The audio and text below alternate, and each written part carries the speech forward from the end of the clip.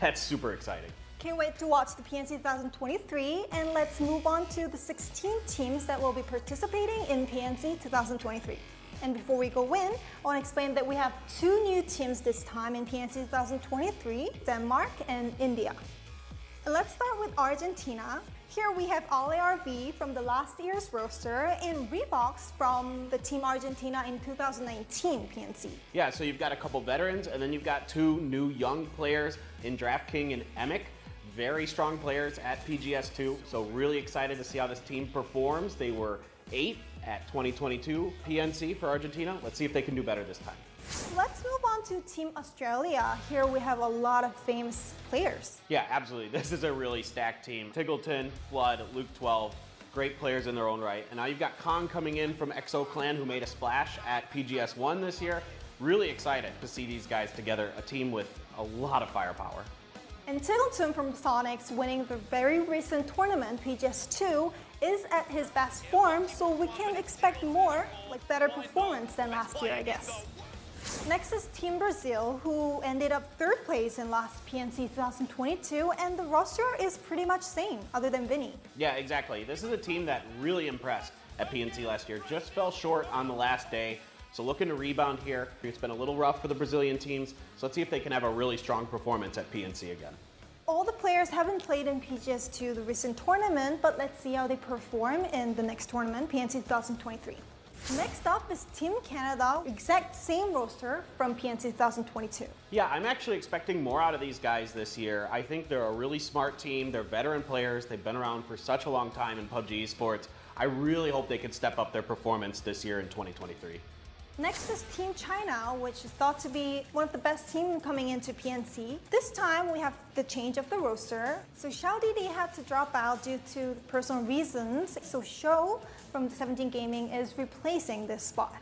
What do you think about this new squad? Well, I mean, it's exciting, again, to have Shou back. Of course, he's a phenomenal player across all of PUBG Esports history. You know, Crazy, Aches left, and Longsker, this team has a ton of firepower. I think they could definitely do better than 6, what they got last year in 2022. So next is Team Chinese Taipei, and this team is a team who shows the phenomenal moments in every tournament they participate. And there is this player, Leo, who have participated in all 3 PNC also. Yeah, so we've got Leo, Savior, Zennon, household names in PUBG Esports. And then we've got Pongsker, a young gun coming in for the first time here, having a phenomenal year for his team. So really excited about these guys. I really hope they can do well. It would be awesome to see them have a strong finish. Next is Team Denmark, the new coming team. I know how hard Toby and Avenger was wanting for this Team Denmark. Yeah, me too. Honestly, there's a lot of really good players from Denmark. I mean, you look at this squad, it is stacked. Gustav, Beanie, Clib, these guys are absolutely nothing. Kino coming in, this is a really good team. Next is Team Germany. They have ended up 16th last year, but 3 of them is from Ascend, who have shown really good performance in PGS1. This should be a really fun team to watch. Not only do you have some great players on Ascend, but they play with a really unique style with Kowo as their coach, so they like to play edge heavy. They're really exciting to watch. They do a lot of interesting individual plays, so really excited about this Germany team this year. Next is Team India, which is also the new coming team in PNC 2023. But unlike Denmark, the whole players are very new to PUBG Esports team. Well, and this is what's so cool about it, right? We've never seen them perform against some of the best in the world. This is their first opportunity.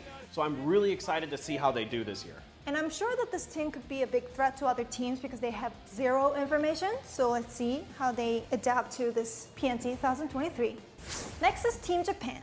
It's been a while since we've seen Japanese players playing in the global tournament, so I think Japanese fans would be really excited to see Team Japan performing in PNC 2023. Yeah, Emahawk's having a really good year. Kane's still very strong for these guys. And then you've got Run AXP coming back, and we've got Pure Boy from E36. So a really strong Japanese roster. Hopefully they can improve on their performances. And it's really interesting thing that Team Japan always win the chicken dinner in PNCs. That's true. So let's see if they can win another chicken dinner in PNC 2023. So next is Team Korea, the home team. The roster is pretty much similar to last year's roster. Yeah, this is really exciting. You've got the PGS1 MVP Seoul, you've got PGS1 standout Heaven, and then 2 players who've been at every single PNC so far in Inonix and Loki. But they have never won the chicken dinner, unlike Japan. It's shocking. I cannot actually believe that when I looked at that and saw it. But this is a really good team. Again, maybe if they get one chicken dinner, they can finally get that win at PNC. Next coming up is Team Thailand. We have seen a lot of crowd cheering for Thailand last year in PNC 2022. The roster seems very balanced, having 2 players from Daytrade Gaming, the powerhouse team from Thailand, and 2 from Theraton 5, who has been playing very well recently, especially in PGS2. Yeah, they got that one big win at PNC in 2022, a great, exciting match. And then you've got Theraton 5 playing very, very well here. Tanadol and Rosada Jr. looked really solid. So to back up that firepower from Daytrade, I think Thailand could do quite well this year. So next is Team Turkey. I think the roster seems solid with 3 from Tau Esports and Code Marco. Yeah, so I mean, Howell looked really solid at PGS1, so certainly the backbone of this team is strong. Then you add in the explosive firepower of Code Marco. These guys can definitely make a splash at PNC 2023. Next up is Team United Kingdom, the defending champion. The roster is pretty much same. Bard, Fax, T-Bone remains, and we have new coming players, Honey Badger. Yeah, this is a really strong squad. Obviously, they won last year, so this is a team that's going to have high expectations again. Honey Badger, a solid, smart player, oftentimes the IGL for his teams, so it's going to be really interesting to see if they're going to be able to recreate that magic from last year. So next is Team United States. This roster is really stacked too. And this team used to be half Luminosity Gaming and half Sonics, but recently Kickstart moved to Sonics. So this is exciting. You've got HWin, of course, doing the IGLing, but now we're going to see how Kickstart is going to fit in with them again. You know, last year wasn't the best, 9th place, but still tons of firepower in here. Snakers, by the way, having an absolutely insane year, so he should fit in very nicely with this USA roster. Last but not least is Team Vietnam. I'm very excited with this roster, not just because that they've won 2nd place in last PNC 2022, but because Vietnamese team, especially Cerberus Esports, was the team that stood out the most in PGS2. Yeah, and Himas this year is having MVP type numbers across every tournament he's playing, and he's playing out of his mind. Of course, you've got Clories and Hisaki coming back, 2 phenomenal players in their own right, and then Duck Juice, who's having a wonderful year for the Expendables. High expectations for Vietnam this year. So if they go higher... First place.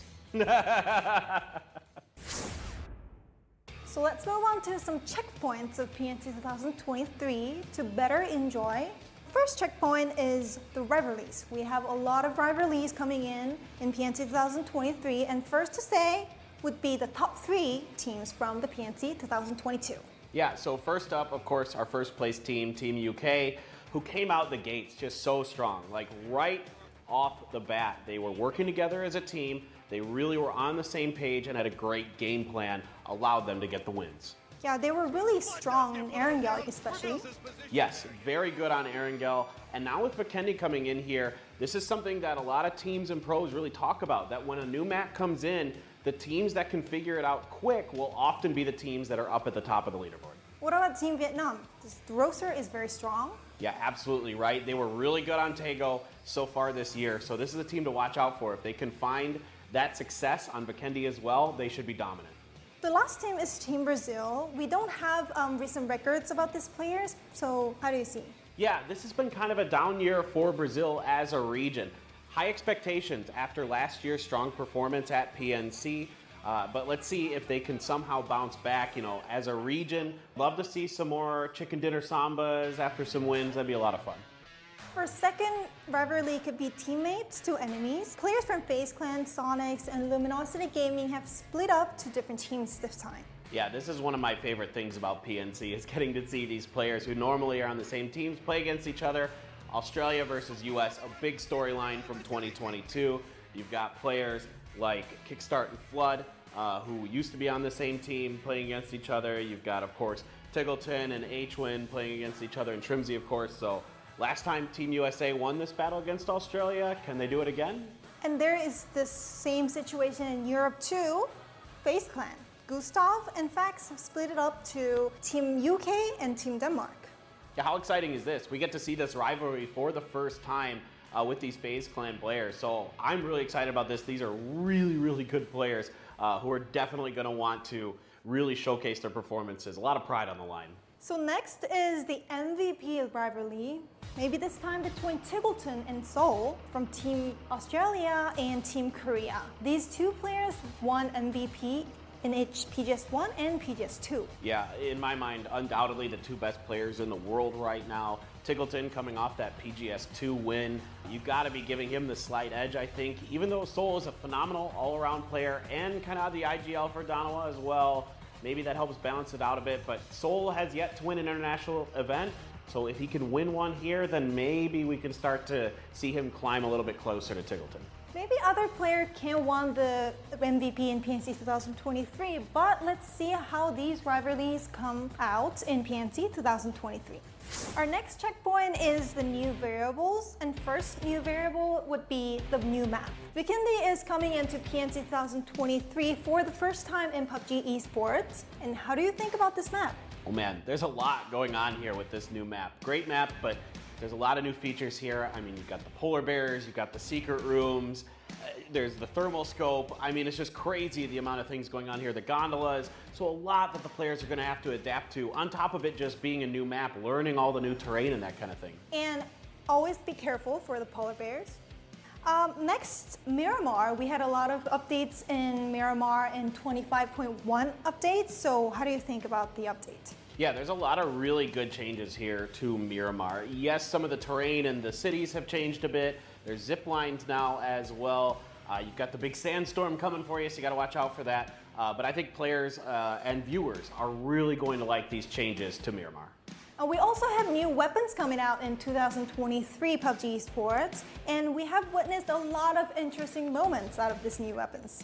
Yeah, it seems like Tiggleton has really embraced the mortar. Obviously, we saw the incredible moments with him at PGS2. He's also been practicing a lot, I've heard. Also, Loki with the Panzerfaust, absolutely incredible. Some of the plays he has made. So yeah, players already making great use of these new items. The last checkpoint is the team seeking their first PNC title. We have to talk about Team Korea, but on this point, they were always good, but not enough to win the title. And I think the most important part for this was not winning a single chicken dinner. Yeah, exactly. This is a team that absolutely will want to win it here on their home country's territory. But a Korean team hasn't won a global tournament since 2019. It's been a drought for them. They've had a lot of strong finishes. So could this be their moment to finally break that curse of not being able to win some global events? So Team USA and Team China also would like to gain that title because they have been performing very well this year. But in PNC 2022, we had to witness the constant rivalry between Team USA and Team Vietnam, which came from PNC 2019, and also Team China hindered by Team Thailand in a lot of moments. Yeah, exactly. It's been a bit tough for them in PNCs in the past, but in this year, China wins PGS1, USA wins PGS2 with 17 Gaming and the Sonics. So you gotta feel like maybe this could be the year for one of these regions. Yeah, if they can't avoid it, they should enjoy it. We've gone through all the information of the 16 participating teams and also the checkpoints to better enjoy PNC 2023. And based on all the information, we want to share our top 3 picks. Here's our picks.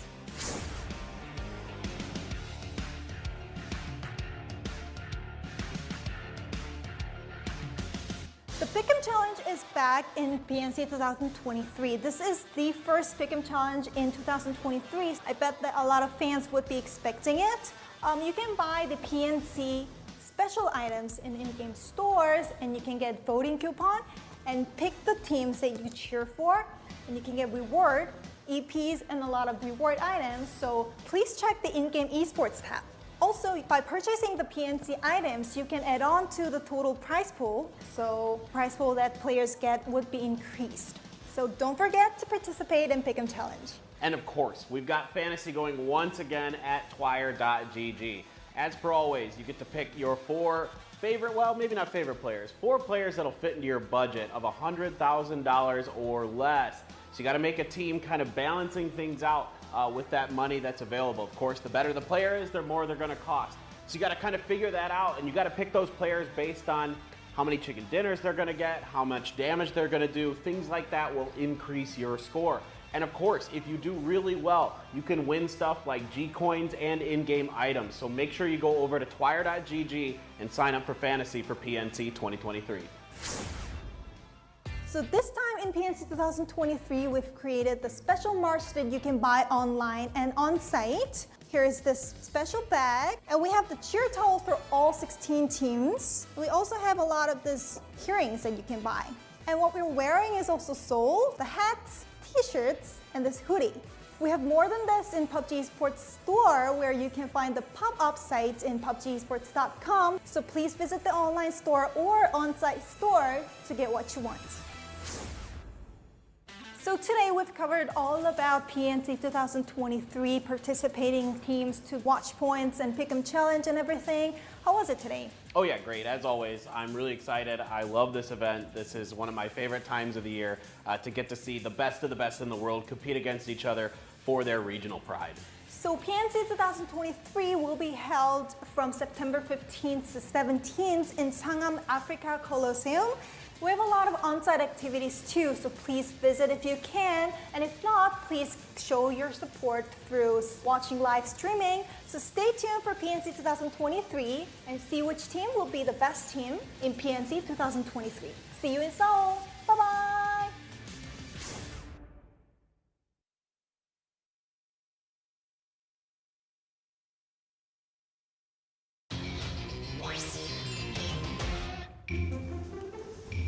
안녕하세요. 근데 저희가 라이벌이 있어요? 저희 라이벌 없는데. 독보적인 우승팀인데 라이벌은. 니하오. 감사합니다. 니하오. 안녕하세요. 两位韩国非常顶级的选手坐在了旁边，压力很大。 사실 사진 찍고 싶었는데 항상 못 찍어서 一会儿就很等一下就拍。因为韩国在我心目中属于 PUBG 很强的一个国家，所以说我们的目标是击败他们。 그래서 작년에 PNC 몇 등이었지? 好像6。好像是6吧，好像是。 별로 차이 안 나네. 별로 차이 안 나네. 이래서 라이벌이구나. 떠이 하네. 맞네.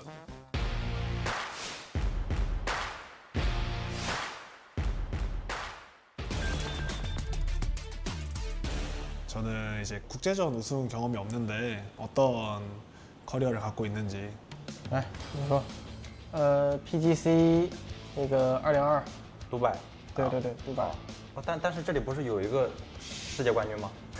我们都没有冠军啊，我们没有资格啊。因为说那个也算是冠军，但那个仅是在亚洲板块嘛。然后我觉得就是我在我觉得我在就全球性的比赛中也还没有拿到特别好的成绩吧。 똑같네. 同病相怜。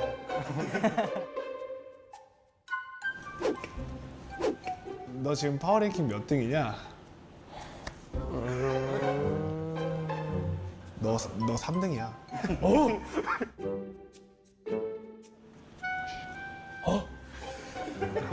왜?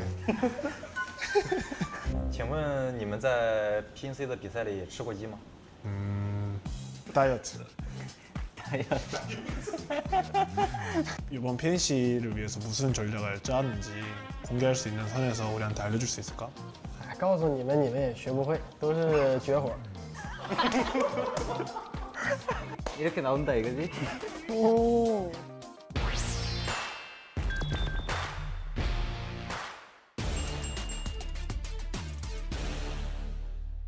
몇 개 하면 잘한 거지? 내가 보기엔 딱 50개. 50개? 3, 2, 1. 오.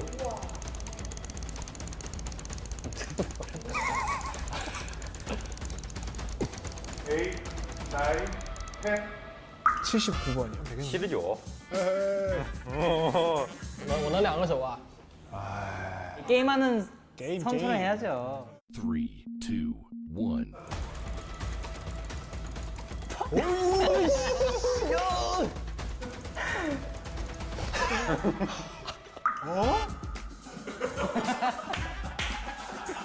难道我还不够快吗？加油！ 3, 2, 1.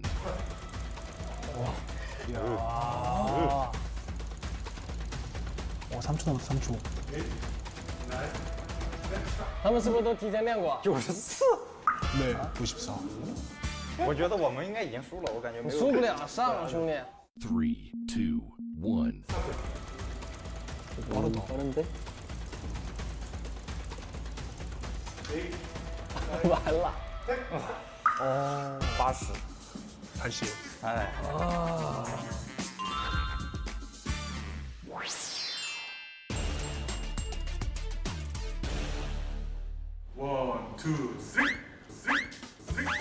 OK。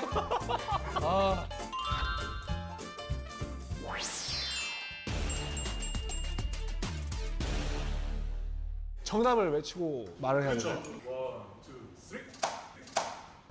한국. 아이. 반쳐 파우스트. 와, 생각보다 빠르네. 파워 랭킹 팀. 哎，我看到了，但是忘喊中国了。中国篮球手来。 오케이. 넌 에너지 드링크인 줄? 这个 easy。 한국! 한국! 한국! 没有看见，他没有看见。 봤어요, 봤어요. 네, 뭐죠, 肾上腺素。 다 봤어, 다 봤어. 아드레날린 주사기.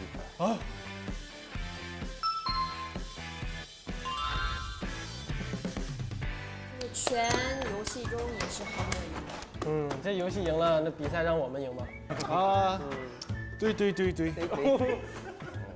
같이 이렇게 놀아볼 기회가 없는데 오늘 되게 재밌었고 我觉得他们算是我在 PUBG 里面的偶像吧，能与他们一起玩游戏确实是非常开心。然后过两天打完比赛，我们也可以 after party。我们好好打比赛吧。白天。 짜요.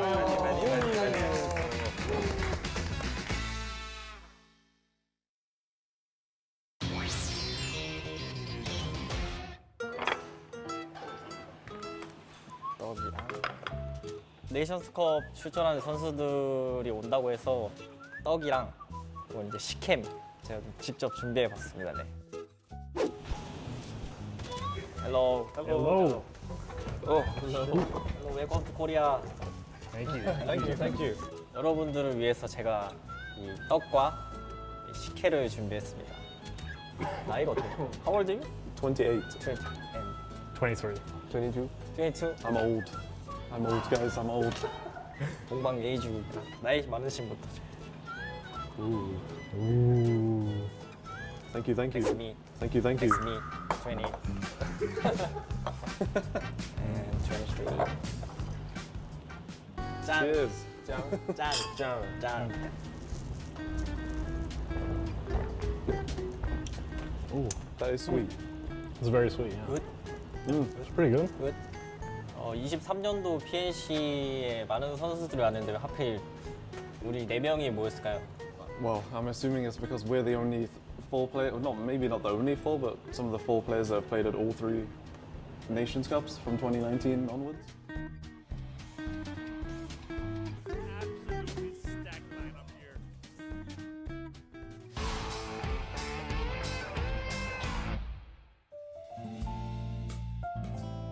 제가 준비해달라는 게 있었는데 다들 준비해 오셨죠? 19년도 네이션스컵 유니폼이고 사인을 받았었는데 아두지 오바 2022, no signing on mine. No signs. Yeah. I wait because his name is backwards. 我那时候打比赛的时候把名字颠倒过来了，然后进了明星赛之后，名字也是用那个。 19년도 네이션스컵도 이제 서울에서 열렸었는데 그때와 지금의 서울은 어떤 게 바뀌어 있는지. I'd just say the difference is probably how old I am, I guess. I was only 18 then, a wee little young boy. And now I'm just an old man at 23, so it's just how it is. I just remember being super excited, like a little child kind of almost, because it was just like, I'd never played for my nation before and it was all new and exciting and I was just, yeah. I can't remember playing well. I think I personally say it's my worst event that I've ever played. But I felt happy to be there and Yeah, that's about it, really.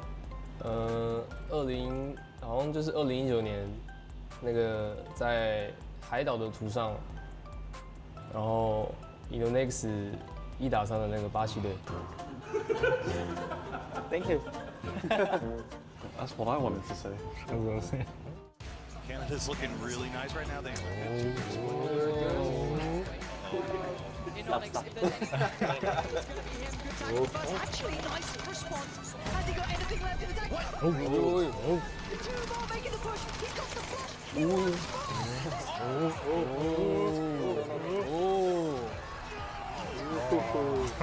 These were too good. How many times did you watch that? Those highlights of yourself. 1 million. I'm not surprised, honestly. I'm not surprised. 자, 이번에는 2022년도를 볼 건데요. 오케이. 3, not 1. No. Yes. Including 4 minutes. Anonymous gets some drop on a T-bone. The shots are coming out of it. United Kingdom is going to line up and Korea is out. 다리를 한 번 더 막을 생각이 있나요? 이번 대회에서도? No. Emergency pickup in the game now. You can't do it anymore. It doesn't work the same anymore. 아, It's fine. You're safe this time. You're safe. Thank you. 이번에 네이션스컵에 처음 진출한 선수도 있는데 팁을 한번 주면 어떨까? 총 4가지의 키워드가 있는데 So I got the new weapon utilization techniques. So new weapons like the panzers, the mortars, and whatnot. So you can put them in your cars. They're like X factors that can change up a game. They give you more opportunities to make more plays, and they can give you that edge to pull out a dub when you couldn't. Yeah, so we'll pack them in our trucks and just keep around for the inventory, and we'll probably pull out the mortar when we're set up in a nice compound getting fed, and we'll just hurt some people that are struggling to get into the circle. And then 제가 궁금한 게 있어서 피켄지에 대한 키워드를 불렀는데 다들 어떻게 준비하고 있는지가 좀 듣고 싶어서 对这张地图也不熟，然后就那个去找那个跳伞的那个包，然后就飞来飞去。 피켄지에는 이제 생각보다 굴곡진 지형도 많고 능선마다 이제 거리가 좀 길다고 생각이 돼서 DMR을 이용한 그런 교전을 많이 할 것 같습니다. 혹시 오늘 어떠셨나요, 다들? Thanks for inviting us, and yeah, I think it was nice to remember the old times, and it's exciting to get into the new ones. So. 然后祝大家明天比赛加油 Good luck, guys. Fighting!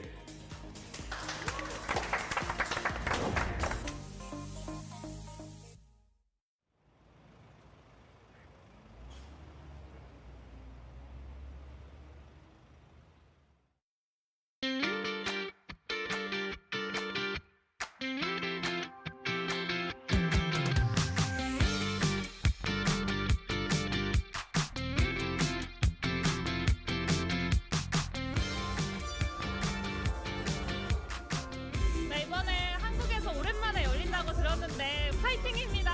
파이팅! 파이팅! 여러분 많이 사랑해주세요.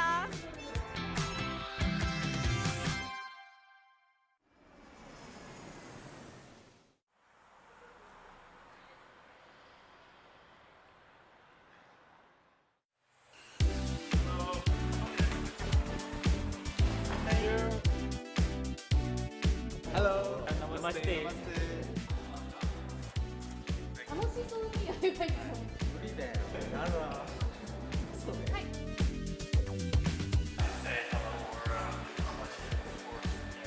I actually don't know what to say. How's it going, PUBG Esports fans? Hope you guys are here to cheer for Team Canada this year. What should we say? Should we say like, we love PNC? We love PNC. I love PNC.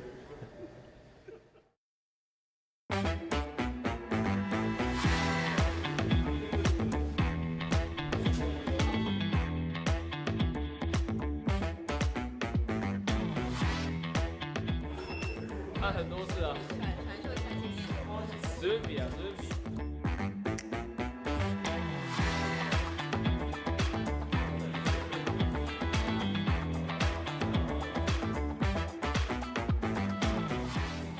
Birincisi herkes burada ilk önce tekrar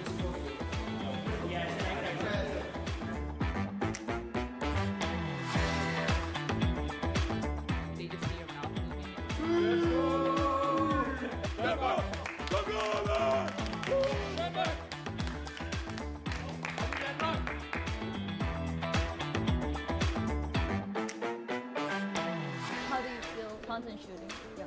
Macht immer Spaß, Shooting zu machen für PUBG und drumherum ist immer nice, macht immer viel Spaß. Man mit den Jungs ist immer gut. Can you pose with the camera?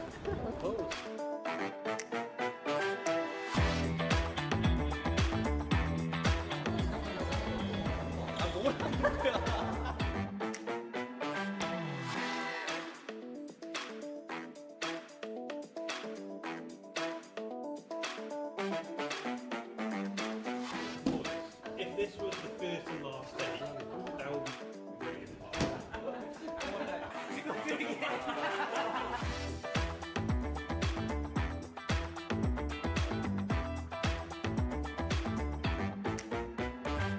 Lastly, anything you want to say for Australian fans? Up the boys! Love the boys.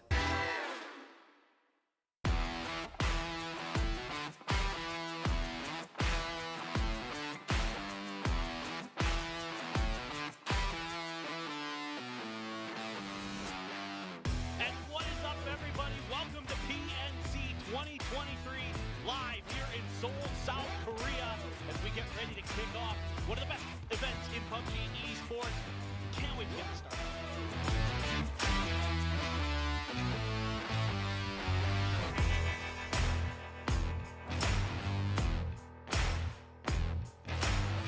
긴장감 아직 없는 것 같아요. 제가 연습하던 대로 하면 잘 될 것 같아요. Mọi người hãy theo dõi các đội tuyển tại BNC 2023. Mọi người cùng ủng hộ Việt Nam tại giải BNC 2023 này. Bueno, miren todos la PNC 2023 que se va a poner muy buena.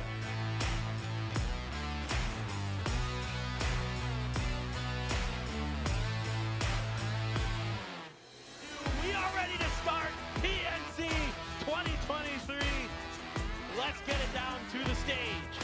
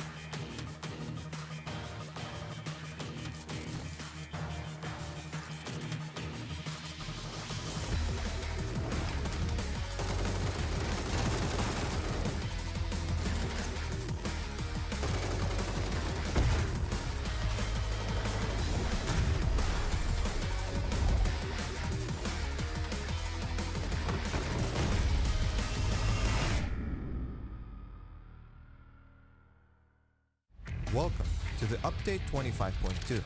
Today, we'll be walking you through some gunplay adjustments and a brand new feature that's bound to sprinkle a dash of vibrancy as well as a bit more wow into your weapon skin wardrobe. Let's start with the Dragunov. Previously introduced as a chance-based damage weapon that you might have tried on the 25.1 test server, it is now ready to make its live debut with its damage carefully refined based on your invaluable feedback. By removing the probabilistic damage system and readjusting the damage per distance, the Dragunov is now ready to provide a variety of fair, dynamic gunplay scenarios. Now moving on to the AUG. It's time to restore equilibrium. We've heard your insights about its overperformance and recognized the potential imbalance. Initially, we did boost its power to encourage the use of 5.56mm weapons and catalyze a shift in the gunplay meta. However, in our pursuit of fair fight, we've decided to slightly reduce the AUG's RPM, which should be enough to align it more closely with other options in the game and enhance the overall balance. Next up, let's swing the spotlight onto our upgraded weapon skin system. Meet Chroma, a feature allowing you to alter the color and visual effects of your weapons. Chroma includes changes to weapon appearance, attachments, death crates, and kill feeds. And if you possess the appropriate progressive weapon skin, applying this feature is as simple as clicking an icon.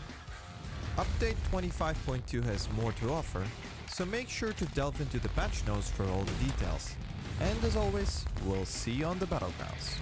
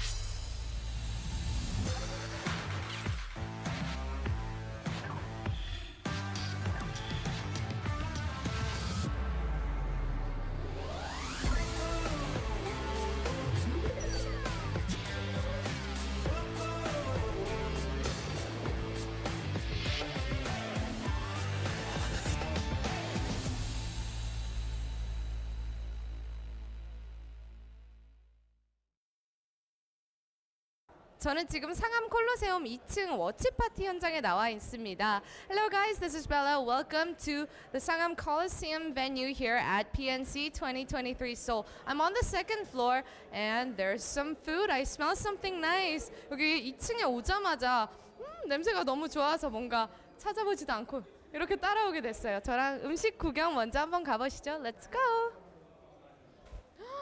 와, PUBG PNC 2023 한정 판매 뭔가 스페셜 메뉴들이 좀 많이 준비된 것 같아요. Seems like we have our PUBG PNC 2023 special food and I think this is a Madeleine. 이거 마들렌 같은데 but it's like mossy.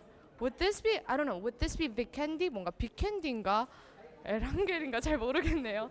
여기 보면 PNC 마카롱도 있고 컵케이크. 너무 맛있겠다. 여기 현장에서 티켓 구매하시면 티켓 구매하신 분들을 위해서 이렇게 준비된 이런 것도 있으니까 현장 많이 찾아서 즐기시길 바랄게요.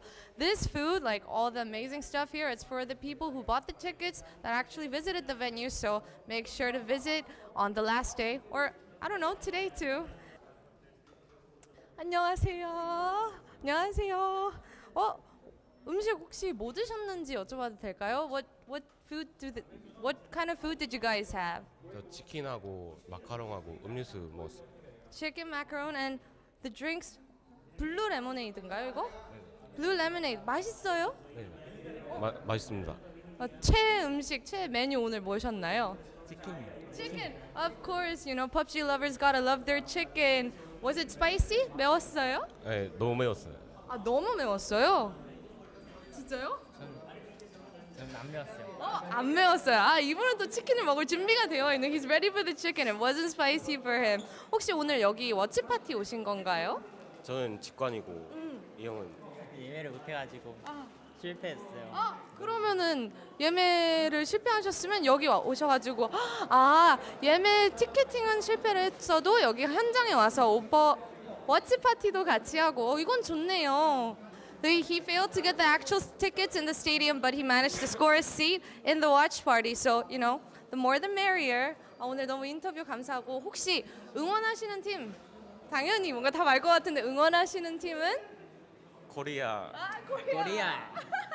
Of course, their favorite team is Team Korea. 우리 한국 선수들한테 한번 그럼 응원 메시지 한번 해볼까요? 서울 화이팅. 한국의 수도 서울 그리고 나머지 여러분들 선수들 화이팅 하십시오. Their favorite players are Seoul. You know, he's the capital of this country. 오늘 인터뷰 너무 감사드리고 오늘 경기도 재밌게 마저 보시길 바랄게요. 네, 우리 인사 한번 할까요? 안녕. 오늘 좀 이따가 대회 경기에서 만나요. 화이팅! 화이팅!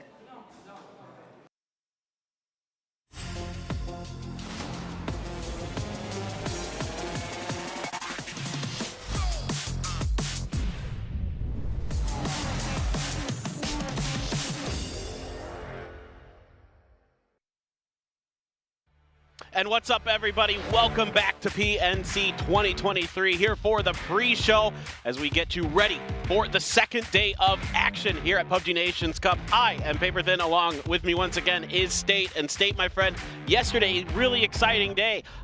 Maybe some expected things, some unexpected things, as we have come to, you know, kind of expect from PUBG Esports, but it was an excellent day. What a way to kick things off. Yeah, it was so much fun, and the competition at the top of the leaderboard is absolutely stacked, even coming here into day number 2. So many teams in contention right now. Argentina especially just absolutely popping off, winning the last 2 maps of the day on Erangel in spectacular fashion. We're on the edge of their seats, did not know what was going to come along. And yeah, what a great start. We got the first view of Vikendi in the pro scene. Didn't get any bear hunting yet, but hopefully today, fingers crossed, we'll get a little bit of that action, and I just can't wait to get started with day 2. Yeah, exactly. I mean, it's going to be a really, really good day once again, and that's what we're going to do here to start today is going to show you kind of everything that we're going to go through. So, of course, we've got an overview of all the action, of course, and, you know, what you can expect for today in terms of you know, prize pool, map rotation, all that kind of stuff. Of course, let's start with the teams that are here and the countries that they're going to be representing. Yeah, 16 teams in total from all around the world, and of course, the UK returning as the champions here. Coming into day number 1, where we're talking a lot about USA being first rank in the power rankings. So far, they are in striking distance of a podium finish, but perhaps not the best start that they were hoping for. Yeah, absolutely. I mean, and you know, kind of looking towards some of our newer teams like Denmark and India. India, we thought after that first match there was hope. They looked pretty good in that first game, but as the day wore on, it became clear that they were struggling to adjust to the lobby. But that was kind of their game plan coming into this, was to try to feel things out, try to understand the situation, and try to adapt from there. So I'm going to be really looking at them today to see what adjustments they've made. Yeah, Germany as well, just absolutely ratting it out, and I mean that in the best way possible. Yeah. They survived, man. It doesn't matter what the situation is. It feels like every single match, if not every single match, then maybe, 4 out of 6 or 5 out of 6, they were somehow finding their way into the top 4, even picked up a very big win, and that has them right now number 2 overall in the standings. Germany looking fantastic. Korea, of course, the hometown heroes, fighting on their home soil in the city of Seoul. Have been doing fantastic. They got their first ever chicken dinner in PNC yesterday. Looking forward to seeing what they can bring to the table again today. Exactly. I'm really excited for all of these teams today. Miramar, Tago, Vikendi, Erangel. So MMTVEE is going to be our map order. Once again, same map order throughout all of this. But, you know, it's really exciting because not only do we have Vikendi for the first time ever, like you mentioned earlier, we got to see it for the first time, but we've got the new Miramar as well, the 25.1 Miramar, which is the patch we are on as well. So no Dragunov here yet, guys. If you were hoping for that, we are one patch short, maybe coming up in the future, but still a lot of exciting moments. Still with the Panzerfaust and the mortars. We didn't get to see a lot of mortars be impactful. They were attempted a couple times, but the Panzerfaust had some big moments. Oh yeah, some really big moments. Even some kind of ridiculous moments. I think, what was it, the German team that shot a Panzerfaust at like 150 meters or something plus? And yeah, honestly, the map pool is so much fun. I remember back in the day when we just did Erangel and Miramar, and now having this nice sandwich with Tago and Vikendi in the middle. You know, you got some classics, you got some spice, and of course, $300,000 up for grabs is the total prize pool. In addition to that paper thin, the crowdfunding for the pick'ems. Exactly. So you guys can get into the esports client. You can purchase the PNC skins, and that directly supports these teams and players. You want to do that. These are the legends of PUBG Esports. These are the best of the best who have ever played this game. Get out there and support them. They will get a portion of the prize pool. Top team, by the way, in case you're curious, gets $100,000 of this, so they get 33.33, repeating, of course, percent throughout this event. But yeah, top team looking for that big prize pool plus the crowdfunding. So make sure you guys get out there, support these teams. The skins are incredible, by the way. I love the color scheme for this, like the pink and the white and the black. I really, really like it.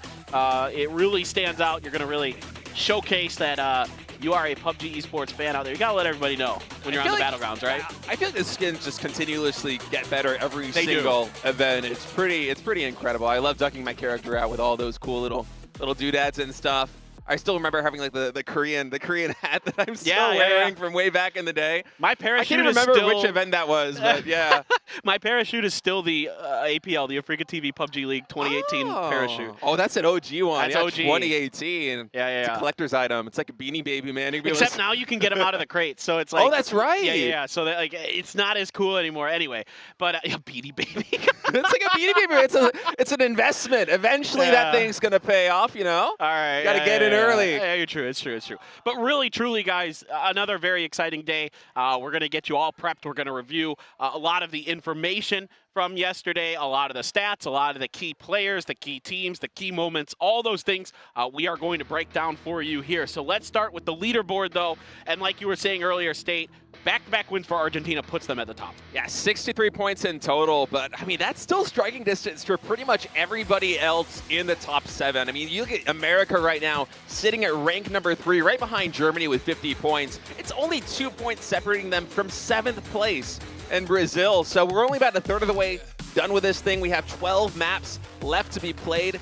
It's a really competitive field coming into these final days. And I got to tell you, man, any single one of these teams in the top 7, absolutely in striking distance to win it. And, you know, for teams such as the United Kingdom, the reigning champions from the previous PNC, or China, who, let's be honest, they kind of underperformed in day number 1, a big day 2 here, and they could easily get back into striking distance coming down that home stretch. Precisely. There are moves to be made today. This is kind of the moving day, right? It's day number 2. This is the day where teams are going to try to position themselves for that big finish on day 3. So I have my eye right there with you with China, United Kingdom, Thailand, Chinese Taipei even started out really hot, fell off a bit, but I think we saw that team, that roster has a lot of skill, a lot of potential if they could put it together. Yeah, they were even able to deck, I think, the United Kingdom on their defense. It feels like every single time that any team tried to breach a Chinese Taipei compound, they were shut down, and Chinese Taipei took almost no losses every single time. So if they could find some early movements in these, late game circles, whether it be on Erangel or on Miramar or some of the newer maps that we have here in PUBG Esports, maybe they can actually leverage that defensive skill and rack up a ton of wins. Or not a ton of wins, a ton of kills. No, exactly. Either way is good, right? Those get you points no matter what. And then looking towards the bottom, I think Australia and Turkey, I think, underperformed versus what their roster is truly capable of. So definitely eyes are going to be onto them. And then here are some of our top players from yesterday. Not too surprising to see in Argentina as the #1 fragger.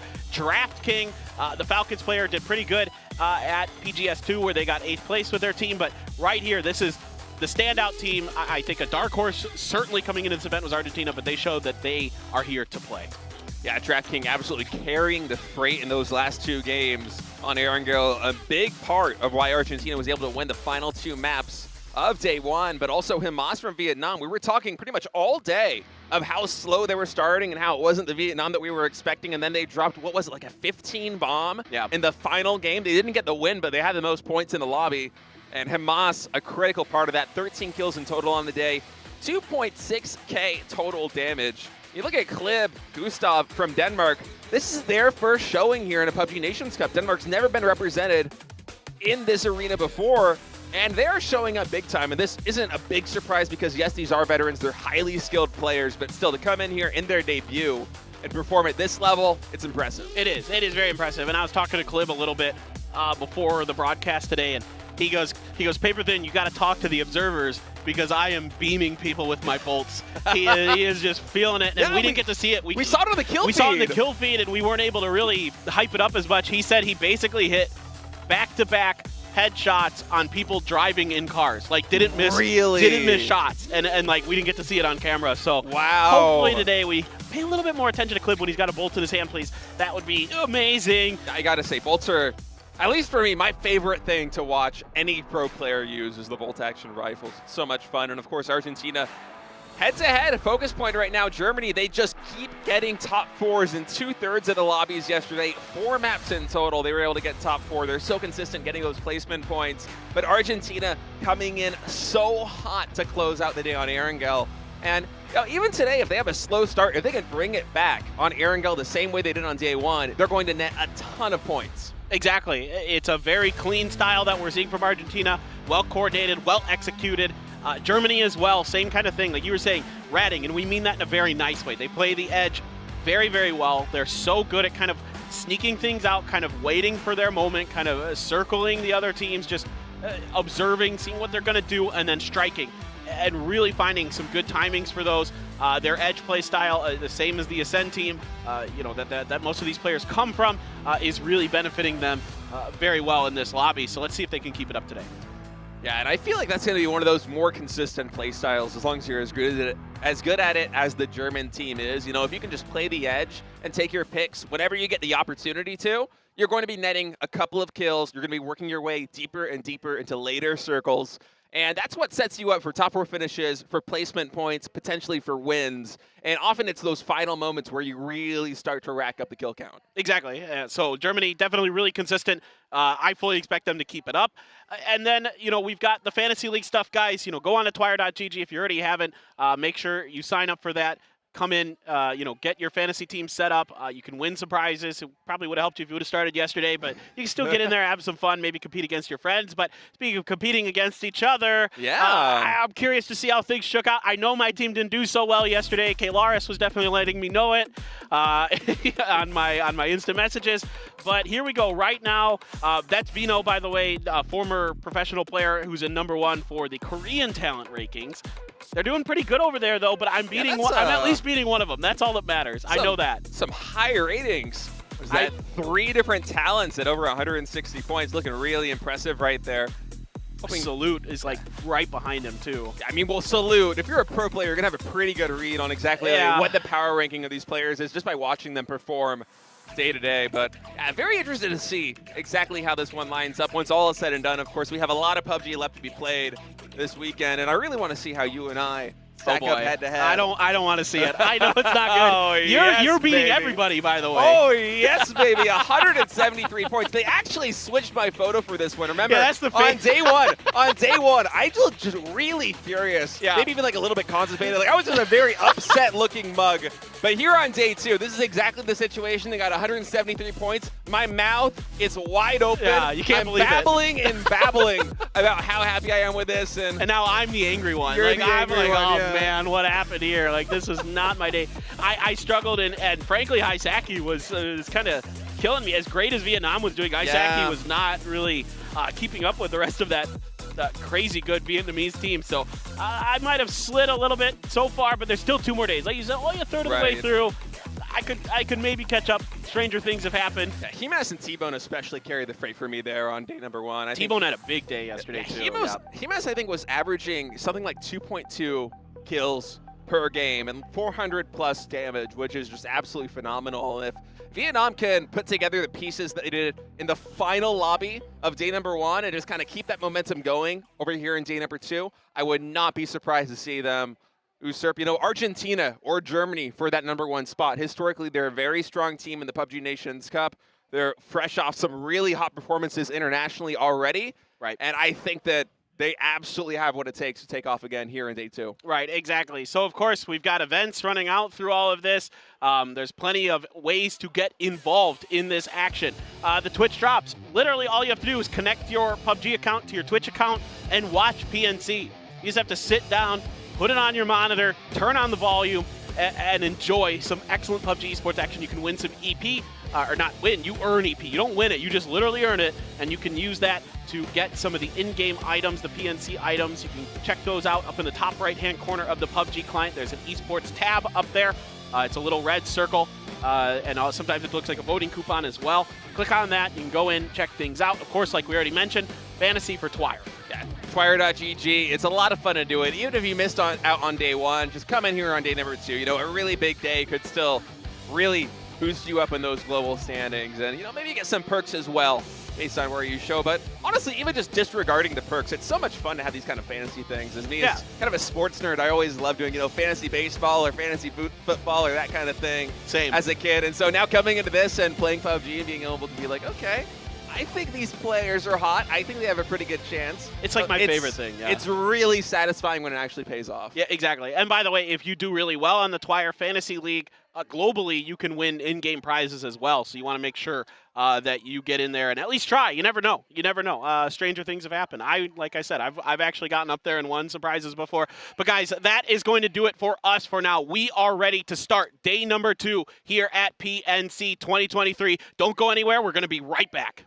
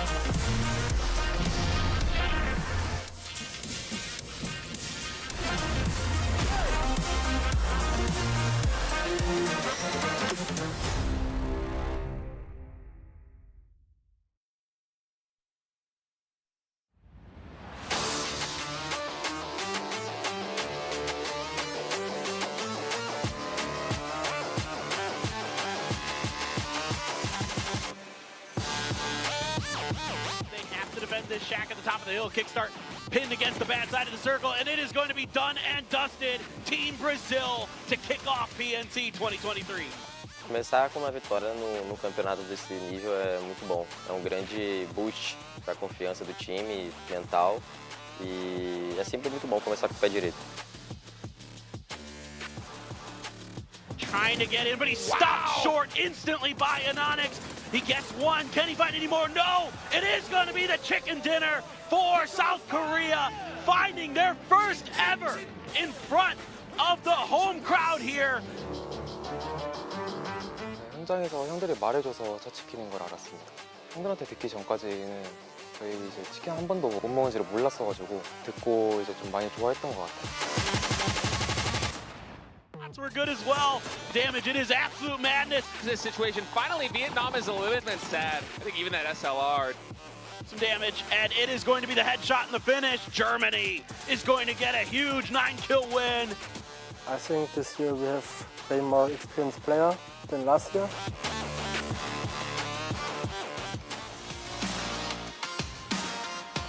On their position, and yeah. Oh my, what? What? What? No way. Nuh-uh. I didn't even see this in the kill feed.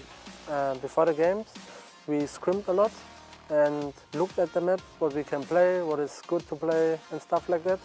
So we kind of analyzed the map, yeah. So good from Rybox, right on the money. That was bouncing in, and he's got it done. He's done. It's a 1v1 right now, and DraftKings is able to pick it up for Team Argentina. 8 kills as they solidify their position. They will overtake us in the leaderboard. It was pretty sad for us, but try our best to get the first place again from Argentina. A Argentina está indo bem. De certa forma anima a gente porque eles são da mesma região que nós. Então eles treinam contra as mesmas pessoas, eles jogam o mesmo jogo que a gente o tempo inteiro.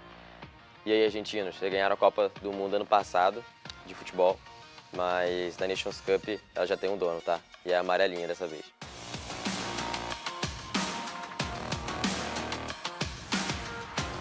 Poderia ter sido muito melhor, mas a gente vai continuar melhorando.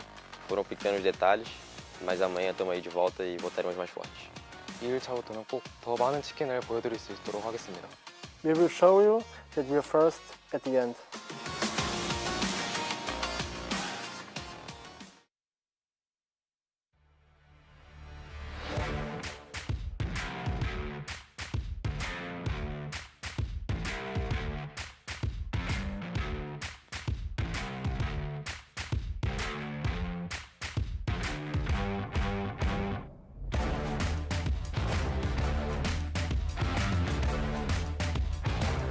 All right, everybody, we are ready to get things started here at PNC 2023. Day 2 begins now. I'm Paper Thin, this is State. We're going to guide you through the action throughout the entire day. It is 6 games once again to see who is going to come out ahead, who is going to place themselves going into that final day as the top team, the team that everybody is going to be looking to beat. And right now it is Argentina on top after those back-to-back wins on Erangel. Yeah, Argentina on top, Germany right behind them, and then I gotta say there are a lot of different teams in contention, all the way from rank number 3 down to rank number 7. All those teams in striking distance from taking the first place helm away from Argentina, even coming in here to game number 1 on day 2. Exactly. All it takes is one big win here to kind of change things around. One big day for some of these teams in the middle of the pack to shoot themselves right back up to the top of the leaderboards and be in contention. And some of those teams, like we mentioned, China, the UK, Thailand, we are going to be looking at to see if they can change their fortune, change their destiny here on day 2. Yeah, same with Vietnam, absolutely catching fire in the final map on Erangel. They didn't win it, but they racked up what it was, I think, 15 kills. And right. Anytime you start outputting that much damage and you play the circle that well, it's a big momentum booster, especially for a team that frankly was struggling and underperforming all throughout day number 1. And I really want to see if they ride that momentum here in day number 2. Yeah. USA also looked very strong throughout all of day number 1. Didn't have too many highlight reel moments, but we all know they're capable of it. Exactly, exactly. And by the way, guys, the Navi skins from their PGC 2022 win, they're ready. They're prepared. They are available. So you got to make sure if you are a fan of that or just, heck, you're a PUBG Esports fan, you got to get those skins. They are super awesome. You got to love the Navi color scheme. You got to love the way that Navi played that PGC 2022, winning every phase of that event throughout one of the most dominant performances we've ever seen in PUBG Esports. Again, legends of the game, a legendary team. You'll love to see it. So going back to today's State, you know, we've got some legendary players. We've got these teams and these guys who are looking to further solidify their position in PUBG Esports history. But for the Argentina players, this would be huge because it would be their first win globally. It would be something that nobody from their region has ever done. We've got some great players on this team. Rybox was playing out as my draft king yesterday, was absolutely phenomenal. Can they continue this momentum is a big question in my mind. Yeah, and it wouldn't just be a win for them in a club. It would be a win for them from their region, from their country. There's a lot of pride at stake for all these teams, especially here at Denmark, in their debut performance at PNC, emerging really quite solidly out of day number 1. 49 points in total. That is just 1 point shy of third place, where America is sitting right now. They are absolutely so close to the top 4 finish in 50% of the maps they played yesterday. Exactly, and this is a team, like you mentioned earlier, just absolutely stacked with some of the best to ever play the game. Clip, Gustav, Beamy, these guys have been there. They've gotten it done. They've been in contention for championships globally. In some cases, maybe even won them.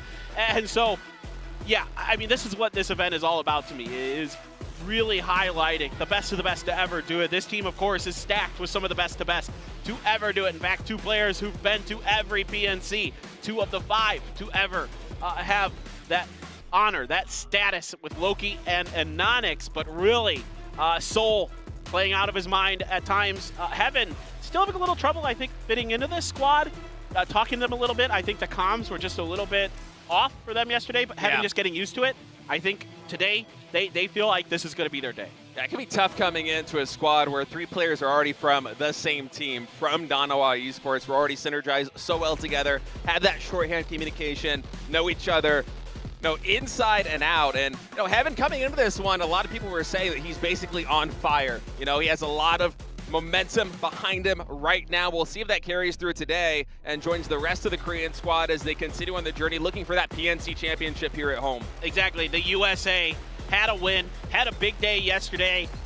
A couple moments where I feel like they made some interesting decisions, like that rotation on Miramar. Yeah, the 2-2. Yeah, I really like that. Using kind of a split E pickup with a driver to try to meet up. Just didn't pan out. The circle really was not favorable to that rotation. It is what it is, but they still were able to frag out, have some big moments. You've got just absolutely a star-studded roster on here. Maybe the best IGL in the world right now with HWin. So definitely, I think the USA can make some moves today. And HWin not just IGLing, but also racking up nearly 400 damage per round. Unbelievable stuff. And from Vietnam, talking about damage per round, Imas, if he's not number 1, he is very close to it overall at 440. The momentum just keeps going. You see some smiles right there on stage. They're feeling good. I bet that final game of day number 1 probably took a lot of the weight off of their shoulders. It's a confidence booster coming into this one. You're not going to be doubting yourself, wondering, are we in bad form? Do we still have it for this 3-day event? Because, in one weekend, if you don't have momentum, that can be your chance at championship just going away. But with their performance in the final game on day 1, Vietnam's going to be feeling really happy. They're absolutely a team to watch here in day 2. Yeah, and you got to wonder, coming into Miramar, about the hot drop situation. Did not go well for Turkey. And it really kind of set the momentum for Turkey yesterday, where they were at 0 points for quite a long time. But we are ready for the very first game of the day here at day number 2 of PNC 2023. It's Miramar, it's the Dusty Dunes, let's go.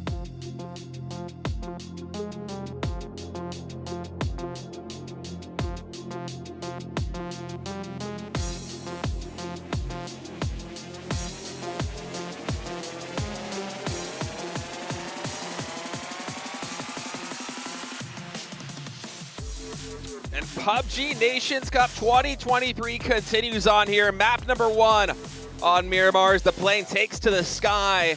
And look at this plane path paper thin. This is about as fair as it gets if you're going to split the map diagonally. I mean, pretty much everything is in play. A little bit hard to get up to, maybe the northeastern portion of the map. But besides that, so many areas to drop. Exactly. This is about as fair as it gets. So let's see how the teams are going to attack it. Let's see if, again, I'm really keen on that Cantera area with the Vietnam squad and the Turkey squad.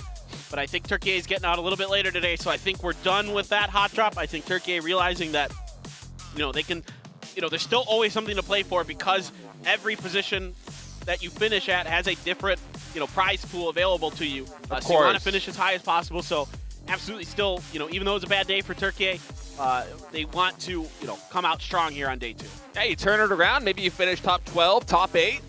That's a lot more prize money. It's not winner takes all here at PUBG Nations Cup. Every placement matters. And on top of that, there's a lot of pride on the line, too, for these guys at Turkey. We all know that they're better than the performance that they showed on day number 1. And so we'll see what they have in store for us here on day number 2. I like that they're avoiding the hot drops, which really did not go their way in those opening maps. Yeah, exactly. Ooh, Southwest Circle. Right, barely touching that plane path. So a pretty difficult one. An interesting one here for Korea with their Chumasera drop spot to see exactly how they're going to navigate this. Again, I don't know for sure with this 25.1 Miramar if the land ratio stuff works the same. I kind of have an assumption that this part of the map didn't actually change too much compared to other parts of the map. So my guess could be that it kind of functions the same. But again, we have to kind of wait and see as we are in uncharted territory here. Keenan has to use a smoke to make sure that this buggy is going to be safe from Argentina's sightlines. Yeah, nice, smart, safe play there by Keenan. He's just going to go rendezvous with his teammates, gather a little bit more loot. And for many of these teams right now, looking at the map feed, it's going to be a long journey to get into this very southwestern circle given the plane path. I mean, this is it's got to be about as far southwest as it can go, right? It barely clips, I think, the diagonal split the plane took. Yeah, exactly. I think you're absolutely right. I don't think it can go based on that plane path much further southwest. And as you should all know, or maybe if you're new to PUBG Esports, that the first circle has to touch the plane path. That is part of the rule set. So that is why we are, kind of in awe of this circle a little bit, because it is pretty extreme for that plane path. But that's good. I did switch to Americanos today. Yeah, I was wondering, man. Yeah. All those PWS and PCSs, we're always talking about the coffee, You had an extra cup, and then suddenly the circles are crazy. We're getting, 50% water on Miramar somehow. It is my superpower, yeah. Yeah. All right, we got an interview ready with Unforgiven. We got this opportunity, and we would like to make the best of it by achieving the best result. That is, we are looking forward to at least top 8 in this finals event. I would like to thank all the Indian fans back home for supporting us for this time and during the Indian qualifier, and we will hope that fans would continue supporting us in the finals. And don't forget to vote for us. Thank you. Yeah, I mean, again, I think India still trying to get the feel for this level of PUBG Esports, never having the opportunity to compete on stage outside of their region. This is the first chance they've gotten. And I really hope today we get to see some changes. They've got a good opportunity here today with this circle to get a little more center. They had to play a lot of edge yesterday based on their where they were dropping and where the circles went. Didn't go their way. Today could be different. USA in the sandstorm.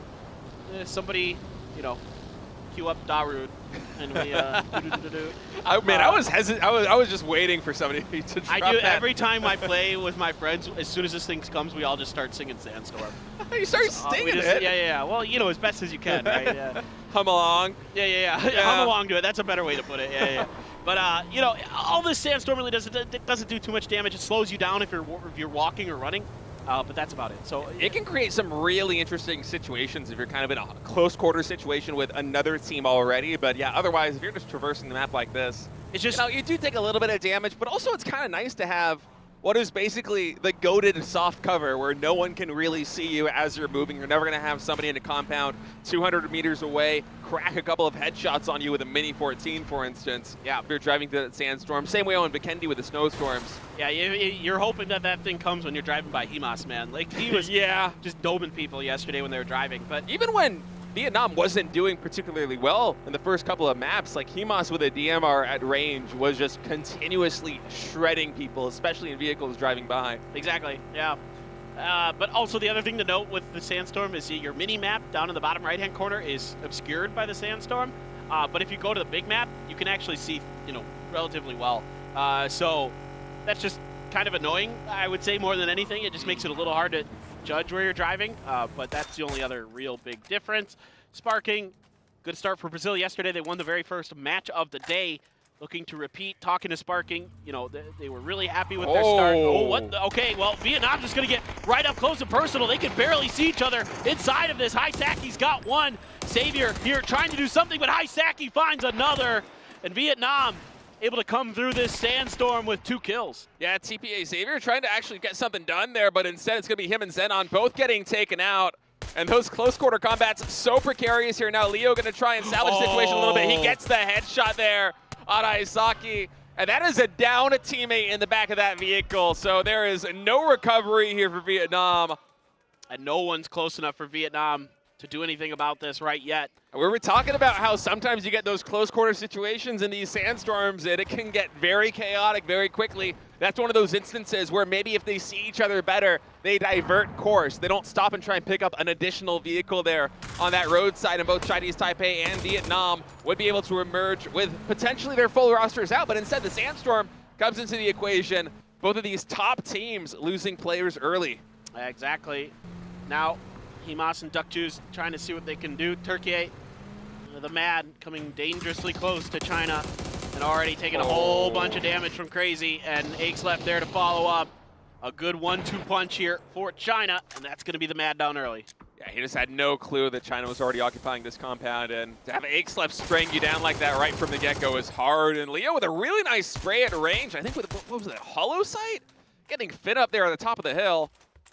Might have been a 2x, only had a faint glimpse of that one, but still, excellent AR control.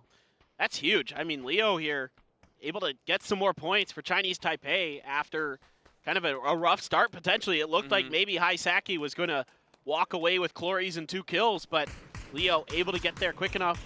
Now Vietnam angry, and surprise, surprise, look who it is with the DMRs. Yeah, Himas takes down Pongsko right there, getting a little bit more revenge as Vietnam and Chinese Taipei just continue to go at each other's throats. It's just Leo now up for Chinese Taipei. He is pulling himself up in that house. Pongsker pretty much lost to the winds right here, all the way out in the middle of the open. I'm kind of curious to see what Canada wants to do. Are they looking for a little revenge from Finna? They are going to definitely see a couple players from Vietnam. How do they want to approach this? They do have Keenan swinging to try to find the flank angle. Shinboy gonna let him know that they're here. Try to probably buy a little bit of time and attention. See if Keenan can strike from the side. I like the 2-1 split that Canada's running and trying to just encircle his position, but man, Duckjuice with some fantastic shooting there. Almost gets the knock on Adam.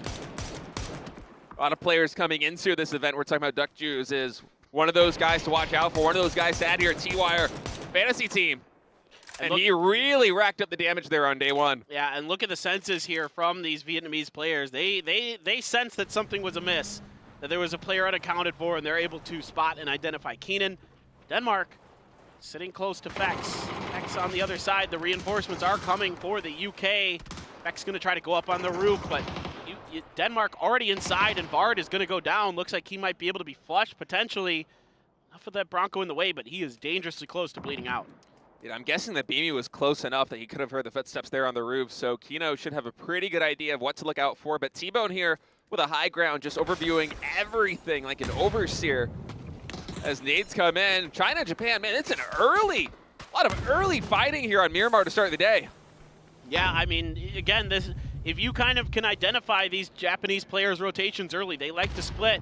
We saw it yesterday that they got punished a couple times, and China completely confident in this maneuver, caught Kane unawares, takes him down as Aches left, run AX, trying to do what he can to hold an angle here, but now, they're coming from both sides. Can he get more than one? No. The trade is there, really well played by China. I mean, that's the benefit of working together as a unit, and China just historically, in PCS Asia's for, years, for it feels like centuries, just absolutely dominating with this fantastic teamwork here as the circle centers up there on the northwest, but that's what this team does the best. China, you put this team up in a 4v4 against pretty much anyone else in the world, and I would favor them full stop. A lot. Yeah. Me too. I really love the way they're playing here today. Aggressive, that's what you want to see. That's when it feels like the Chinese teams are at their best. Fex still on this roof, but again, Denmark not really giving him any opportunities to do much damage. T-Bone played great yesterday, putting up tons of fantasy points. Coming through here to try to support his teammate. Yeah, T-Bone just continuing to hold on to that high ground for now, I believe, as Honeybad here is going to try and lend some supports effects here on the ground. It's a precarious situation, though. Kind of a complicated one with players inside the building, outside the building, on the rooftops, on the rocks, overseeing this position. Nade comes in. Honeybad, you're lucky you got that nade off. Oh, what a turn there by Fex. That's clipped down. Gustav trying to drive in, but that's right under the sightline of Fex, and those bullets just not connecting. That barrel spray just a little bit too hard to handle for the unbelievable player that Fex is, one of the all-time legends. Honey Badger going to go down to Beamy, though, and that's going to open up some space here potentially for Denmark to get this res. Gustav and Fex trading some frag grenades here, as of yet unable to connect that one. Shielded by the wall a little bit was Gustav, as UK and Denmark just continue to work at each other's throats. And BB, oh man, nice shot right there on Fex coming in. Just immediately pops him down. UK down to one lone player remaining. Those are some big points for Denmark. Yeah. Climbing up to third, tied with Vietnam now in the leaderboard, and they're going to be all 4 up. And now UK just left with T-Bone, who's going to have to play salvage, going to have to play recovery. Germany, yep, guess what? They're on the edge of the circle. They like to drop via Damar, and then they like to just play that southwestern edge, and they do it to perfection. Australia looking to change their fortunes, change their destiny, and they've got an open compound ahead of them. A really good one in this circle potentially. If this circle ends anywhere near this compound, especially if there's a lot of the southern viewpoint, vantage point from this compound in it, disgustingly powerful. Yeah, especially with a full 4-man squad up, you're able to hold yourself off from raids, people diving that compound quite effectively if you have a good defensive position established. And Germany right now holding on to the bottom left, looking at the map feed. I love them playing the edge of this circle, especially the hill that It's Chris is on, just above where Brazil is and to the northwest of India. Fantastic position here as we see India working their way up the neighboring hill right across the road. See if they're going to find an angle here on Korea. And Nonex is sniffing this one out, trying to jump and see exactly who is coming and how many. He's probably just going to retreat back to this compound, back to the safety, as Team Korea is spread quite evenly all across Chumasera.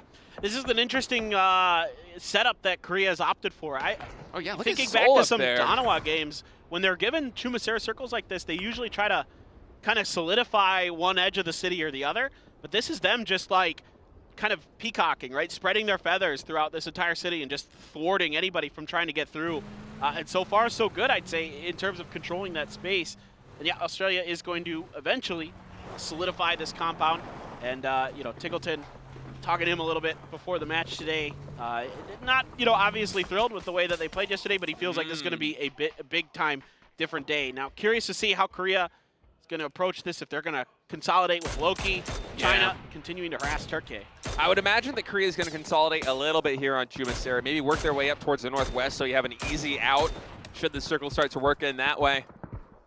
And there's some of that high ground on the edge, that western edge of Chumasera to play with. So I would like to see them do that too. Very curious. I would think they might be going for that. I saw a bolt in It's Chris's hand, so let's go. Let's get some more bolt action. He's got a barrel and a Kar 98. Those are 2 fun guns. That's my combo, man. That's actually what I really like to play with these days. Barrel, Kar 98, chef's kiss. Yeah, it's a really fun one. All right, so Brazil's going to be working their way down into this low ground compound here, just below Germany's hill. Now Denmark trying their best to work their way into the circle. They do have India ahead of them. Translucent trying to shell Beamy here. Beamy, he's been such a hot shot so far this event, however. I mean, really, the Denmark team all around has been spectacular, whether it's Beamy or Kino, and also Gustav just absolutely popping off with the damage there on day one. Yeah, there's a reason Gustav is a longtime FaZe Clan member. It's because of his consistency, not only as a player, as an individual player, but as an IGL as well. So just a brilliant all-star player is Gustav. Love to see it. Vietnam, 2 left. Can they find any more success in this game? Yeah, you got 3 kills, but man, if Vietnam could, rat out a couple more, maybe find a couple more points here or there, then you would consider this a relatively successful game. Yeah, I think just try to play for a little bit of placement points here. Maybe get a couple of picks on a team that's moving out of a compound or trying to make some kind of rotation. You can be happy with this one. Uh-oh. This is bad for India. Oh, The timing here could be really disastrous. Gustav is going to hear these vehicles.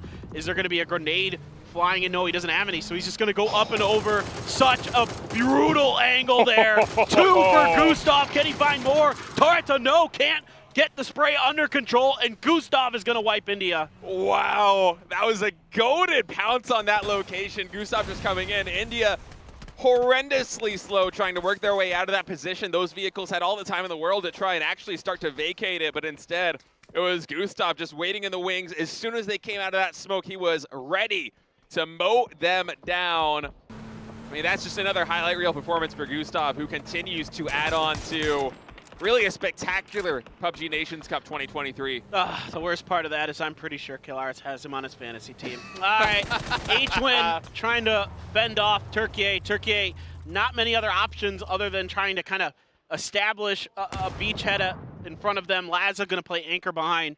And, you know, they don't have to push up this hill. They don't have to contest the USA. I can already see Panzerfaust kind of being funneled around here in USA to make sure that they're ready for any push, as the circle is going to go hard to the west, and Brazil and Australia in particular feeling great about that.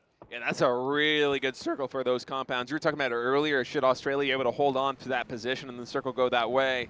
This is very similar to the game that Thailand won in PNC in 2022 in some ways, and it's like the same teams. It's Brazil and Thailand in potentially similar spots, so I'm kind of curious to see how that plays out.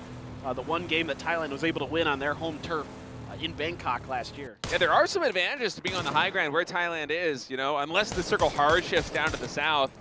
As Crazy 112 just doing crazy things here with this 8x MK12. Getting a lot of damage in. Man, China, they're just playing so aggressively today. I love this action from them. They get the opening knock. Molotov's coming in. That's Logsker getting that shit boy. And oh my goodness, Canada, try as you might, you are not going to be able to escape the grasp of Team China. But it's Chris with the bolt action. Gets the headshot there on Eggs left. He lined up perfectly in that vehicle. What a shot from It's Chris. It's actually going to be stolen, or not stolen, but confirmed by Brexco. Longsker now behind this shack, and China rocking and rolling here with 7 kills.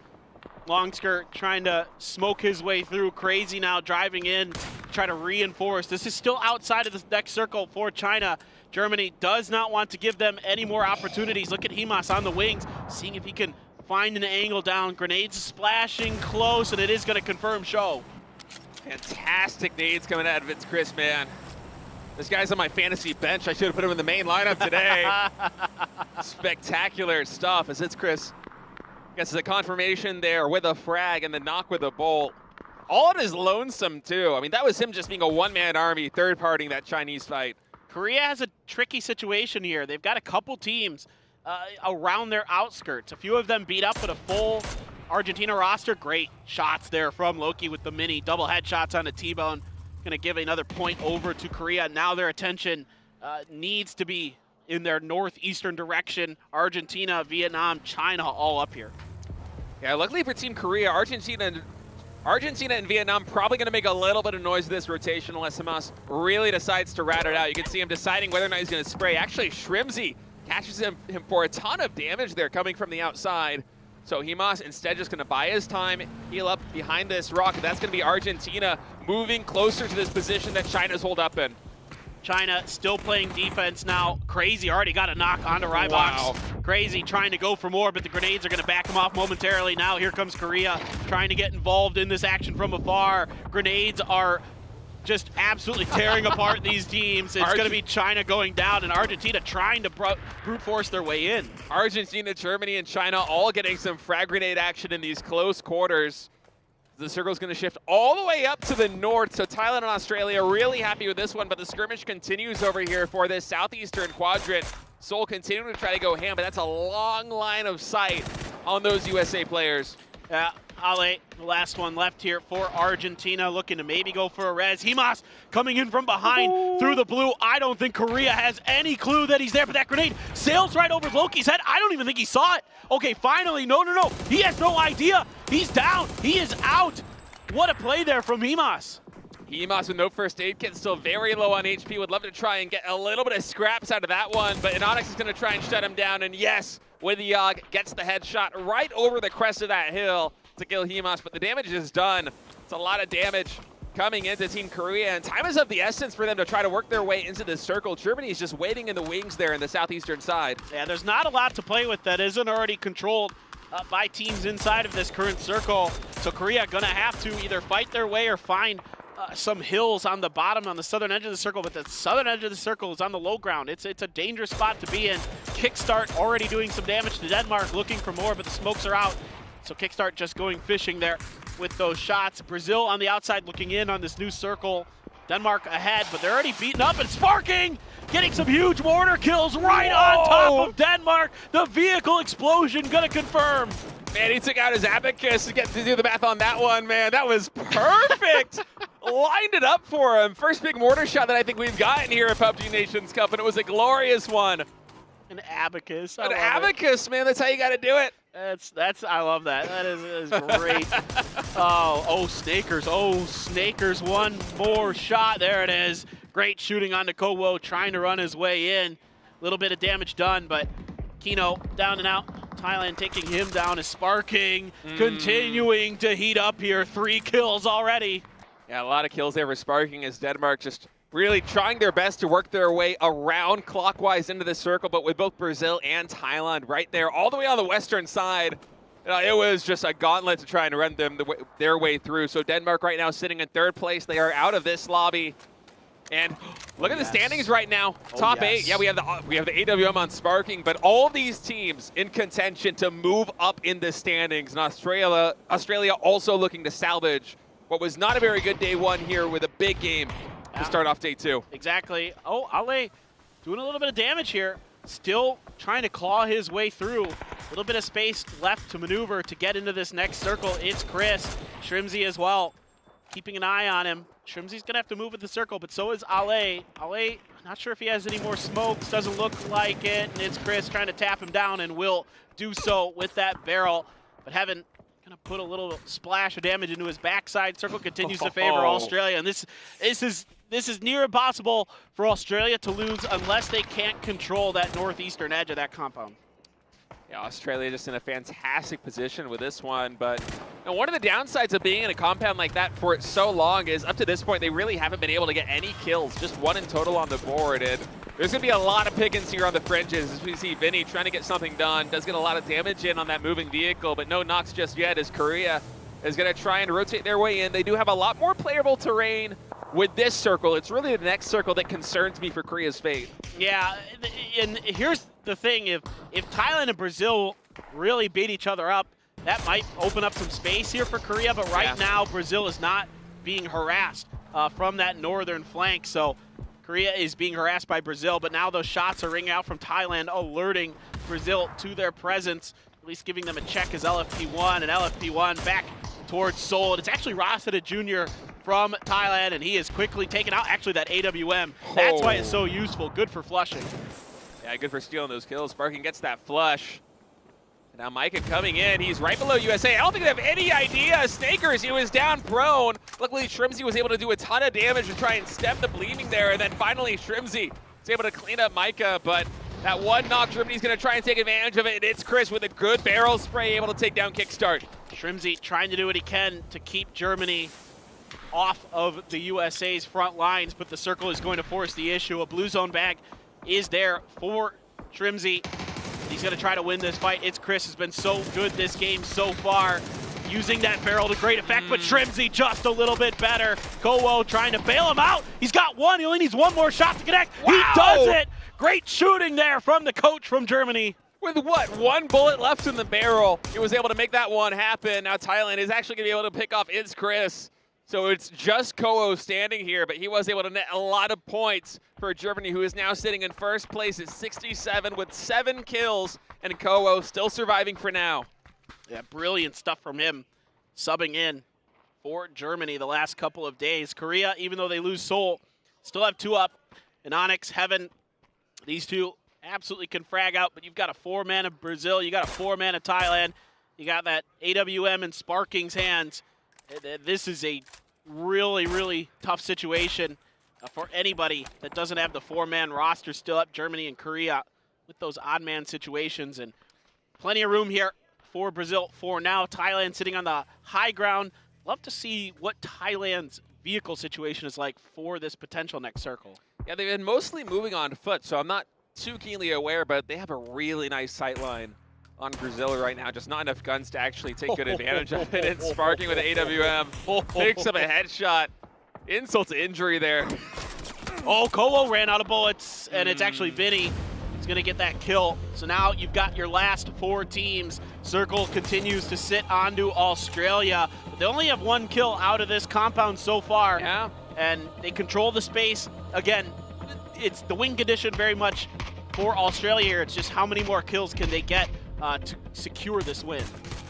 Yeah, they're certainly going to get a lot of placement points at this one as Thailand using their high ground. Brazil, they have to get out of that low ground position and try and maneuver. But the thing with Thailand is they just have so much hard cover on the crest of that hill that Brazil really can't find an opening. Even if you get a knock, that only buys you a little bit of time with so many guns up here for Thailand. The full 4-man squad.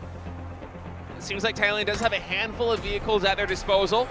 President Jr. and Tanadol going to be moving in now, coming downhill. We'll see exactly where they decide to go. Smoke's coming out from Team Brazil, getting set up for this one.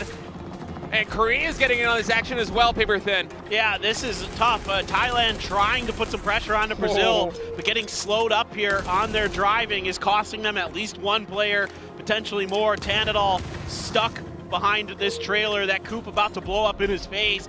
Sparking letting loose with his grenades, trying to see if they can finish the job on a Tanadol, but so far, Tanadol avoiding critical damage, but the blue is on his behind, and he is going to have to beeline it towards the new zone. They're going to use that smoke for some soft cover right now, but eventually the blue zone will catch up with Tanadol. Knocks him down. Korea, they're still holding on to this crest of the hill, but Australia, they've already moved out of the compound. They know that the victory is in their grasp, but they want to rack up a little bit more kills. I think they're noticing all these teams cannibalizing each other on the fringes, and they want to add to their point score with a win. Yeah, and Brazil is able to wipe Korea out, so now Australia putting their sight lines down on top of Brazil. Brazil, a tough situation to fight out of here. Can they do it? We know that they've got the firepower. They've got that arm for sparking. Could make a difference here. Utility being let loose. Waikikimukau on the edges, putting a little bit of damage into Haven. Gonna have to reload, and it looks like Australia is gonna reset. Yeah, Brazilian player is very battered and bruised right now. LFP1 only got a third HP, gonna have to pop a med kit or a first aid kit to try and get back into this one. Keep in mind there is still that AWM on sparking with a couple brilliant chest shots. You might be able to make something happen here for Team Brazil, but the odds are stacked against them. And I love this arc for Team Australia. Yep, Tiggleton's just got to be careful here. Doesn't want to overextend, doesn't want to give Sparking any opportunities. And he's being rather careful, just keeping that edge under control, making sure that nobody from Brazil is going to be able to flank out and keep it contained for the rest of his squad. And he's being very quick with these up and overs with this AUG, not really affording them any opportunities for a response.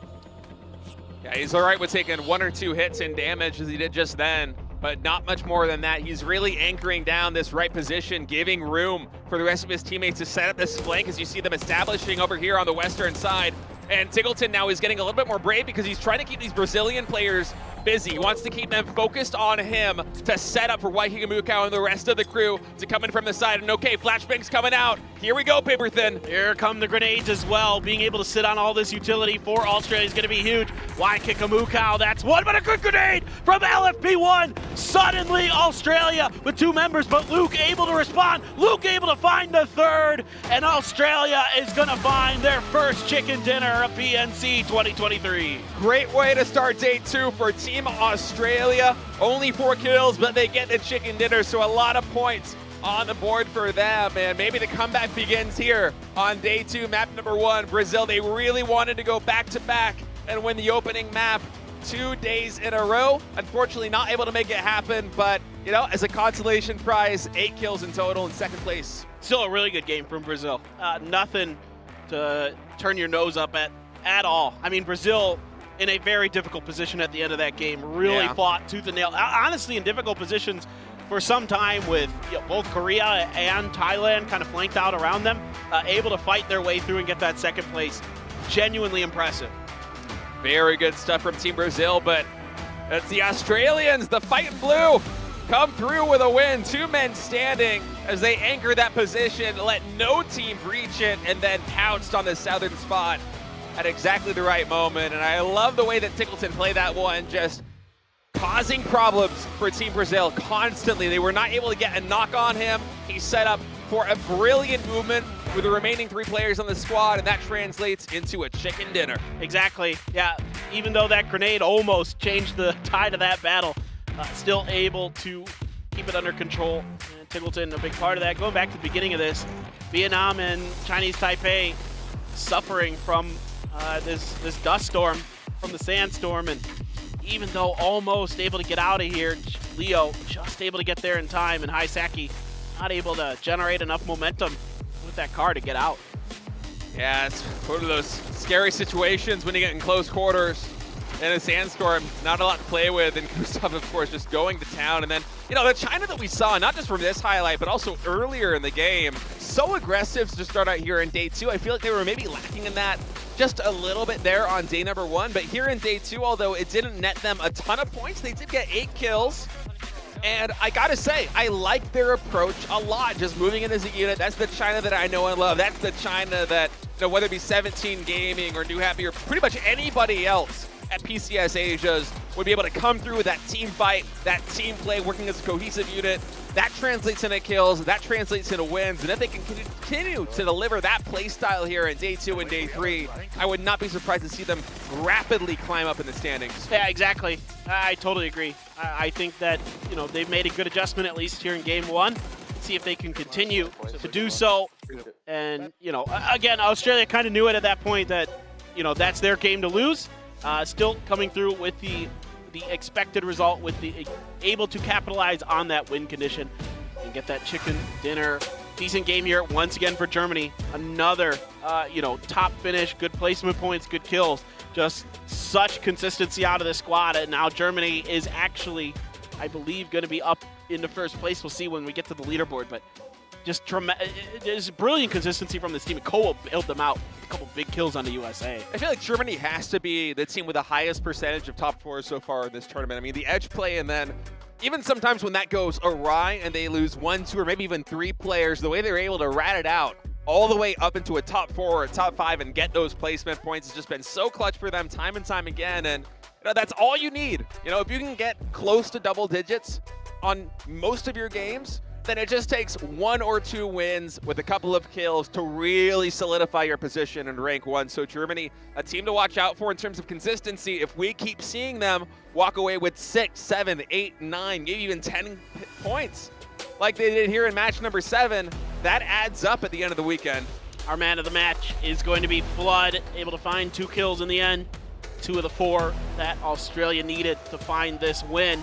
Survive time, of course, going to be the key stat here for Australia. Yeah. No doubt about it, and that's part of the game. I mean, you think back to, you know, the observers showing us that maneuver they made to get to that compound early, and there's a reason you go for that compound. Again, it's one of those spots that circles tend to magnet around, and again, like I said earlier, if it leaves the southern end of it open, it's your game to win. It really is just a disgustingly powerful compound. So again, that's why you go for it. They, you know, brilliantly located it and took it and held it, and that's what you got to do to win games. That's PUBG, baby. Australia going to move the standings to position number 12, and if they can keep it up, they will continue to climb today. But Germany, you were exactly right, Paper Thin, sitting at rank number 1, but right behind them, Argentina and Brazil at 66 and 62 points apiece. Continues to be incredibly heated in the top 8 here at PNC 2023. Got to give a shout out to Denmark. Another big game for them. Some big kills. Gustav there with that great moment coming on top of India. Did not see it coming, and Gustav, he is a legend, and he will make you pay if he's given those opportunities like that. I mean, he did it in day number 1, and then that was what, just 3 kills on India right out of the gate here in day number 2. And if he can just keep this fire going, Denmark is looking at a really good debut for PUBG Nations Cup. Love to see it. Absolutely love to see it. A lot of fun to watch that squad play. Able to really handle UK very cleanly early as well. So that's a big kind of boon to them. You can see that right now they are clicking as a team. So we'll see if they can continue that throughout the rest of the day. Take a quick look at this final circle, and I don't know what to tell you, folks. I saw this coming a mile away. Yeah, you called it like 2 or 3 circles in advance. I mean, you just have the read on these kind of things. Even with the new Miramar, I mean, you know. You just know. You're the wizard. I've seen it. It's just, I've seen it enough times. You just kind of get a feel for how this is going to work. Still, though, I mean, again, LFP1 there, that grenade almost completely changed the destiny. Yeah. But Luke 12 here on the edge. You also have to consider that taking a compound like that in Australia, it's kind of a double-edged sword. It puts you in a fantastic position to win, but if something does go wrong, like that grenade, if it changed the dynamic of it, and Australia gets second place instead of first, suddenly it might have not been worth taking that compound in the first place, because up until the end, they only had, what, 1 kill? So you really have to play it close to the vest if you're Australian and go for that. I mean, a lot of fans sitting at home might be looking at that and be like, okay, well, they just got the free compound. They get the win because of that. I mean, what a snooze fest. But no, it's actually a lot on the line. There's still a very big risk that they're taking because they're not one of those teams on the edge of the circle that is racking up kill after kill after kill by winning team fights. You have to get those placement points to make it worth it. Australia, at the end of the day, was able to deliver and get 10 points. Exactly. I mean, that's part of the gamble that you're taking a compound like that is you're gambling that you can lock it down and that you can, get that win if you're given that win condition. If the circle is going to be favorable to you, that's part of it. That's the nature of PUBG. It's a race. It's a marathon. You have to make those gambles and you have to win those high percentage situations that you're given because if you can't, then you don't have a hope. And so we're seeing some hope here for Australia is what we're seeing. We're seeing good decisions, good execution from them. Brazil as well, again, good execution this entire game, sparking, using those mortars, using that AWM, getting those kind of that extra benefit of big-time gear and able to put it to big-time use. Yeah, first big mortar usage that we've actually gotten to see here at PNC 2023. I hope we get to see more of it. It's so much fun, these mortars. I love them, man. It's interesting to see as well these teams that some of them quite good at it. Some of these teams struggle a little bit in getting the math just right, but you keep adding those numbers up. Eventually you might be lifting that trophy, and let's get ready to go. It's a match number 2 here on Miramar PNC 2023.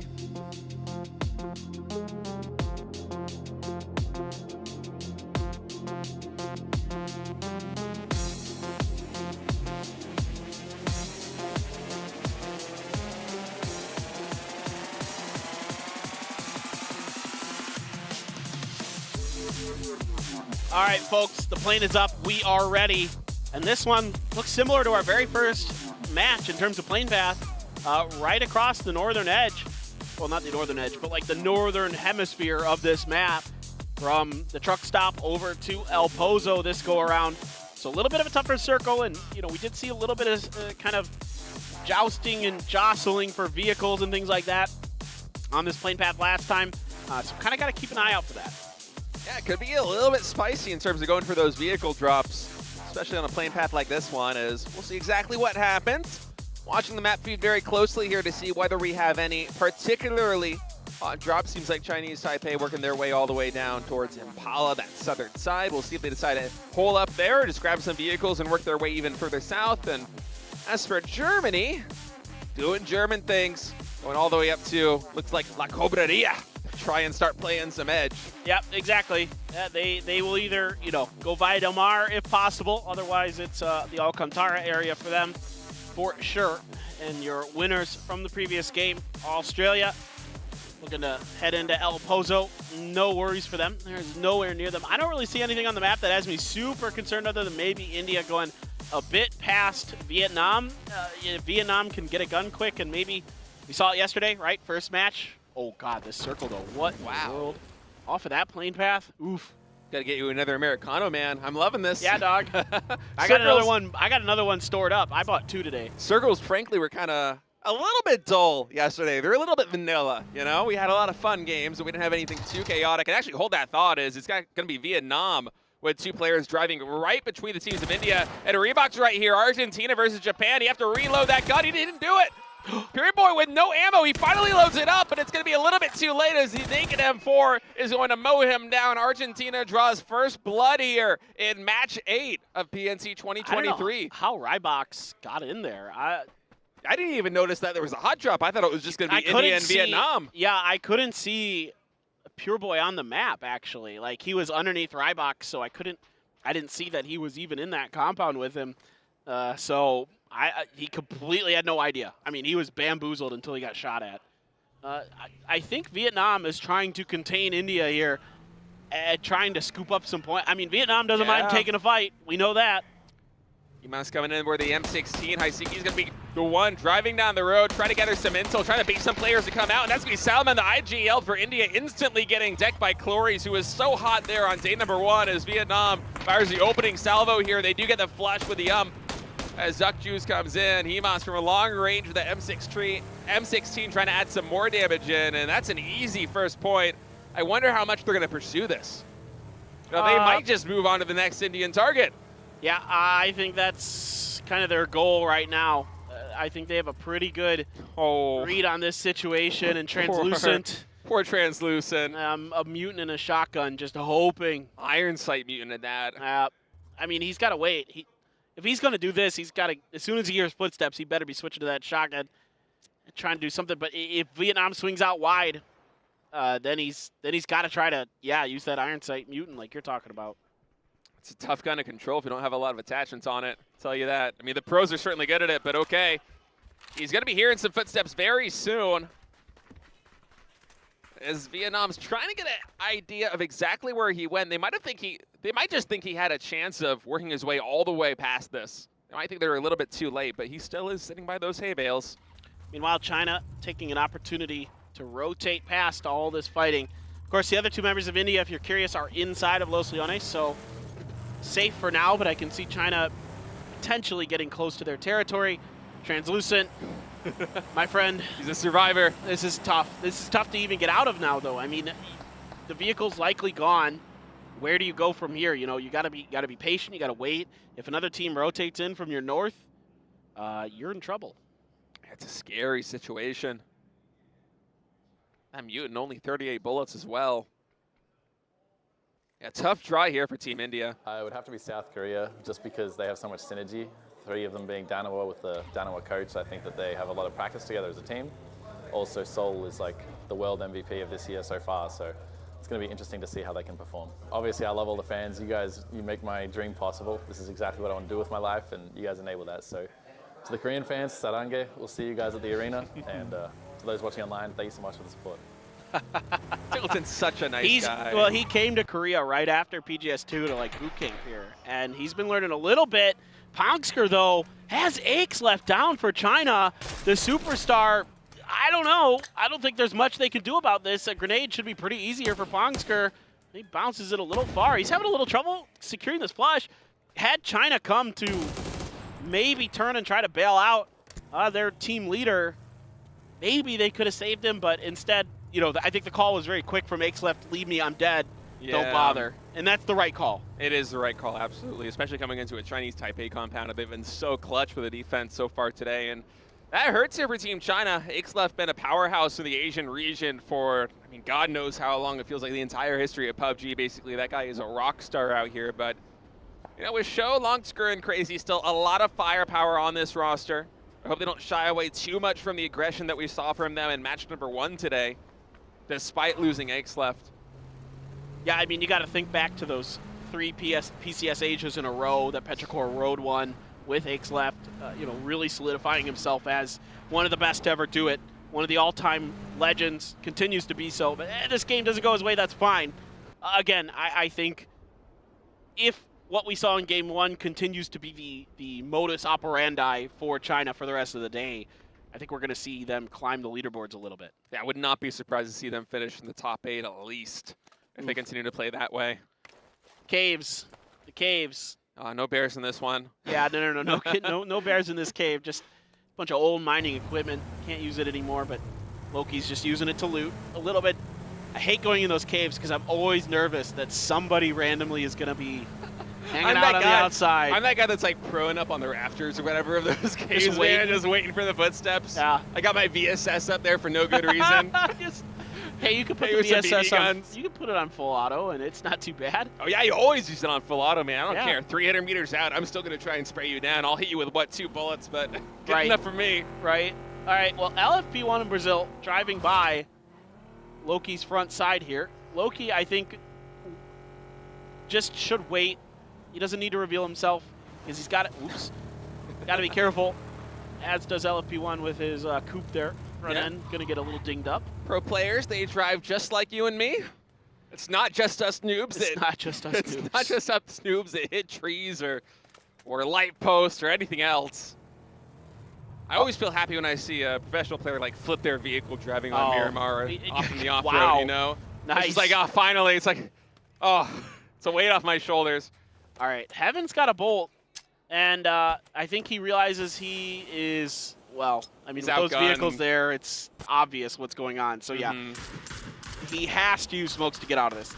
He gets a little bit of help, a lot of bit of damage from his teammates, Now let's see if they're going to be able to essentially recover Heaven and get him to safety, or if, you know, if Korea gets a knock here, they might commit to this fight, but Heaven opting to go for a little bit of a scout, see what's going on, put a few shots out, but Brazil doesn't like what they see, and I think that's wise for Brazil. They've only seen 2 players. They don't know where the other 2 are.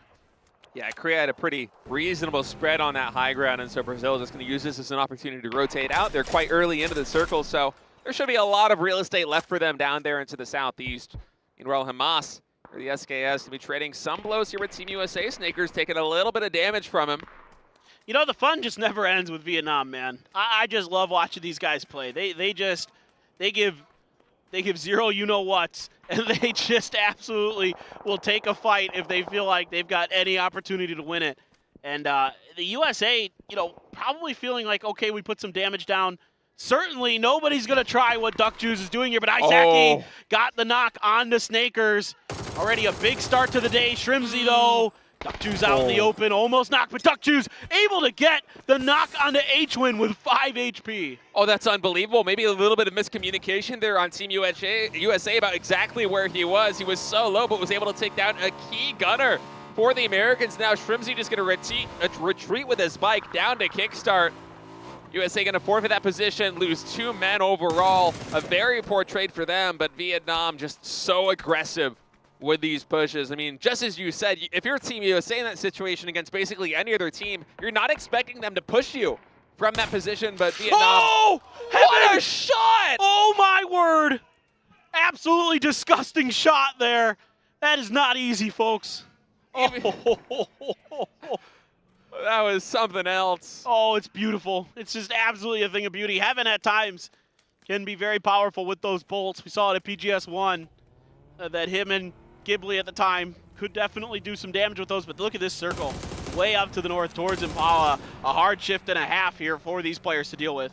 You even see Heaven doing happy little jiggle dance right there with the leans after getting I do that too, shot. man. He was feeling good, and justifiably so, as the rotation is going to start for a lot of these teams up into the northeast as we're centering right over Impala. Brazil going to have to make their way through a variety of teams, though, on their way. Chinese Taipei is a 2-2 split. Heaven with a Car 98. That's not going to work, man. He's just ready. No, He's on cloud 9. I believe. You think we're going to get on this terrain? If he hits a driving dude, it's possible. That's all I'm going to say. So he hit another one somewhere in here. My God. Wow.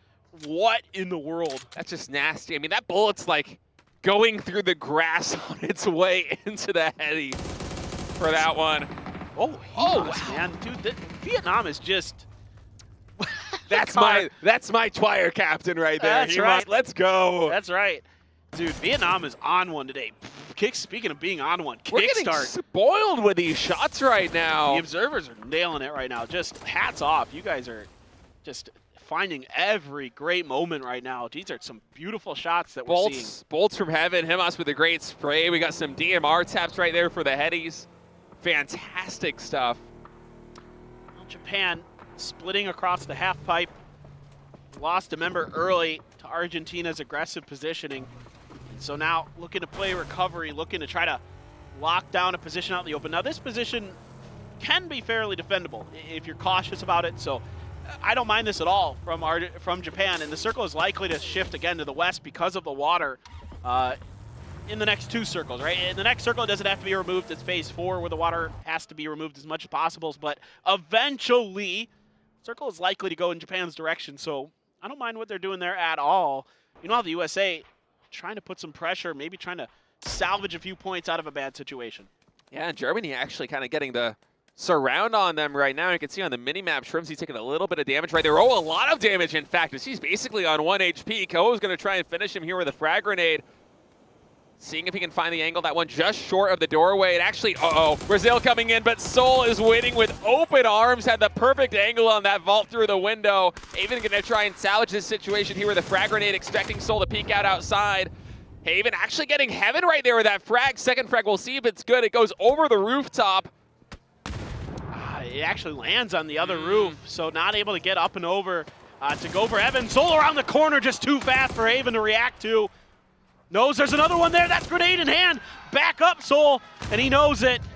So smart. Such an excellent play here from, as Tiggleton called him, the best player in the world. Exactly. I just going back to Tiggleton's interview, saying that Seoul's basically the global MVP. And you see it right there.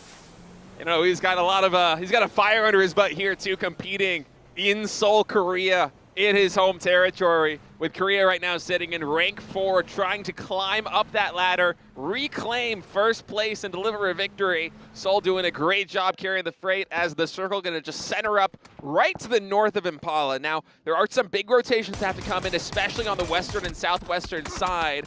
You see DraftKings taking a lot of damage there from the Aussie squad.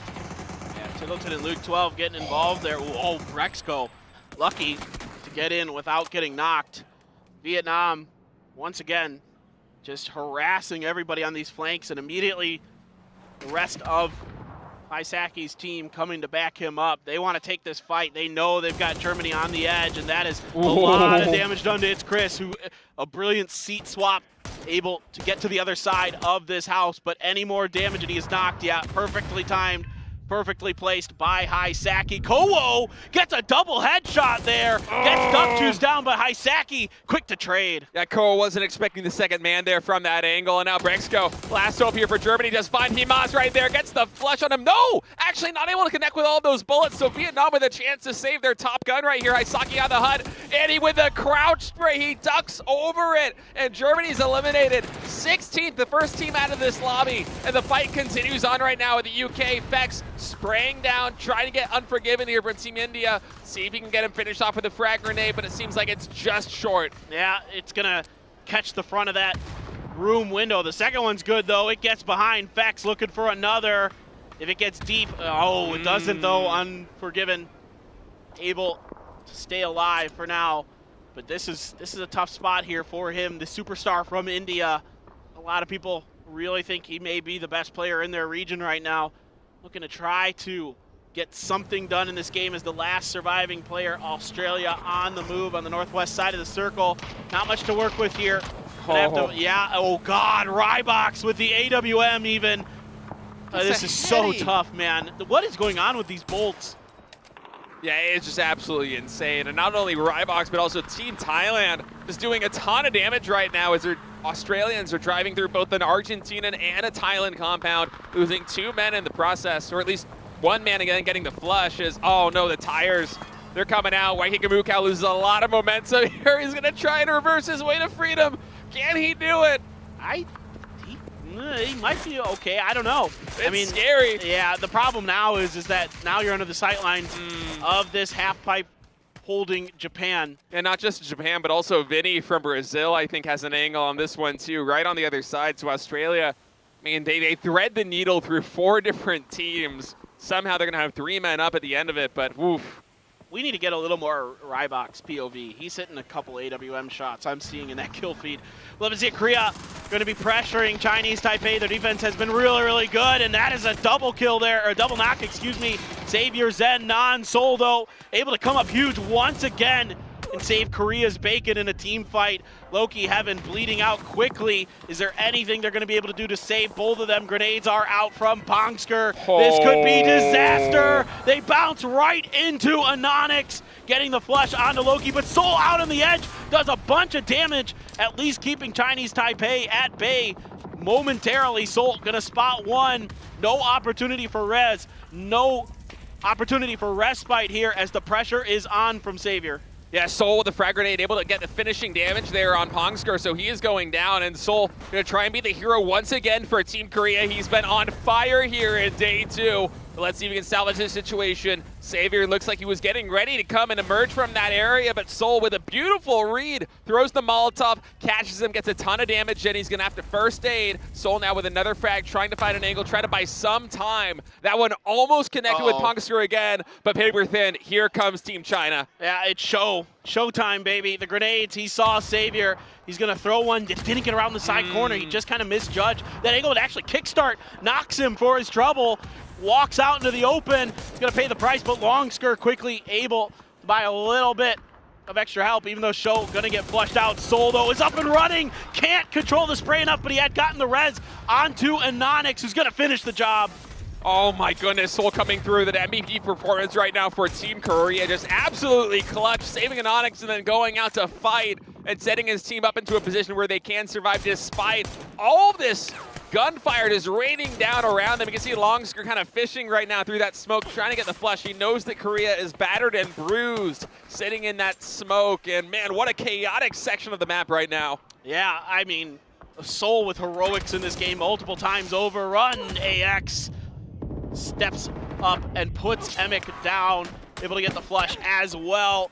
Seoul survivor for Japan now. Grenades are out, trying to flush him. That's good, that's perfect. Very nicely done by Rybox, who's having a hell of a game here. It's a beautiful calculation right there on that frag.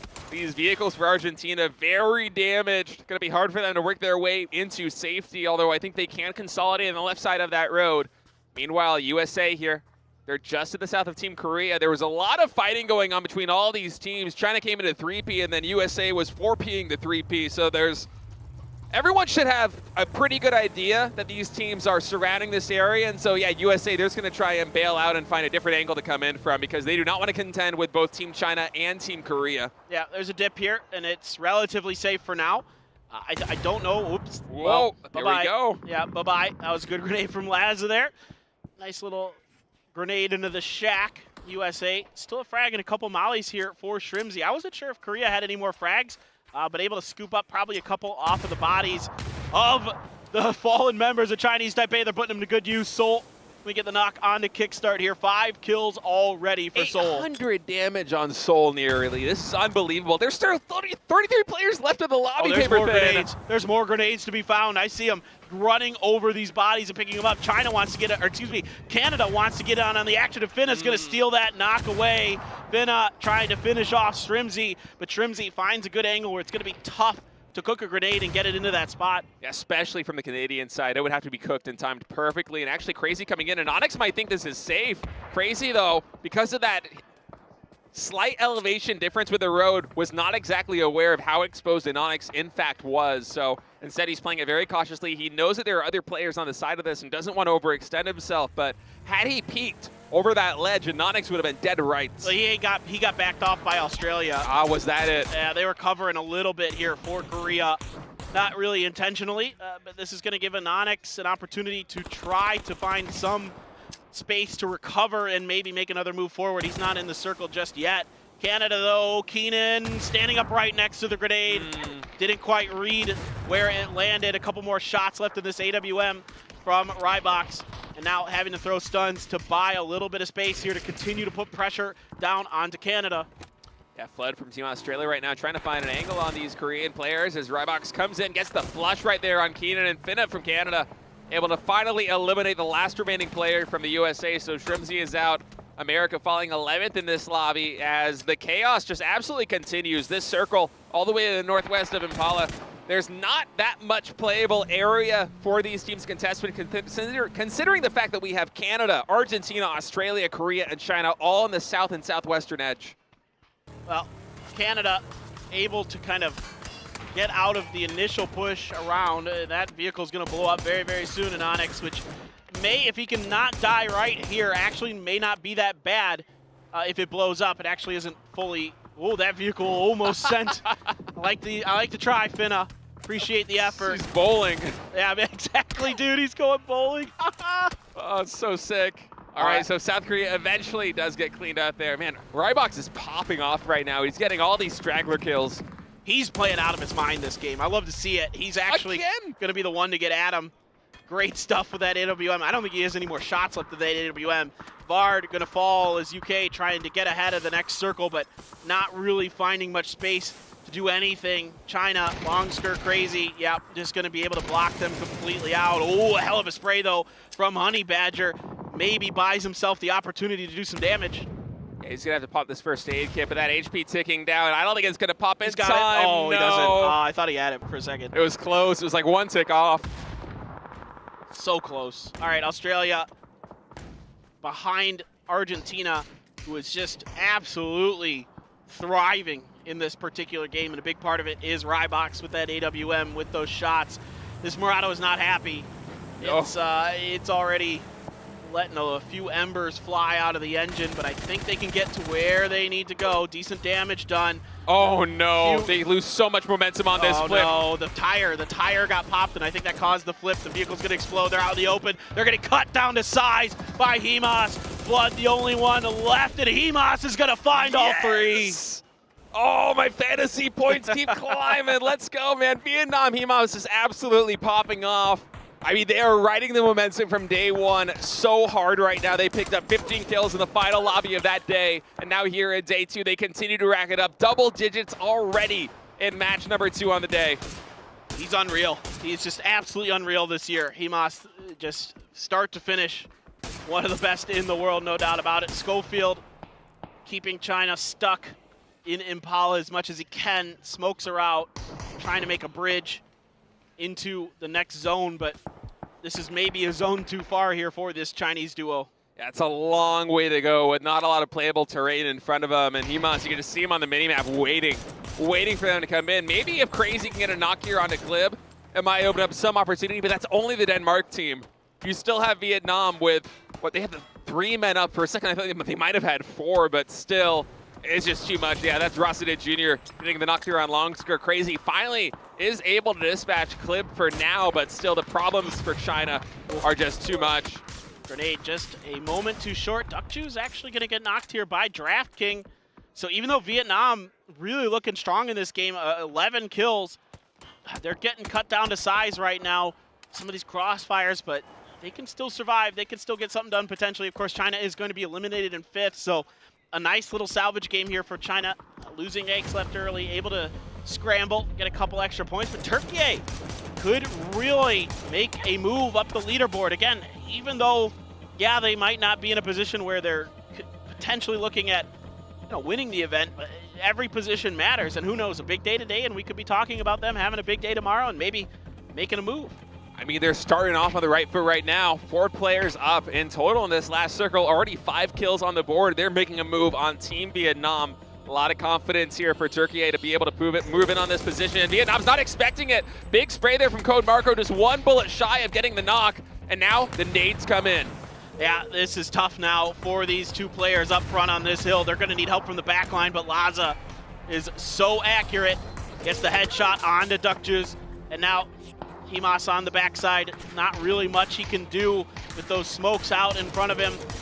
Trying to cover, but wow. Nasty shots for Gold Marco, and he's still ready for Glories. He switched over to that AR. That is so smart. Man, Turkey is popping off here in match number 8. Hemas, the lone survivor right now for Team Vietnam. We'll see if he can make some more magic happen. And Code Marker just immediately gets the read on him as soon as he comes out of the door. This is a very precarious position. Of course, that folding shield affording Hemas a little bit of extra ability. But peek around that corner. Oh, he got taken down. Yep. Yeah. Code Marco with a headshot, and Turkey dispatching one of the strongest fighting teams here by getting the jump on them. Really impressive performance from a team that we knew from day 1 had more potential than they showed. And now here on day 2, kicking off with 8 kills in this match. Yeah, exactly. We knew you couldn't keep Turkey down, and you're seeing why. Absolutely having a phenomenal game. Thailand 4 up as well, though. Still a role to play in this potentially. May have been a little bit of a quiet one for Team Thailand, but they could finish it with a bang, no doubt about it. Phase 7, though, not favorable to Argentina. I think they can barely get on the edge of this hillside and kind of stay in and just wait this out. Turkey as well, able to fortify their position. So all 3 teams are going to have something to play with into Phase 7. Phase 8 going to be pretty interesting how they're going to maneuver. Likely Argentina is going to have to make a move. Almost like 100%. They're going to have to move somewhere, and I think they're going to be the ones with the most difficult position to play out of. Oh, undoubtedly, they're going to have the most difficult position. I think looking at the map, it's probably going to be them having to rotate clockwise towards the north at the edge towards Thailand. I think they might have a little bit of a lip on that field to play with, but it's hard to find, man. I mean, we get a little bit of a shot of it here with Thanadol from Thailand just looking down on that angle, but keep in mind that he's not the westmost players here for Team Thailand. You know, maybe Nurens or Rossated actually have a better sight line on these Argentinian players. Yeah, I think some damage done here to Thailand might afford Argentina an opportunity to make a move, but they're just gonna sit on the edge of the circle. They don't want to make a push just yet. So time is going to continue to tick. Phase 8 just centers right up, just donuts. So now everybody has to kind of play into the center. But Turkey, if they can control the top of this mountain, they're going to feel, I think, pretty comfortable and potentially come through with a win. I think they've got a really good opportunity here to find a win and change their destiny in this event. Yeah, I want to see exactly what kind of foothold that Lotsa and Schofield have on that side of the mountain. We get a shot of it here with Ale having a bit of an angle, and if they could work their way through and maybe try and find some sightline on a Team Thailand, that could relay a lot of information to the Mad and Code Marco on the ground. Some hard cover. Lotsa with a headshot there on Ale. It's a nice opening salvo. For both Team Thailand and Turkey, if they can dispatch this Argentinian squad that is sitting in the bottom left in rank 1, it'll be great for them. Rybox tried to make some magic happen there with that frag, but a little bit short. Turkey is trying to flank out to the southern side of the circle, and that is dangerous. They're getting a lot of damage in, but now they're able to return fire on to Team Thailand. Rosita Jr. going to be knocked there by Code Marco. Rybox going to use his opportunity to try to strike, but didn't like what he saw when he peeked up over that angle. Especially with Code Marco just shooting him from that side angle. That's going to be Rybox going down. I loved how brave he was pushing out from that, because Argentina really needs to make some kind of magic happen given their position here in the circle. But yeah, look at this angle that Schofield has right now. The 3x Log able to get a ton of damage in with these sprays on Thailand if they're not careful. And now more nades coming in on Argentina. Their position's exposed. Nuran's able to get the knock there onto Ale. More nades coming in. DraftKing might be dispatched by this one, and he certainly will be. So Argentina eliminated here, third in the lobby, still first in the rankings, and now it's between Team Turkey and Team Thailand. Still a brilliant game from Argentina. Got to tip the cap to them. Yeah. With the way that they're able to come through. Rybox in particular putting up some big numbers there for them. But Turkey wants to keep Thailand on this western edge, but a knock here on to Schofield from Rosita Jr. Code Marco needs to start hitting these shots if he's going to buy a little bit of time, a little bit of space. One more is going to do it. There you go. Code Marco has to reload now. Putting pressure onto Rosita Jr., but can't keep him under his sight lines. Yeah, it's tough because he does not want to overexpose himself to Thanadal or Norans on the flanks. And now with the circle starting to close in, he has to kind of start throwing these smokes, make something happen. Now Schofield is going to get the flush there on Poochills. 3 versus 4 right now. Thailand, Thanadal. Oh, if he can find a really good nade on this one, it just goes a bit too far. If it had ricocheted off that rock, it would have gotten Schofield's head to rights. But instead, Schofield just going to continue to be a thorn in the side here of Team Thailand. Nuran's finally coming out to the blue. We're going to try that nade again, and that time a bit closer, but still shy. Doesn't matter, though, the knock comes through. Yeah, he's got the FAMAS. Does Thanadal, so he's got that level 3 gear. That could be the difference maker here for Team Thailand. Turkey, 3 players up, though. They've got the man advantage. Schofield going to crawl over, try to get a little bit of info. Thanadal wise to it. Laza, though, up on top. Not able to find the angle initially. Should have just seen it. I think he might have missed the head. He did. Thanadal punishes it. Thanadal going for more, but the Mad through the smoke takes him down. The Mad now going to use the opportunity to try to cover a little bit of ground. Code Marco trying to keep Rosita Jr. underneath him. Rosita Jr. eyes to the sky. No, he turns around, and it's going to be Turkey finding a big win. Excellent play there by Team Turkey. The monkey is off their back after a slow start in day number 1. We knew they had the potential to come through later in this tournament, and with a big 12-kill win, they climb up the rankings to rank 11 above Chinese Taipei, above Australia, above Team Canada, and now they're really in contention with a couple more games to start to crack that top 8. Brilliant stuff there from them. I mean, Thailand, fought tooth and nail at the end, really gave it a good run, but just a much trickier position to play from. Turkey, again, had the high ground, had the win condition, still inside that phase 8 circle, and able to lock it down long enough. If one of those grenades had maybe connected a little bit sooner, maybe that's able to kind of shift into Thailand's favor, but they were all just a bit too far. That's one of the toughest grenade angles to throw, too. I mean, you kind of need it to ricochet off of that rock to get the maximum amount of airtime. Or it's got to be that cooked position, perfectly. and it has to be cooked perfectly, or a combination of the two. I mean, that's tough from the low ground when you have to also worry about other players from Team Turkey who might be able to gun you down from a flanking angle. You don't want to overexpose yourself, so it's a thin line to walk. And Thailand, they were not able to get that miracle grenade that maybe could have salvaged that final situation. But again, props to Team Turkey. They fought through a difficult day number 1 and played that match on Miramar beautifully. The positional play was just exceptional. I agree. I totally agree. I thought they almost played that to perfection. I thought they were a little bit of an overextension towards the south maybe, but it did keep things under control. Some beautiful bolt shots here from Heaven, Rybox with the AAWM to really add some excitement, a little bit of spice. Seoul, of course, just is disgusting. He reads situations so well individually. Again, I'm not even saying it. No bias, because I didn't say it. Tiggleton said it. Tiggleton said it. He's the best in the world right now. Yeah, the global MVP for the year, as Tiggleton said. And I mean, if that's coming from Tiggleton, that's a high honor, to be sure. And I love how just on cue, almost as if it was scripted, Tiggleton says that in the interview, and then Seoul has one of the most impressive games so far of PUBG Nations Cup 2023. Just really fun stuff. Exactly, dude. You just cued it in. Can't write. You can't write it any better than that. I mean, Seoul, the legend, living legend right now. Him and Tiggleton both the MVPs of the PGSs so far this year. So a lot of fun to see those guys come in and have some impactful performances. You know, Australia winning the first game, Seoul having a big game, Turkey having a big game, Vietnam just chose violence start to finish this one. I mean, literally fighting almost the entire game. You think back to the beginning when they were picking on India, yeah, and then just it's picking on America, just fighting anyone they saw. It was nuts. And it's kind of an unpredictable play style in a lobby that, you know, it's not exactly conservative or slow, but relative to Vietnam it is. And so, you know, the USA, when they're playing on that flank, they're not expecting anybody to push up on them the way that Vietnam does. But Vietnam, they just go pedal to the metal. They rack up the kills. And yeah, they didn't get a lot of placement points, but very similar to, I think, match number 6 from day 1. They just rack up kill after kill after kill. And yeah, you didn't get the placement points, but hey, those kills, they add up very quickly. 11 in total on the board. But again, props to Team Turkey.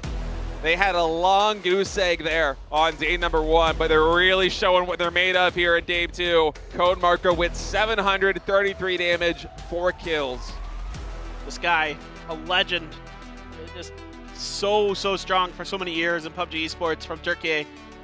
Just had so many clutch moments in EMEA and in the global stages, whether he's on BBL or the squads, doesn't matter. This guy is always fragging out, always absolutely cracked out of his mind. So fun to watch him come through here and really, again, turn things around for Turkey. Still now, though, Argentina with their big game back on top. They continue to really just have a really solid read on the overall flow of everything. The kills are good, the placements are good. They're on pace to really do something special here at PNC 2023. Yeah, but Germany with a little bit of a slow day. We're not a slow day exactly, but that match was a bit of a slow one for them. Usually they're able to get at least a couple of placement points, even if they're not firing on all cylinders. In this case, 0 kills. I don't believe they got any placement points either, and that gives a lot of room for teams like Vietnam, like Korea, like Brazil to start to close the distance. Yep, things are very close. Denmark, by the way, still putting up some good points in that game. 5 points. Yeah, it's not amazing, but consistency is really important. China showing some more consistency here today as well. We really got to focus on them and what they seem to have adjusted with here coming into the day seems to be a bit better, I think, at least with what my eyes are telling me so far. So I'm definitely keen on them. Turkey, no doubt about it, much better day. So that is so encouraging for this squad because I was shocked that they went through, what was it, 4 matches with 0 points, whatever it was 4 or 5 matches. That is unthinkable for the level of player that is on this team. It might have been match 5 where they finally were able to break that goose egg. So they had their work cut out for them. And like we were talking about before yesterday, this is one of those things where, yeah, they have the skill, they have the potential to make plays like this happen, but sometimes you kind of get in your own head. You know, you have that goose egg and it's just sitting in the back of your mind for 3-4 games. And suddenly it's a lot of pressure on you. So for Turkey to really break out here in day number 2, very early on as well. On Miramar, it's great to see in total 12 kills, 2K damage, right up there with Thailand. A lot of different distance traveled. They worked for that position and they leveraged it perfectly, or levered as I might say. Yeah, they levered, no doubt about it. Thailand, by the way, tons of damage, no kills. That's a feels bad man for sure. Yeah. With how well, you know, again, I knew that they weren't doing a lot in the kill feed. We weren't seeing it in there in terms of kills, but that damage is astronomical for only getting that many kills. That's again that more kinda than sucks. Turkey. Eh? Exactly. So Thailand looking good here in the first couple matches, getting deep into these games, just not able to close things out. We'll see if they can turn it around. Again, tons of talent on this team. We've seen that they're really kind of dialed in here. They're playing smart. They're playing well overall. Another team that we were looking at to kind of be a potential mover and a shaker today. But we are ready for an interview, guys. It's going to be Bella down on the stage with Kleb. Sending it down to you, Bella. 전 세계 펍지 e스포츠 팬들을 위한 축제 PNC 2023. 안녕하세요. 호스트 벨라 매치 8 끝나고 돌아왔습니다. Hello to everyone around the world. Welcome to day 2 of PNC 2023 held here in Seoul. 이제 어제 PNC에서 새로운 얼굴들이 있다고 했는데 오늘은 덴마크 어제 데이 1을 종합 5위로 마무리하면서 안정적인 성적을 보여줬는데요. 그 중에서도 클립 선수 종합 데미지 1위로 2,655점을 기록하며 아주 우수한 활약을 했습니다. Yesterday, we met India's Translucent for their first PNC debut, and today we're gonna have Team Denmark. Clip join us for his amazing damage points from day 1, and just to see how his experience at PNC has been like. Hello, Clip. Hello. Hello. 안녕하세요. 처음에 이제 덴마크가 PNC로 참가하게 됐는데 그 소감 한번 부탁드립니다. I want to see how PNC 2023 has been like with you, making your first debut as Team Denmark. I mean, so far it's been amazing. Obviously, it's our first event as this squad, but it's really nice, like playing in your own language, and it's nice to be invited.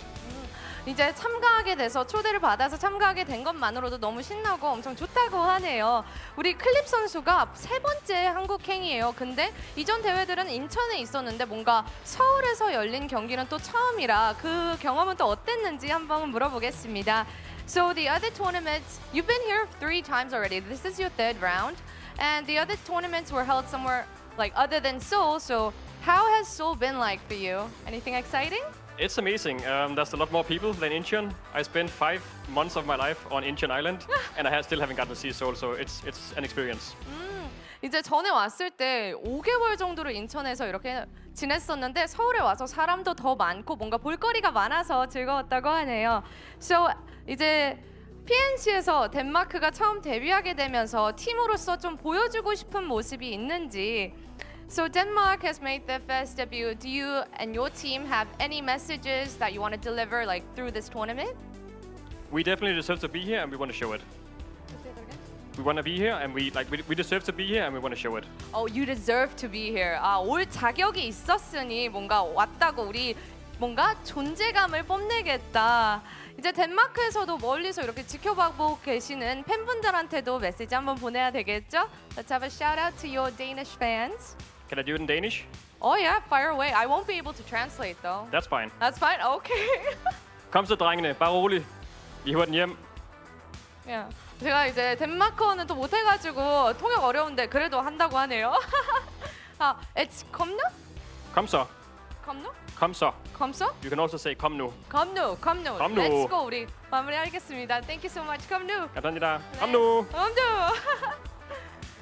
네, 우리 덴마크의 클립 선수와 인터뷰 만나봤습니다. 뭔가 이렇게 데이 2 어제 좋은 성적 때문인지 엄청 자신감이 넘치는 모습이었는데요. 저희는 잠시 후 매치 3 테이크로 돌아오겠습니다. That was Team Denmark's clip with the interview. I love the confidence. They're gonna show something. So I'm excited to see what Team Denmark has for us for the rest of the day. We're gonna be back shortly with match 3 Taego.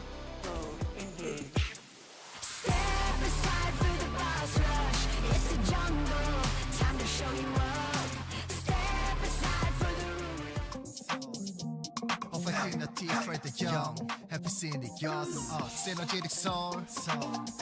Feeling safer in everyday life, hey, see mine, safe for soul. With the innovation, you with the exciting, futuristic soul. Inspire the world, traditional technology, living global soul. Stand up for the world, Fair City soul.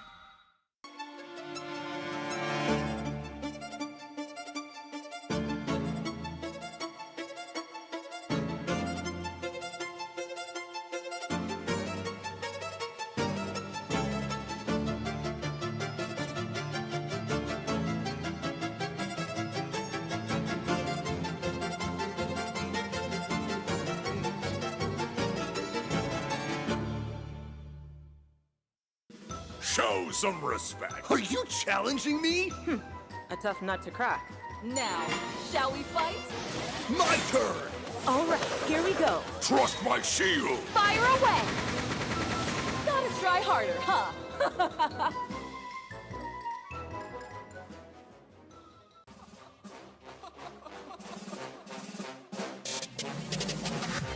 I'm not catching fades anymore. Gotta keep my hands clean when they come for the ball. Keep it smooth cause I rolled off in a taxi. With my feet up, I'm relaxing. Singing Figaro with no accent. While I pull strings from the streets in. Do it all with a straight face, I'm the kingpin. Top dog, top flow, boss mode. I'm the kingpin. Showstopper, top dog, Godfather. I'm the kingpin. Showstopper, top dog, Godfather. I'm the kingpin. This is the world's fastest luxury SUV, so it's perfect for the multi-terrain driving you have to do in PUBG. But would it be a match for this iconic circuit? Learning from a Formula One champion is something I don't think a lot of people get to do. It was almost a too good to be true experience. I almost felt a little bit like a dream. The car actually makes a great addition to the game because instead of having a low sports car, this is an SUV, so you get the off-road capabilities, which is very much needed in PUBG. It's definitely the most practical and overall most usable special vehicle skin in the game. As you can see, there are so many customization options with the Aston Martin DBX 707 in Battlegrounds. And not just on the bodywork. Despite its size, the power allows you to land some pretty epic jumps. All in all, it's a really exciting addition to the game, so you should definitely use your crafter pass to access it in-game now.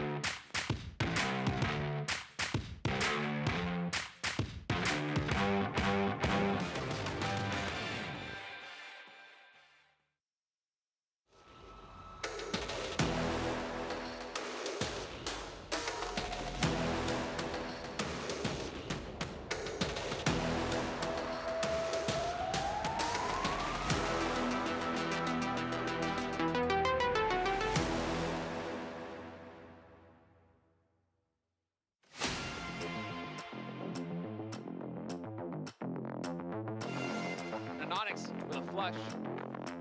That's really nice. Oh, that Oh, it's so good from Rybox. Right on the money. Gonna follow up with another one here. That was bouncing in and he's got it done. So still on the northern edge and Korea to the southeast to contest with on their path into this circle. And I mean, unless they can handle these neighbors to the best of their ability, as Loki just pops off on Denmark. I think Loki was looking to see if he had a frag grenade. Oh my God! Wow. Engagement. That bounced off of him. Oh, look at this Dane. That smoke though. It bounced off him. Oh. So much danger. So much danger, BB. Oh, the car. Oh, everything's falling apart for Canada. Close quarter situations like this one. Finally, the breach coming through. Seoul is going to try and push. He gets flashbang though. He's just spraying like mad, trying to hold on. Bard coming in with a DBS. Oh, and he gets taken out. It was actually T-Bone there with the AUG. And then the DBS comes through, and Nonix gets knocked. And Korea is... Finna. Just grenade. Oh, well, he didn't get the time. Oh, he didn't get the knock. Opportunity though. Immediately the grenades start raining out from China. Longsker gets Keenan. Finna trying to do what he can. He might get the knock. He gets two.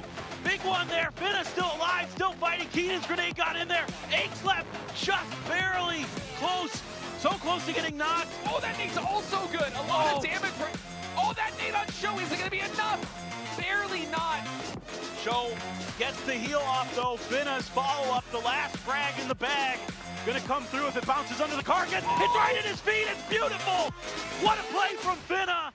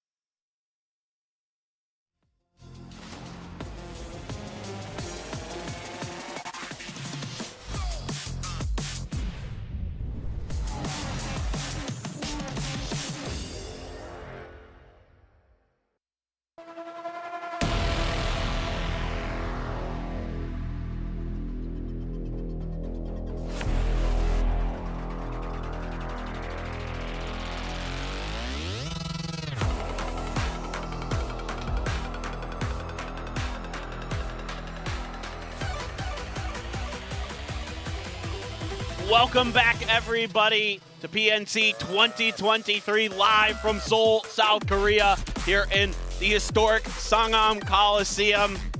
Paper Thin and State coming at you once again. We are done with Miramar for the day. Now we move on to Taego and Vikendi. So excited here. Some fans for the UK, some T-Bone fans as well coming out to show their support. You love to see it. Fans from all over the world have traveled here to South Korea to show their love and appreciation for these teams. Yeah, we got a packed house here in Sangam, and you love to see it. This place gets absolutely bumping, especially yesterday when Team Korea picked up their first ever chicken dinner. I cannot wait for them to come up again, but really fans from around the world and fans supporting teams from around the world. It's beautiful to see all these nations and regions coming together, and let's get back into the action. Map number 3 is ready. Let's go to Taego.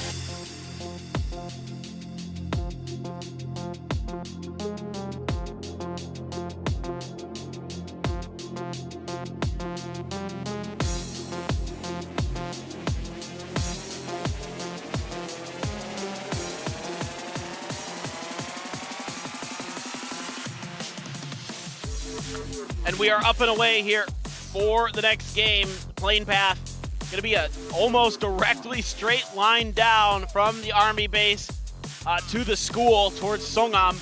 And so this is going to be a little bit difficult for the teams that like to drop Gangneung, Ohyang, those areas over on the eastern side. You said Songam, and I'm like, I heard Sangam, and I'm like, wait, are they dropping here? They're dropping our studio. Oh my God! We gotta get out of here.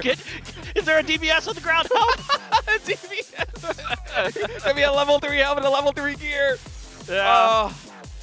Yeah, a little bit westward here, but yeah, pretty much straight vertical, just bisecting the map. And we'll see if we have any hot drops here on Taego. It's a bit of a smaller map, a little bit action is in the cards, but no, not too many clusters except all the way down here on the south. And actually, I hold that thought. We got Brazil and Australia both landing here. Let's see if Haven can pick up a vehicle.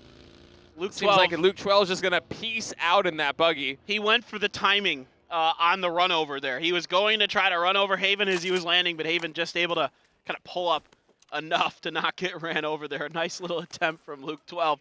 I just found out, talking to Wooly, one of the coaches from the Americas region, that on the new Miramar, Taego, and Vikendi, I guess the circles don't have to touch the plane path anymore, even though this one does. But from what they've seen, apparently that maybe on the new maps is no longer part of the rules, and I think probably has to do with like emergency pickups and those kind of things coming into the game, that it's not as disastrous to have to worry about that. So I apologize a little bit, fans out there. Yeah, they mixed it up a little bit on us. But wait, so Erangel, it's about the same. It still has a touch for now.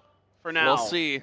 Yeah, that's a crazy change. The fact that the circle really is truly unpredictable, because when it comes to landing and choosing your spots and then pre-planning your rotations as that first circle comes in, a lot of that has to result by kind of the math in terms of where's the circle most likely to go given the plane path, what areas are different teams going to be landing in, what do we have to potentially contest with on our path in, as those things kind of get sorted out in skirmishes. But instead, yeah, a little bit more chaotic here, and I kind of like that. It's fun. Why not? Especially with emergency pickups in the game. I think it's fine. Oh, and also I guess gliders, but like really it doesn't matter too much at the pro level. I mean, they're all kind of good at rotating in time and getting in these vehicles and doing what they got to do. The speed at which they loot is also just like, it's something you don't really get to see at all in esports, and it's something that's kind of underappreciated a lot, is how fast and how efficient the looting is on pro teams.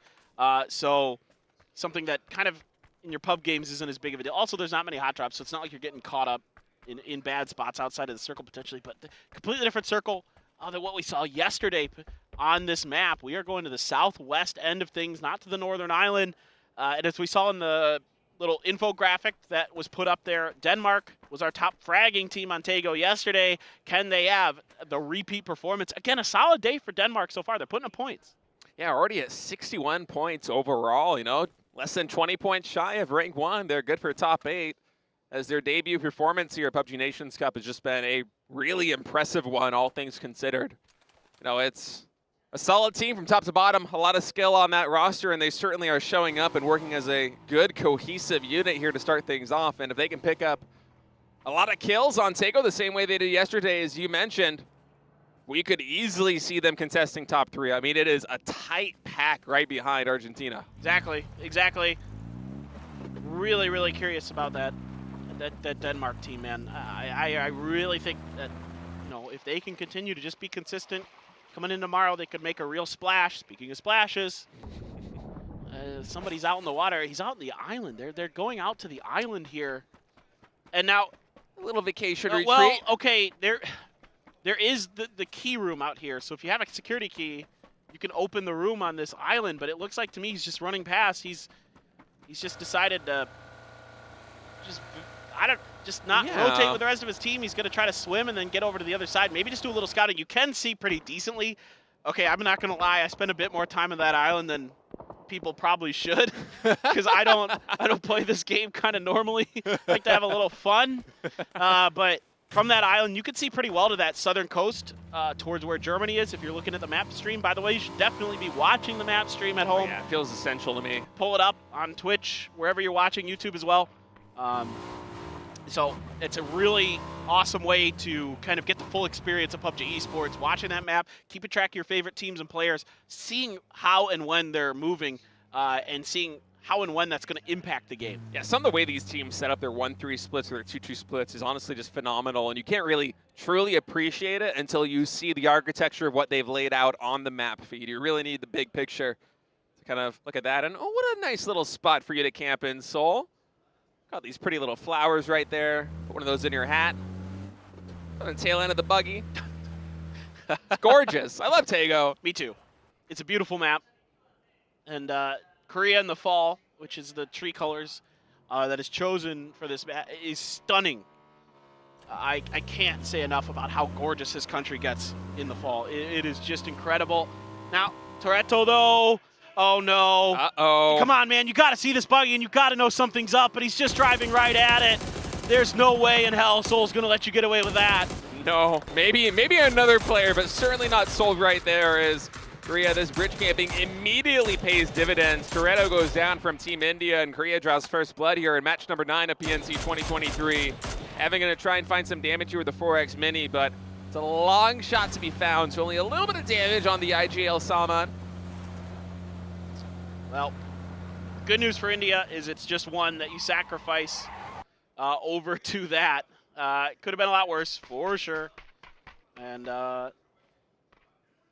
what's it going to be? It is what it is. A 15x scope? Yeah, you want to use that? That thing's hard to use. Nobody. Yeah, he's just picking it up. I like that. You're nuts. Are you one of those? Oh, wait, hold on. Dimas has somebody, and it's Brexico underneath his sightlines, and these guys are harassing the heck out of Germany today, Vietnam. And this is great for them in terms of the leaderboard as well. Yeah, they have an incredible position over there on Germany, who's trying to make their way down towards the prison. You know, kind of just doing German things and taking the edge cam, but Vietnam has this wonderful arc right on that road and even across it.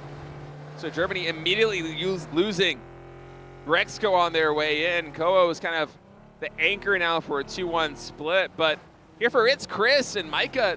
This Vietnamese team, as we've seen time and time again, they do not shy away from these fights. They are now on the hunt for these German players.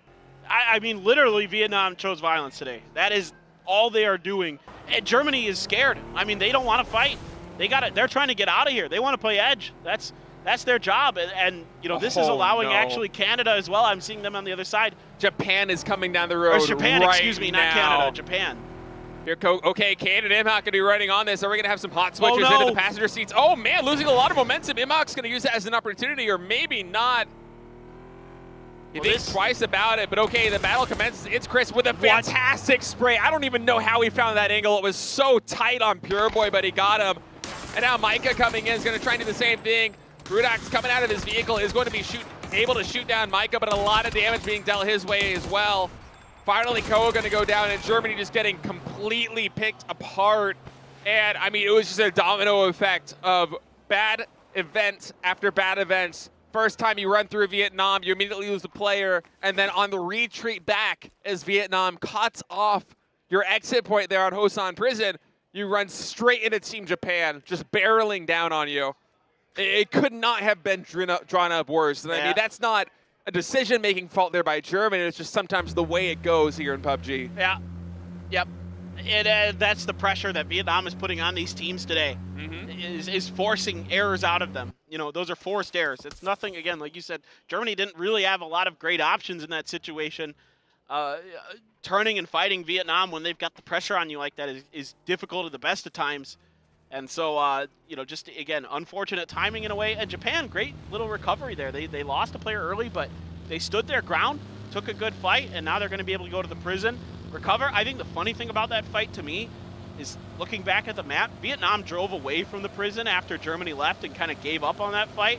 But had they continued, I think they might have been able to come in and swoop through and finish off Japan. Yeah. Because Japan had 2 knots.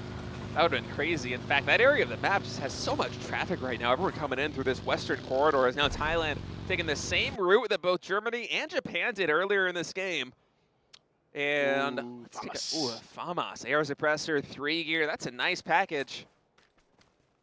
It is. Yeah, that gun really good. The FAMAS, one of the newer additions, of course, to the crate guns, and not bad at all. That 5.56 assault rifle. And all the crate 5.56s have just been fantastic from the beginning of PUBG's history, basically. Yeah. The machine gun. Oh man, we are going down towards Songam like hard. The shifts today are pretty brutal. Keep drinking those Americanos, paper thin. You got it. I'm doing it. Yeah, this is going to get congested very quickly on the northwestern and northern sides, and we might not have a break in the action for a couple of minutes after this thing gets going with Himas. He was prone, thought he can get the spray there on Kane, but Kane just kind of threw the Matrix, just able to dodge all but 1 bullets there. I thought Himas was going to get a little bit more damage done, but it's a tough angle there on that pony. All right. This fight happens anyway, I guess. I was kind of... It's Vietnam. Yeah, I mean, you know, they just kind of stood their ground and Japan kept rotating. Now, the good news is those ponies are really, really maneuverable. They're fast. They handle terrain decently, but they're kind of in disarray here. Japan is kind of lost in the sauce, trying to figure out how to get away from Vietnam, and they're going to have to pull back for now. But the thing is Vietnam still has members trailing here, potentially going to keep track. And Japan is going to have to really drive further, like a lot further north to get away from Vietnam. Yeah, they're going to try and regroup with Pure Boy and Imham up there to the north. And luckily for them, Vietnam decided not to try and cut them off there in that corner edge. Instead, just try to work their way all the way down to the southwest. And Vietnam, you know, credit where credit is due. They're playing very aggressive like this, but what have they gotten in return? They've gotten a southwestern quadrant of this map that's going to be very open for them to come in. Germany's not contesting it. Japan is not contesting it. Coming into the west of Songam, they're going to be really happy with that position. Yep. Exactly. Waika Kamukao's got that AWM. We've seen it be so impactful here today so far. 2 times we've seen it in 2 different games, whether it be Sparking or Rybox. They have been just disgusting with it. The Latin American players have been really shining. Now let's see if the cow can do so as well for Australia. And that, I'm not exactly sure. There's something in that vehicle they wanted to show us. Some, you know, again, players could store items in vehicles now, so you're going to see a lot of that. They load up those vehicles with some extra Panzerfaust or meds or whatever. But kind of curious exactly what's going on with that Porter. USA now coming in on the northern side, a little bit to the east. Rushing by Chinese Taipei, and also Argentina now rotating through, Thailand. I don't know why I got stumbled on my words there. Same way Puchil's got stumbled with that spray. Is not too much able to happen there. Would have been a nice pick if he was able to find a knock onto a Team Argentina that is not quite running away with this one with a 10-point lead on second place Vietnam. Pretty much everybody in this lobby would love to see some Argentina players go down in that kill feed. USA has the MG3 here, and they are going to be driving right by Chinese Taipei. Savior going to be hiding underneath the rock, or the rock line. USA thinks they're safe have no idea because of this. They have no idea. They have no idea. Savior here's grenades. He has an opportunity to do some serious damage. There's one. He knows another's out there at Shrimsy with the FAMAS, but Savior doesn't like it. Doesn't like the time that he was given. Is going to flush kickstart, but a good grenade from Shrimsy is going to find a knock. Yeah, but this gives time for the reinforcements from Chinese Taipei to come in. Savior was a little bit maybe fast with a gun. Wanted to get that immediate spray down on the USA. They've caught wind of this, so the jump from Chinese Taipei is not going to be very good. Leo immediately gets knocked by H-Win. Meanwhile, the circle working its way down to the southwest. These players are going to have to rotate very far. They're the furthest from the apex of this circle. As Pongsker gonna try and get Snakers coming in, but actually it's gonna be Shrimsy with a drive-by headshot. Able to dispatch Pongster, and now Chinese Taipei is in disarray as the USA looks to mop them up. Yeah, they are not thrilled that they had to lose Kickstart in this rotation to the rat play from Savior. Zenon, Leo flanked out. Leo with the rock, Zenon with the trees.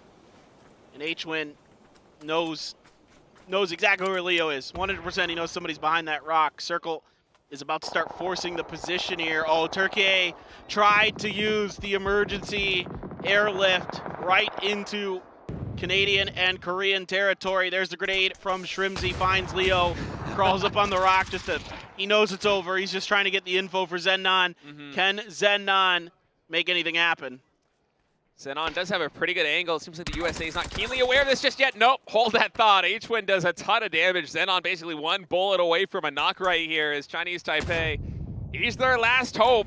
67 HP, the blue is here. The nades continue to rain down, and finally he gets cleaned up there by Snakers as the USA annihilates Chinese Taipei. They're gonna go down 15th out of 16th, and USA, they get vengeance for their fallen comrade. Yep, absolutely. Not bad at all. I was kind of curious about Korea earlier. I saw they had a player flanked out to the southeast of Sungam, right by the edge of the map, and they are going to use that opportunity to take the city itself. Brazil Haven stuck out here in some bushes. Australia just ahead. Now he's pretty well obscured in these bushes. They are really thick, so it's not like the bushes on Erangel where you can kind of see through them sometimes. This one, pretty much he should be good to go. And Sparking and Draft King combined fire from Latin America, putting the pressure onto Australia's Waikikamuka scrambles to get inside. Yeah, 2 knocks coming in here on Team Australia. Luke 12 very low on HP. We'll see if Drafting can actually find an angle on this one. Seems like it's a little bit difficult. Just fishing as best he can here with a Mark 12 on a 6X. Australia should be able to get those reses, but man, I gotta say, this whole area around Sungam, very densely populated. 3 teams in total already in that city, and you gotta think that with this upcoming circle, one of these teams is gonna have to rotate somewhere, and that can cause a lot of mayhem in the city. Absolutely. Now, I think Show, no longer for this lobby. It's going to be set down by Haven from Brazil. Brazil doing a phenomenal job here out in the open, getting some big, impactful kills. They've got a little bit of a shack, and it's going to shift up away from Songam out into those fields. Looks like we have a little bit of a rice paddy finish potentially brewing for this circle. About half of it, most of it in the middle. It's going to be those fields. Really interesting to play from, of course, with the edges on the fields. Like you and I were talking about it earlier today. And USA making a very interesting rotation right now. Snakers really low on HP with this blue. 1 tick away from getting knocked, and they come straight into India. So Sailback gonna get 2 knocks on H-Win on Snakers. That vehicle immediately decimated. And the USA, this rotation did not go to plan. They were not anticipating India to be this far into the southeast. It's all up to Shrimsy right now with this FAMAS. Can he get some revenge? Can he get some points on the board? I think he should try. I don't think he has any other hope of getting many other points than trying to take a fight there and seeing if he can win it. He doesn't have any frags, though, in the bag. That grenade bounced really nicely. Hits the backside of the Chinese players, putting them down to about half health each. And they're going to have to sit behind that vehicle and try to go for heals again. Meanwhile, Crazy trying to get back into it. Korea now going to dive through the divided forces of a bunch of different teams. This is so tricky to maneuver, driving right by the Canadian players. Adam not really able to find that spray. Seoul's gonna have to bail out of the vehicle, take some damage for his trouble, and it's actually Schofield from Turkey that's gonna find the knock. Yeah, Korea right now is stranded on 3 sides by Brazil, Canada, and Turkey, so they are getting picked apart. So much damage being done to this team with only 2 players left standing. Loki and Adonix on very low HP as the nades continue to rain down. These ones coming in from Brazil and Haven as T-Bone behind all this will be the last one to clean China. Longscore gets eliminated, and China is out of this lobby. This bad one for them here on Taego. And South Korea is still trying to salvage this situation. But even if they get this res off, I mean, it's such a difficult one to play from. Surrounded on all sides. Yeah, and they're going to have to make a decision, and Adam's making it for them. He's got the knock and essentially the flush. Yeah, there it's confirmed. The problem is this fence gives really good sight lines for Canada into the position of Korea.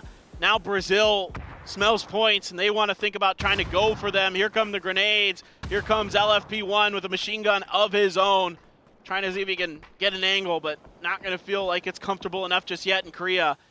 Probably close to out of smokes at this point, and they are going to potentially need them. Again, one of those odd situations where a blown-up vehicle is a blessing because it's static cover now. Yeah, Brazil kicking themselves. I bet they wish they had just a couple more frag grenades to finally flush Korea out of that entrenched position. Now Shrimzy, lone survivor here for the U.S. and the FAMAS, gonna make some damage happen. This is revenge on the Indian crew that took out his teammates, and yes, he does get the kills. 5 in total, 448 damage already. So although the USA is down to 1 man, Shrimzy is still racking up the points for him. He's an unbelievably talented player. Sometimes overshadowed by Tiggleton, but he is dangerous as heck in his own right. And that is why he has consistently been on these Team USA squads for the last couple of years. Such a strong player with the Sonics, such a legendary team in the Sonics. Here comes Vietnam now, and I would not want to be on the receiving end of this Vietnam squad if they can find anywhere to really dig in and set up shop.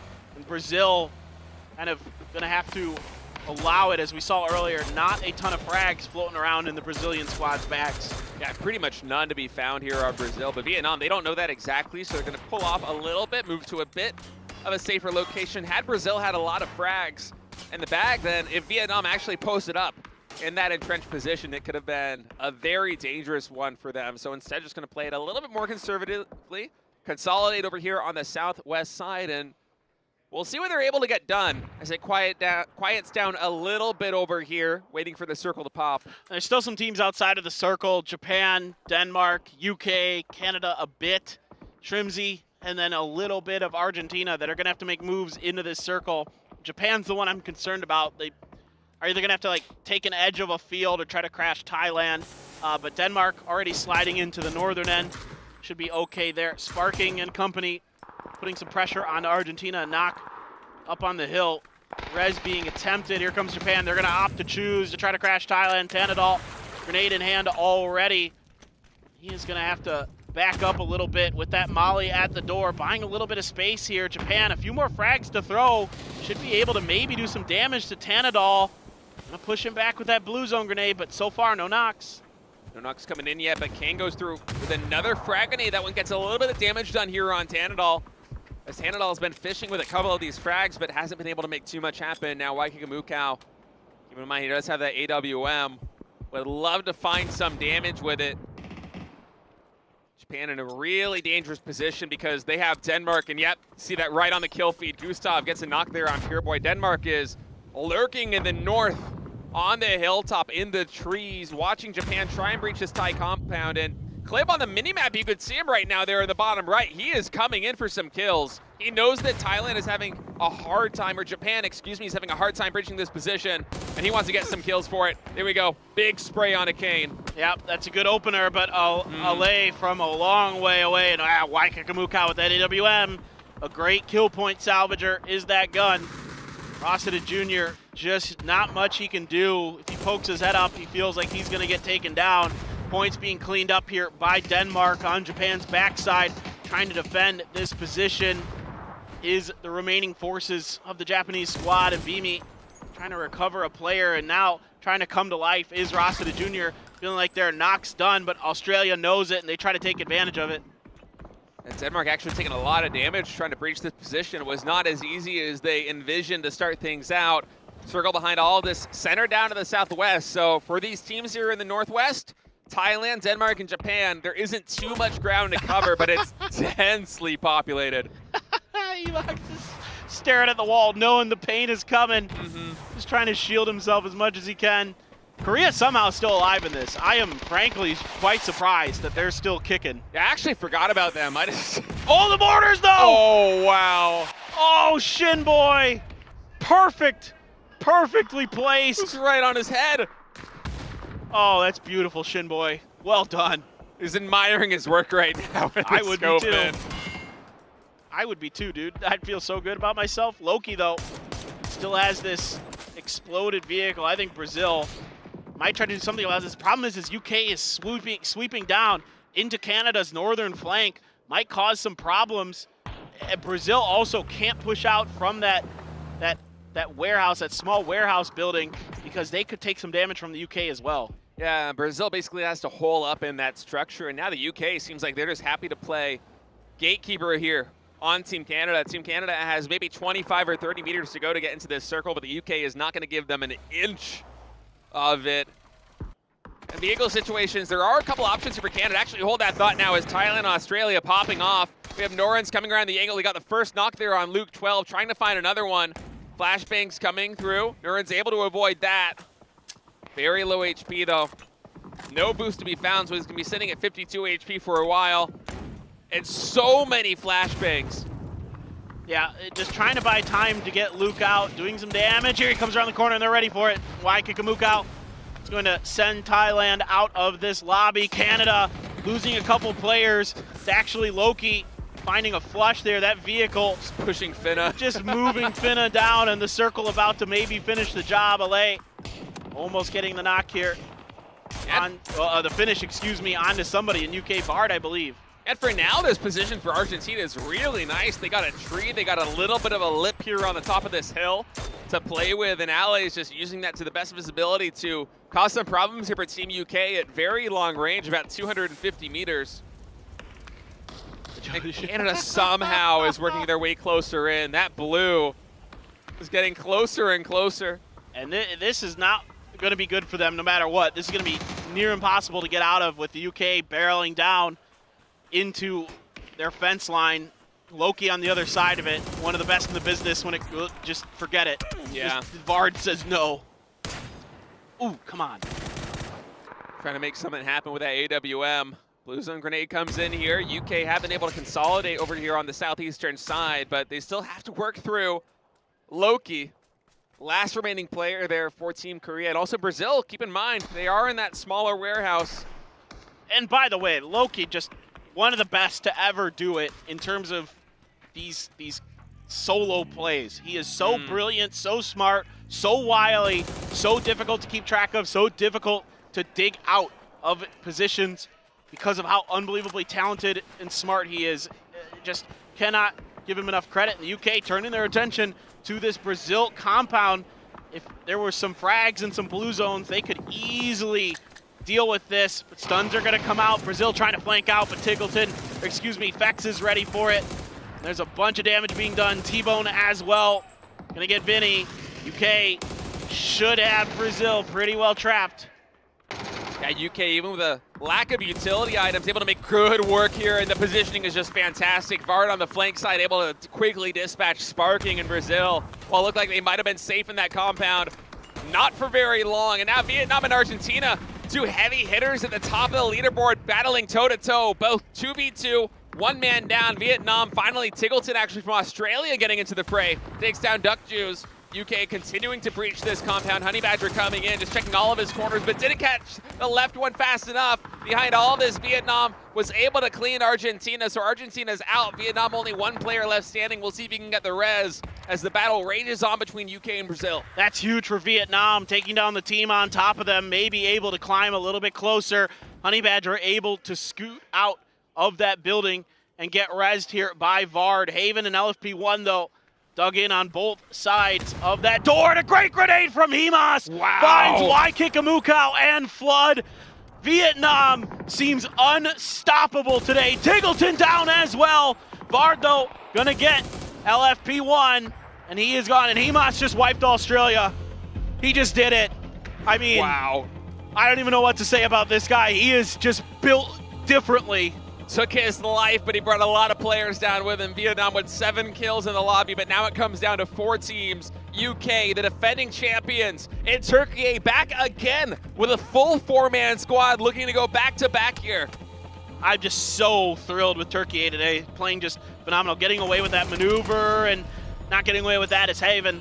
He is down and out. Vard really clicking here. 10 kills for UK. I'm telling you, he's just really, really good at doing this. I don't know why or how, but he's always been brilliant in these solo rat plays. And again, rat in a very positive connotation. He's a mouse. He is a mouse.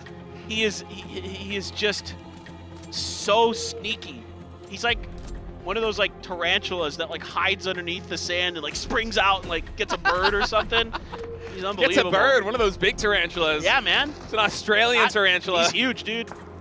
All right, well, battle raging on. Turkey vastly controlling the circle. They recognize the position. UK and Korea are both across the road, and look at the angle that Vard has right now with very minimal utility from Team UK. I mean, they don't have a lot to work with here. They need to find some knocks to give them an opportunity. They're not going to be able to tunnel their way through this area with smokes, but they also have Loki right here in this dip to contest with, and he's just causing problems. Problem for Loki, dude, is he doesn't have any smokes to get out of this. He has to fight his way out, and Turkey could just kind of hold the other side, just absolutely dumb. He's so good. 3x spray, finally going to be taken down, but still huge salvage points there for Korea, for Loki. And now that's a player down for the UK against Turkey, looking to go back-to-back. Turkey with 4 men up, a lot of damage there on T-Bone, actually trading with the Mad, who dips down to 42 HP. Turkey, they haven't been using quite as much utility as the UK, so they have a little bit left in the bag. Should they need it, T-Bone is going to prone here with a ghillie suit. Very lucky to have that ghillie suit, try to use this foliage as soft cover here, trying to hide himself from Team Turkey with this prone spray, able to get a lot of damage done, but it's a dangerous angle. I'm kind of curious how well Turkey, off of that spray from T-Bone, kind of identified his position. Now he's moving to make things even more difficult. They are not ready for this. The Mad, Code Marco, not even looking in this direction, not even considering it a possibility. Vard's going to try to cross the road, but he's spotted by Laza, taken down. Vex got a knock onto the Mad, though, and if T-Bone can find some serious damage, he's trying to spot the heads of Laza. Vex taken down. It's all on the T-Bone for the UK. The circle's on his back. That's one. He has a lot more work to do. Not going to happen. Back-to-back wins for Turkey. Oh, man, Turkey is finally firing on all cylinders. On day one, after what, 4 or 5 matches, they had a big goose eggs in the point columns. And now look at this. We're a couple of maps in on day 2. They are ranked 10, 47 points, back-to-back wins, 6 kills with Ontego. And what was that? 2 men up at the end, almost the full 4-man squad till the final moments. Turkey has finally gotten their second win, and they are ready to start contesting that top 8. Monster performance from them so far today. UK having a good game here. Lots of kills, getting deep into it, keeping themselves just ahead of Turkey on the leaderboards as well. So this is well-deserved fist bumps for the UK. They played that game really, really well. They were containing so many teams, just slowly, methodically working through them. And you know, it wasn't fast. It wasn't a hot knife through butter. It's just, you know, taking your time, enjoying a little bit of scenery, but keeping most of their players alive. You know, if it isn't for Loki there, maybe taking down Honey Badger, who knows? That one I think could have shaken out a lot differently if Honey Badger was able to avoid that finish.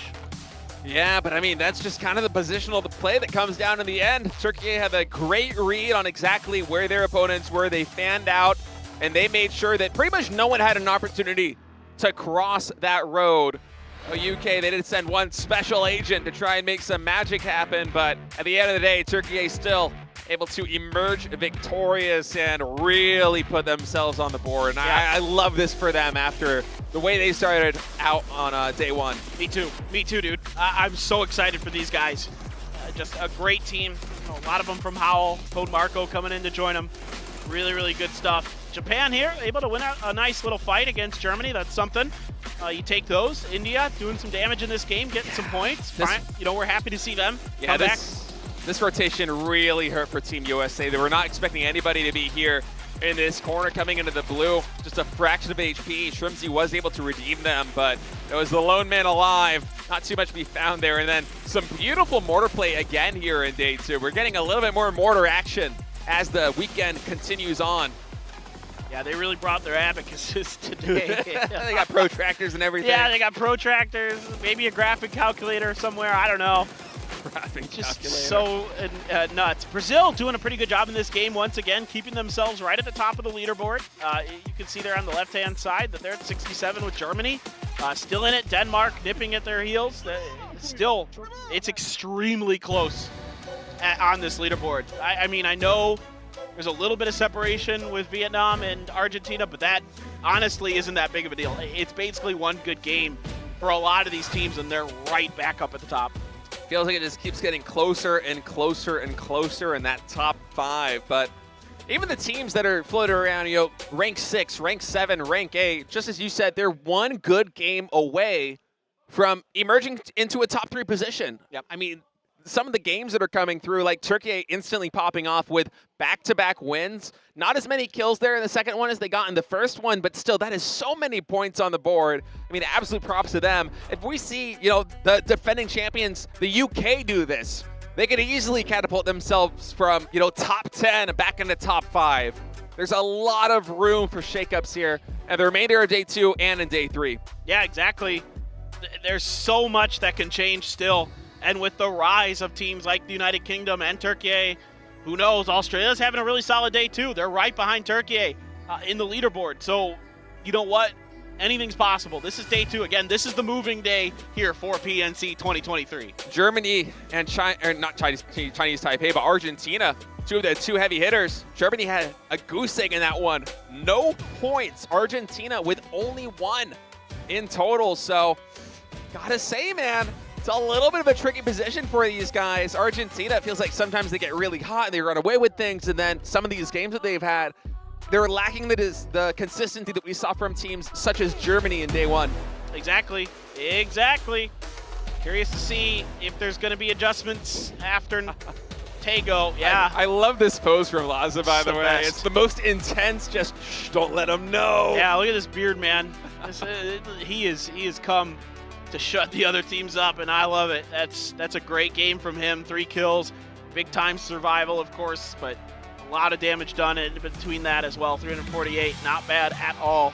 And Argentina, yes, ahead, but only by 3 points over Vietnam, who is just fragging out of their minds. Yeah, Korea 8 points behind that too. Germany and Brazil, Denmark as well, just knocking on the door. All these teams are 1 match away from upseating Argentina, Vietnam, Korea for those top 3 positions. It is so close, and that's exactly what I love to see. Sometimes we do events, you know, especially PCSs in the past, where it feels like after the first weekend and a 2-weekend event, one team's just absolutely running away with it, like Petrichor Road or maybe 17 Gaming, just dominating. But here in day 2, we're just about at the halfway point. In fact, I think exactly at the halfway point now that we finished Tago. I have no idea who's going to be in the lead. It's really going to come down to, I think, the final matches on day 3. Yeah, it's 22 points from 1st to 8th. That's a 12-kill chicken dinner. Yeah. That's the difference. You know, if the top team goose eggs, that's all it takes. So this is outrageously close. And now all of a sudden, you know, Turkey, with as abysmal as that first day was, they can definitely get this done. They can definitely actually be in contention for this thing. 2 wins and maybe another couple big games, and forget it. You're looking at Turkey as a team we're talking about going into the final day as a potential contender. They can keep this up. I mean, back-to-back wins is pretty incredible. It reminds me of how Argentina set themselves up in the first place at the end of day number 1 by winning both games on Erangel. One of the impressive things for me with Turkey, though, it's not like they won twice in a row on Miramar. They won on 2 different maps, 2 different play styles. They were still able to make the positional play work for them. Going to emerge victorious, number 1 in that game. But the UK, a little bit more points. I mean, they're coming to life. Yeah, exactly. Right when they needed to. Could this be the UK making another run at back-to-back PNC titles? By the way, that distance traveled a little bit misleading for Turkey. Oh, I missed it. How much was that? It's like 4,000. But that's because they used an emergency pickup. And oh, that's right. It's not counting that I was distance. going to say. Yeah. But that's why you look at that and they're like, they didn't even have to move to win. Yeah, they did. We saw them parachuting. We saw them getting shot at while they parachuted. The only way to parachute on this map really is emergency pickups. Yeah, that was not many spots you can jump off of and parachute from. And that was between Korea and Canada too, if I'm not mistaken. That was a dangerous drop that they did, and somehow able to miraculously escape with all 4 players alive. It's a ballsy play, but now we finish with Tago, Paper Thin. We're getting ready to go to Vikendi. Are we going to see some bear caves this time? We didn't get a chance yesterday. Some thermal scopes, some bear caves? I don't know. I don't know what to expect on Vikendi. Yesterday was kind of a plain Jane circle. It was right down the center, right in one of those few kind of grassy areas of the map. Wasn't even a snow finish. And we are heading into Vikendi once again here. Get our 2nd look at it ever for PUBG Esports. Let's jump into the game.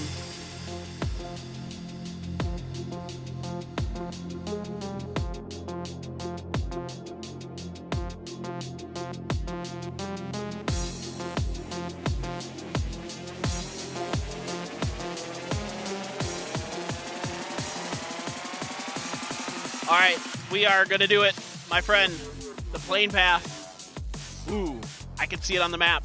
Yeah. Ooh. It's a spicy one. Quite far down to the south. So these teams might have to go back to the drawing board a little bit in terms of rotations, in terms of drop spots coming in on this one. And you know, I am a little bit sad that we didn't see too many of the unique and, in my personal opinion, extremely fun elements of this map at Kennedy. We didn't see any bear action yesterday. I would love to see some of these teams go for those IR scopes, which are absolutely insane. I remember the first time that I saw that thing, I was like, oh boy.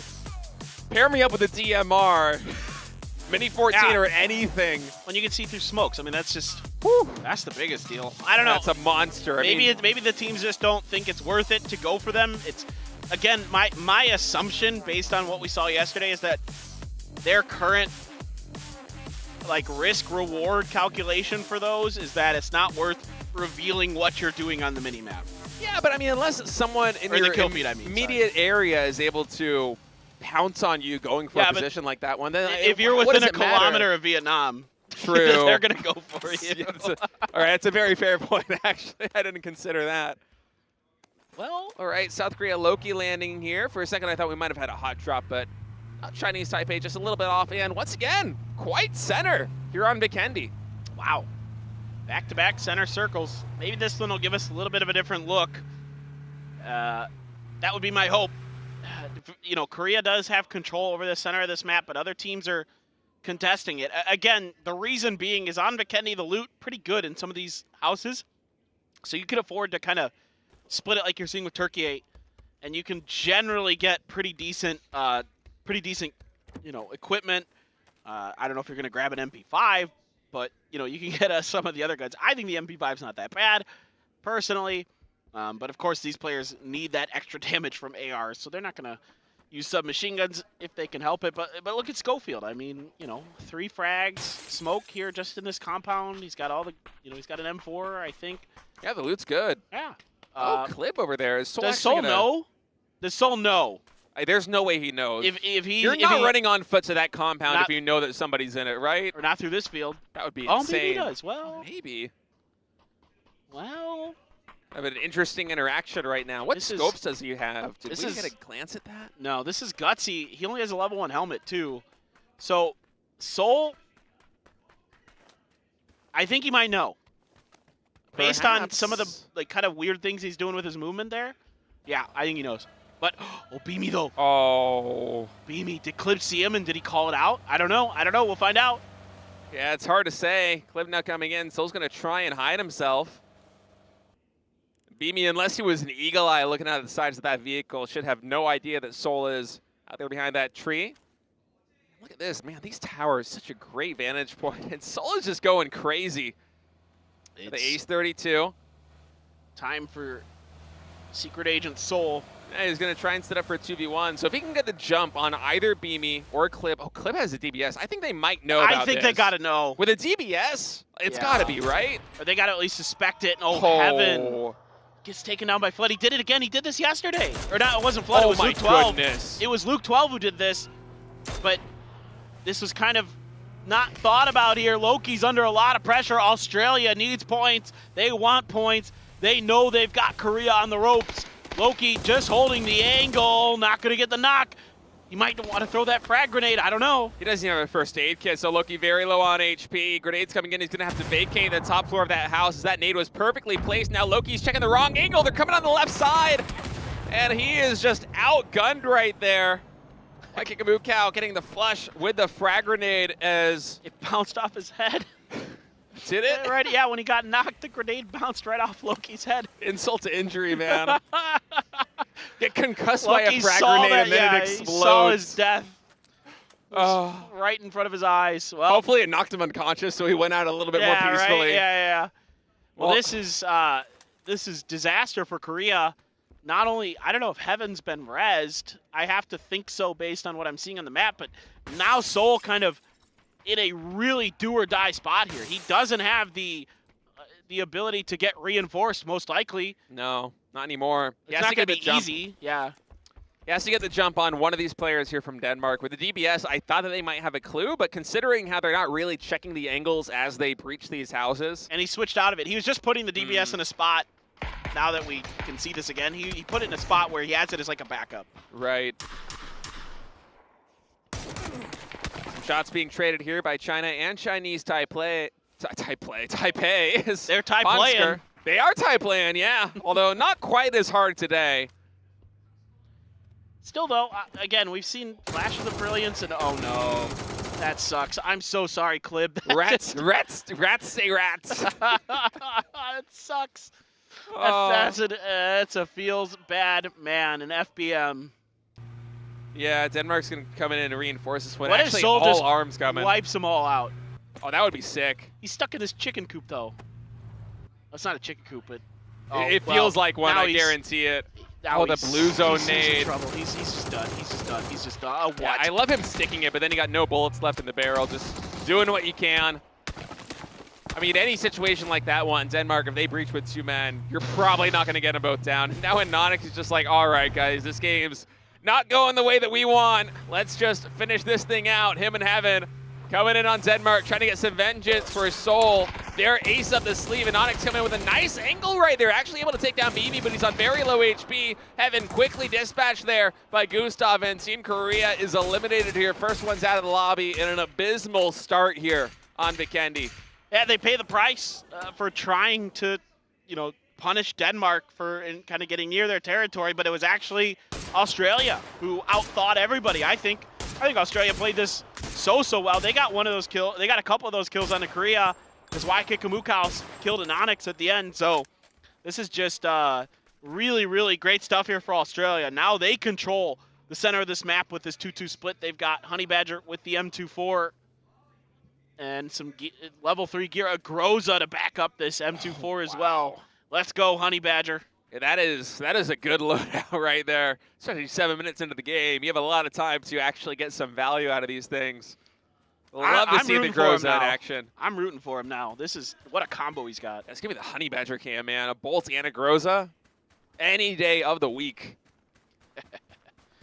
All right, so Vietnam. Oh my God, who would have thought? I think they have a pretty good idea that Thailand too, given the way that Haizaki is moving around this map, and especially with Rossit Jr. He's focusing right now on Vietnam. He's able to get Chlories, but Vietnam immediately fires back. Now the flush does come in there on Rossit. Do they know exactly where the remaining players are there for Thailand? Seems like he's trying to flush him out. Has a good read now on where Nurens is. Seems like he thought for a moment about re-peeking that one despite taking a lot of damage. We'll see how this nade goes, and that is perfect. Really good. I as soon as he let it go, I was just like, that's getting the knock. I think that's pretty good. Just Nurens so strong. Here we go. What is going on today? This is just wild. I think that, a new map is what I'm going to classify this kind of early game shenanigans as. Chlory's down. He bleeds out to Rossit Jr. Nurens trying to keep Haisaki from being rezzed, but the rest of Vietnam kind of doing their best to make sure that Nurens doesn't get the opportunity. Yeah, they hear the vehicle leaving now, so Vietnam should at least be able to get 3 men back up. Shooting 1 player for 1 kill. Not the best trade there. I think they were hoping to get a better jump on Nurens and his companion, but instead just going to get the 1 kill. And look at the minimap.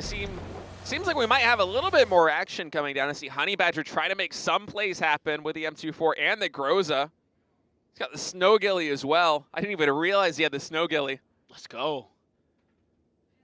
Oh man, as good as this day has been for Turkey, man, to lose a player to this kind of maneuver here from Honey Badger would be so devastating. Shrimsy has a knock onto LA.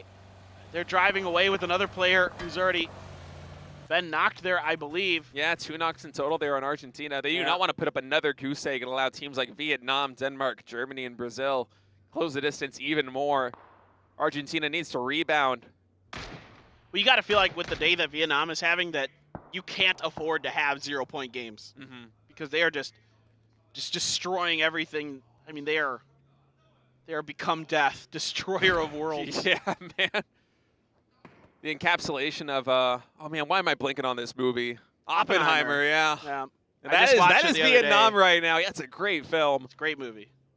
Well, Honey Badger still sneaking around here. He's got that Groza, a lot of ammunition in the bag. I don't think that Turkey A has any ideas here. And in fact, Vard actually coming in with a vehicle, maybe trying to bait this out. Okay, Angle comes in. Honey Badger, we only caught a glimpse of it. One bullet away from getting a knock, but can't find. Oh, he gets the angle! That was probably the last possible bullet that could have connected right there, and Honey Badger made it work. That's lots of going down to the knock, and they should get the flush. Yeah, Vard confirms it. And now here we go, Denmark coming in on Australia, but a really bad opening here as Tigleton is able to dispatch him with a headshot. Yeah, Tig knows he can't repeat that angle. He's under pressure. Did what damage he could. Oh, the cow boy. coming in as well. Australia holds firm and takes down Denmark. That was a clean hold. Australia already picking up 4 kills. I gotta say, man, they're having a much better performance today than yesterday. Oh, look at this! Oh, it's Germany again! Brexco trying to drive away. Can he get out? Isaki, what are you looking at? You gotta go for the guy in the car. He doesn't get it. Not gonna be able to return fire. I'm shocked he didn't get the knock there, man. He was so close. So close to that coop once it started rolling, but Brexco able to barely escape. Yeah, this time around, Germany doesn't fall victim to these Vietnamese traps. Yeah, just imagine like Japan now rolling in on them just like in the last game. Oh, it could be disastrous. Poor Germany. Japan's on the other side of the circle. They've had some bad luck. Draft King, little shots with the Mosin there, and not really finding much. India on the outside of the circle with China, Argentina, maybe USA in front. One of the storms up there on the northern end keeping USA pinned down, at least for now. Yeah, Argentina rotating down a little bit at this moment. Seems like just 2 or 3 players in this car. And USA just kind of camping it out. Actually, has the storm not reached this yet? Saw it on the minimap for a moment. I thought they would be caught in the middle of the snowstorm, but either just dissipated or is about to start up. There it goes. There we go. There it is. I was going to say, I saw it on the minimap, so I just assumed it was already kicked off, but yeah, the timing I guess could there's be a hard to wind-up. read. Yeah, there's a wind-up. You get a little bit of a meteorological forecast there. Oh, no. Open the weather map on your weather app on Yeah, your phone. right? Yeah, exactly. Oh, man, that scared me for a moment. Duck Chews, a little bit too close there, but better drivers than me. Oh, wow! Some close calls back to back to back. Himas was trying to get the knock right there, and on, I think, 1 or 2 HP, Puchil's able to base jump off that tower. Only take a little bit of damage. Himas just built different, dog. Man, these storms are terrifying from this angle. They look so nuts. I mean, it's that's like a category like 12 tornado. Yeah, right? They go up to 5. It's like an F12. What the hell? It's like the key you use to quit the game. You're like, get out of here.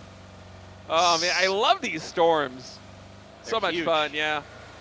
It's intimidating to see them for sure. They're really not that big of a deal when you're in them in a way. If I'm not mistaken, I think they do a little bit less damage than the SAM storms that we have. Oh, I don't know. On Miramar, but it's hard to say exactly. You know, I've got kind of limited experience running in these storms as often. I try to avoid them when I'm playing. This is pretty close to where we ended up yesterday on this map. Yeah, we're probably not going to have another snow finish. Maybe 50 or 60% of this map is left in snow. Yeah, unfortunate. I was hoping. I like snow, man. I'm from up north, so I'm a snow kind of guy. Yeah, we don't get to see it very much here. I mean, Vikendi, its debut is this weekend in competitive PUBG Esports, and we're getting a lot of, not necessarily snow, but just kind of frigid conditions here as Vietnam going to be running through these very skinny trees. I want to call out on the map very quickly as Hamas. I don't know if he got pit maneuver there, if he spun out, but Turkey in another fantastic position on the compound. I suspect Tyre might have gotten shot out. Ah, that was it. Most likely. Yeah, good call. Yeah, just based on the way that went. I mean, sometimes though the snow does kind of, it's a little funky to drive on, especially with the Zimas. Not that funky though. It can be. We'll see. Leo has taken Keenan out of the vehicle and taken him out of the lobby. Good spray there with that. He's an AK. Oh, come on, Honey Badger, do it. Yeah, we haven't gotten too much action. I think Honey Badger maybe only with 1 kill with that incredible loadout that he's had since minute 7. Canada continues to go in. No extended mag on that M24. Sad. It doesn't really make a huge difference usually. Yeah, not too much for Oh the man, Bulls, but- USA's angry at India. Yeah, from the last game, man. They Yeah. got ratted. Well, not necessarily ratted, but they got caught in an unfortunate position. And not ready to let bygones be bygones.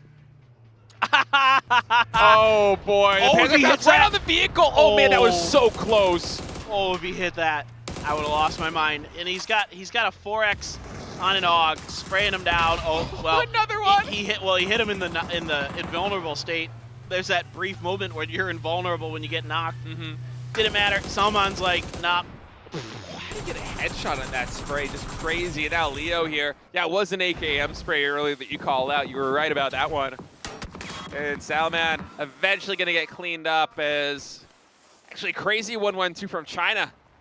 Going to get the finishing blow there. And USA able to consolidate their position a little bit there in the north. And honestly, it's very good for them to be able to clean up India because they have both Australia and Chinese Taipei and China to contest with on that north side, working their way into the circle. It's a dangerous position here. And actually, Argentina coming in. DraftKings, oh no, Flood went for the nade first. He thought he had more time. Instead, he gets flashed. And man, immediately dispatched there by Aliv. It's only a G36, but that will work at close quarters in a situation like that one. Alay just a step ahead of Flood. Flood tried to go up onto that tower again, and oh, what a spray from DraftKings onto Tiggleton. Tiggleton down, possibly out, and Argentina on this northern edge has the USA barreling down on them. Alay, oh, some serious damage being done. It's actually Canada who's getting involved in all of this.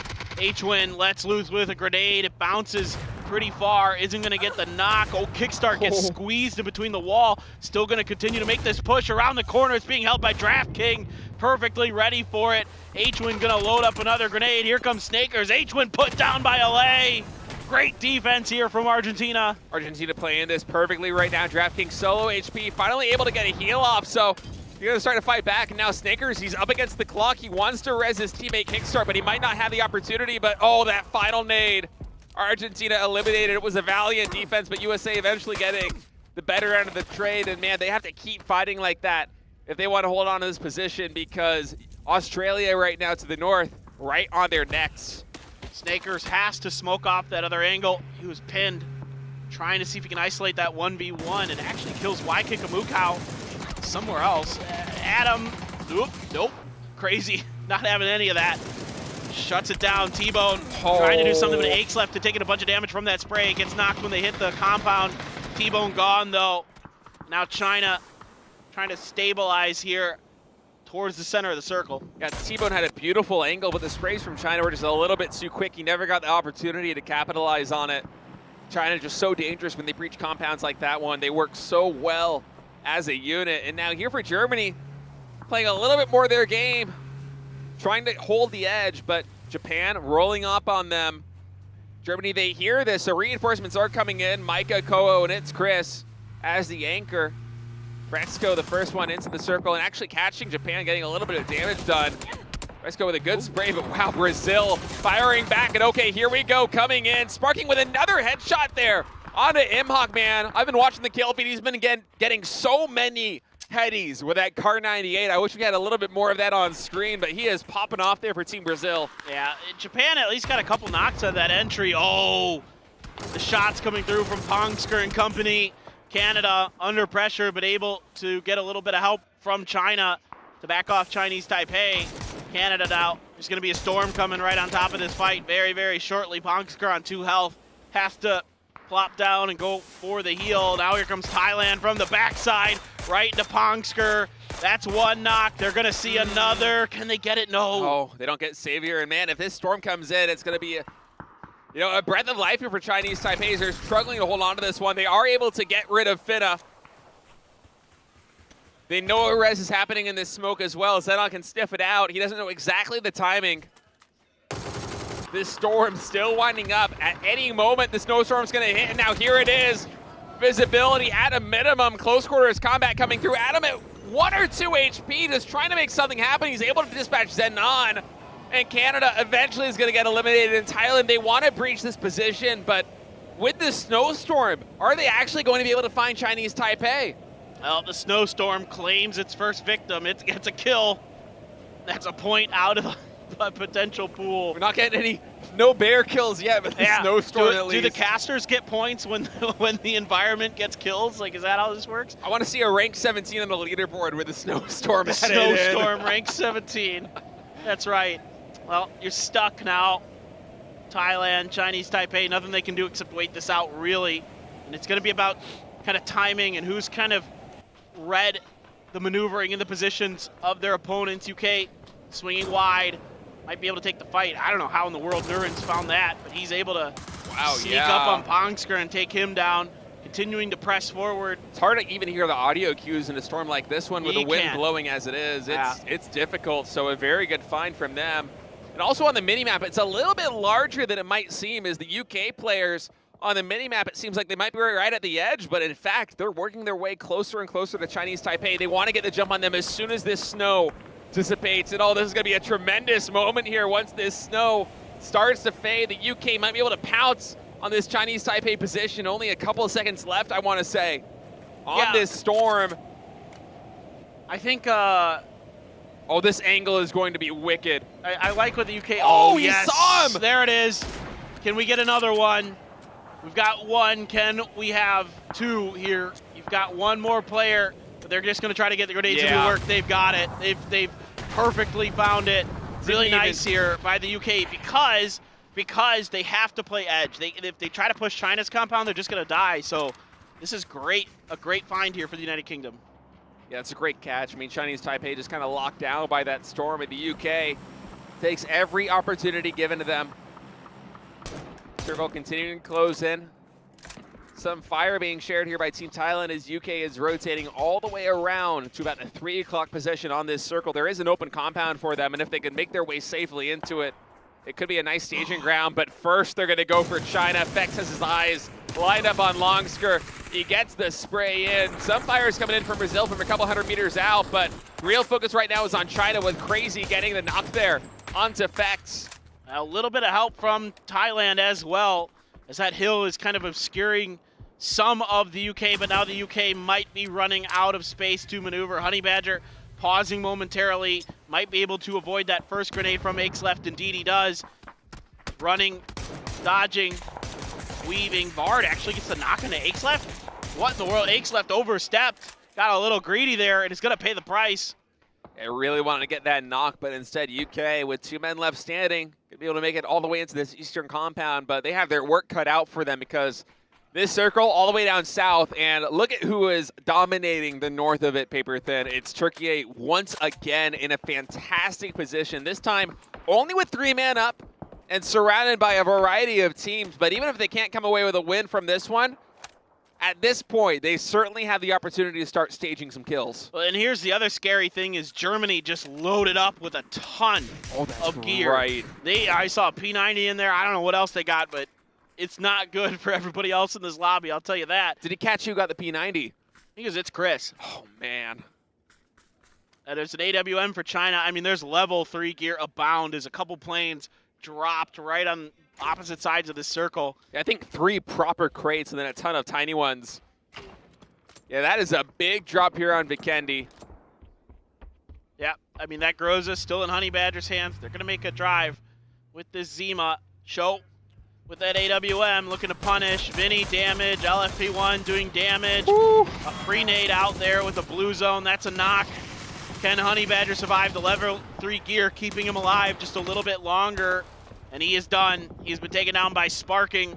UK having a tough go of it there, but I think did the best they could. Frankly, with 7 kills, that's pretty good given their situation. That's an almost impossible rotation. Now Thailand gonna have to make a move and crash this compound here on Vietnam. Opening salvo is fired here by Haisaki as he gets the knock there on Apu Chills. He's going to rotate around, still full HP as Vietnam doing their best to consolidate this one. They get the flush. Thanadol does fight back. That's Hibas, a big gun coming down here for Vietnam. And Thanadol also now with a knock. So Vietnam, only 1 player left standing. Trying to fight here against Thailand. It's Duck Juice. He's going to throw a couple of nades. Try and give himself a little bit of space to breathe with. But man, this is a really tough position. Thailand with an excellent move on this position. Oh, Nurans navigating the obstacle course of these mollies and blue zone grenades very nicely. Might have snuck underneath Duck Juice's nose. Germany, though, is watching this fight gleefully, raking in some points. Now Nuren's position revealed. Goes for the smoke, has a frag in the bag potentially, throwing the stun first, but he's in the suit, he's in the blue. He's at 11 HP, trying to sprint through. Duck Juice's gonna switch over to the shotgun, opens the door, ready and waiting, and yeah, that's easy money. Thailand eliminated. They pay the price eventually, but Vietnam also now only down to 1 man. But keep in mind, they are tied with Argentina now at 83 points, and if Duck Juice can find some way to survive in the coming moments, maybe even get 1 or 2 more stray kills, we're going to see Vietnam get a lot of placement points on the board. Yeah, but if Germany just wins this game, then maybe they shoot up to first. I mean, that's possible. It's the crazy part of this. Vietnam is in first place now. Brazil as well in 3rd place right now with 3 men up. Oh my God. Oh, is it Kowo? boy. Of course it is. Of course it is. Get out your abacus paper thin. Do the math. Is this mortar going to work? Yeah. Maybe he's gonna go for the exits of Turkey. He's looking to mortar the exit path of Turkey, I believe. I think. He's just waiting for the right timing. Maybe. We'll see. Kowo is such a nerd, man. I love it. he's done it with like the nerd of all nerds is the nerd who uses the mortar in the game of PUBG. Well, he got the Panzerfaust kill yesterday. That long range one. Just wait until we eventually get drone warfare in this thing too. It's inevitable, I'm telling you. We removed that. No, we removed that from the game. We're not doing that. Look at it. He's leaving him there. He's leaving him there. He's preparing for the future. Sparking. A little bit of damage being done. Maybe this mortar is intended for Brazil. I don't know. He's looking at it. Yeah, he's looking at it, man. He wants to use that thing. I guarantee he's asking his teammates if he should do it. He probably has it lined up. I wouldn't be surprised if they just had a marker on exactly where it's keyed in, and they're just kind of keeping their eye on that location in terms of when to send the cue. 100%. All right, well, Brazil's going to have to make a move as the blue is now coming in. Germany with some really good shots. Actually, Turkey getting all of these knocks and some kills. Brexco's able to steal 1. He gets sparking. That was some nasty shooting from Turkey. I thought Germany, with the angle that they had, was going to be getting pretty much all of those, but instead it's Turkey from the northern compound. Duck Juice behind all of this, continuing to rat it out. I mean, this is wild today. The points Turkey is putting up. It's crazy. It is absolutely insane. I mean, they might have their 3rd win on the day. Yeah. When all is said and done. What did they start today with? I gotta look. They were, I think, in 15th. They had 9 points today. Oh, so far, man. 46 points. And It's absurd. There's more to be found, I think. Germany, I think, in a pretty good spot here. There go the mortars now. First one, aiming for Vinny. Don't think it's gonna hit. It's Chris now is like, all right, well, there's only 1 here. See, no. I think he should be aiming for Turkey. I think if I'm him, I'm going for Turkey. Here goes another. Being spotted by Kowo. Here we go. See if the follow-up lands. Excellent camera shot on this one. Let's see where it lands. A little bit too high, yeah. Hit the tree. I'm with you. I think that should have landed on Turkey instead. There we go. Now they're trying. That one came up short. Do they have any more? Oh, now they're one returns. more in the air. Wait. These are there's coming 2. back. Oh, Turkey is returning fire. Okay, let's see how these ones land. Mortar's coming down. Seems like no big hints just yet. Vinny gonna make a move. He's trying to find some cover here in this forest. Chris is looking for the angle underneath the vehicles, but can't quite see. If they're able to clean up Vinny, then suddenly Germany has so much more room to work with, setting up an arc here on the south side of this circle. Yeah, Kowo knows it. Code Marco, though, might just do the job for him. Wants those points, Vinny. Oh, my.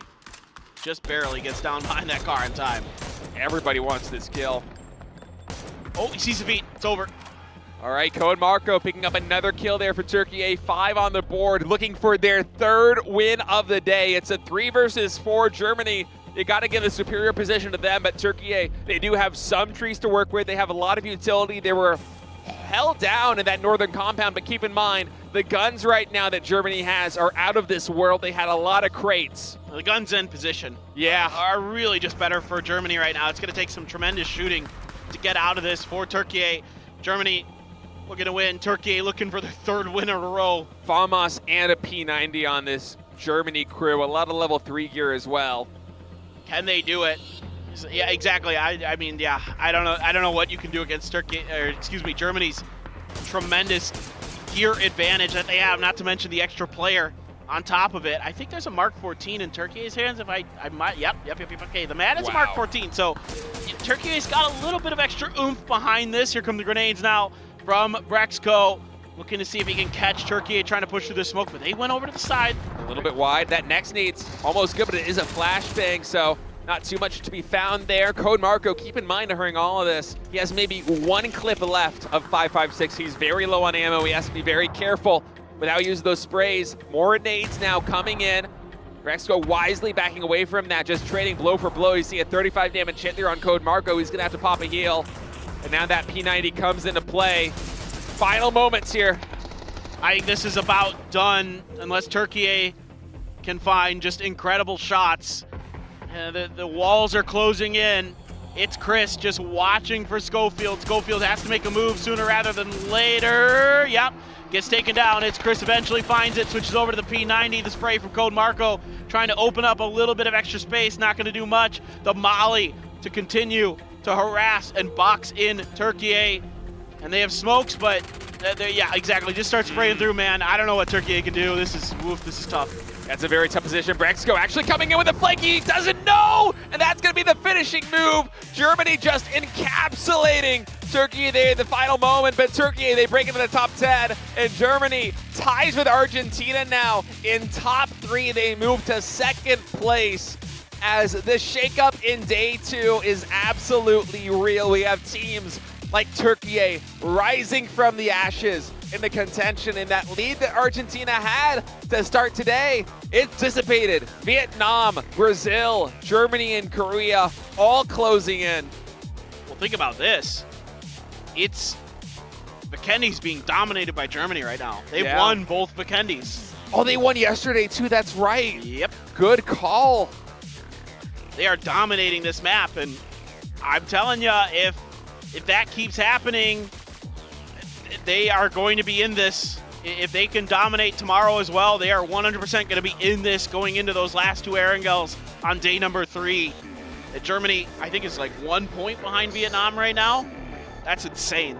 It's very close at the top right now. 1 point separating, I believe, Vietnam, Germany, and Argentina. And let's not forget that all these other teams, the United States, Denmark, Thailand, Korea, Brazil, they're right behind them too. They're knocking on the door. They're one big game away from closing the distance. But at the end of the day, Germany gonna win their second Vikendi of the weekend. Undefeated on this map so far. Insane stuff. I mean, can you imagine coming in here and just dominating this map? Reminds me a little bit of, this is kind of an old reference, but when Sanok was in the pool, I know a lot of people are cringing when I say that, but when Sanok came into the pool and like, remember T1 back in Korea was just dominating on it to start. But this Germany team 100% has a read, at least on these circles. The circle pretty similar here yesterday as well, so I guess Germany has a really good idea, at least on this particular circle, how to navigate it, how to wait it out. They played it differently than last time for sure, but still really patient, disciplined play from Germany pays off. Japan not able to make this hit work. It almost did, and then my man, the Honey Badger, that Groza with that M24 doing some damage. Again, UK brilliant maneuvering on the edge of the circle here.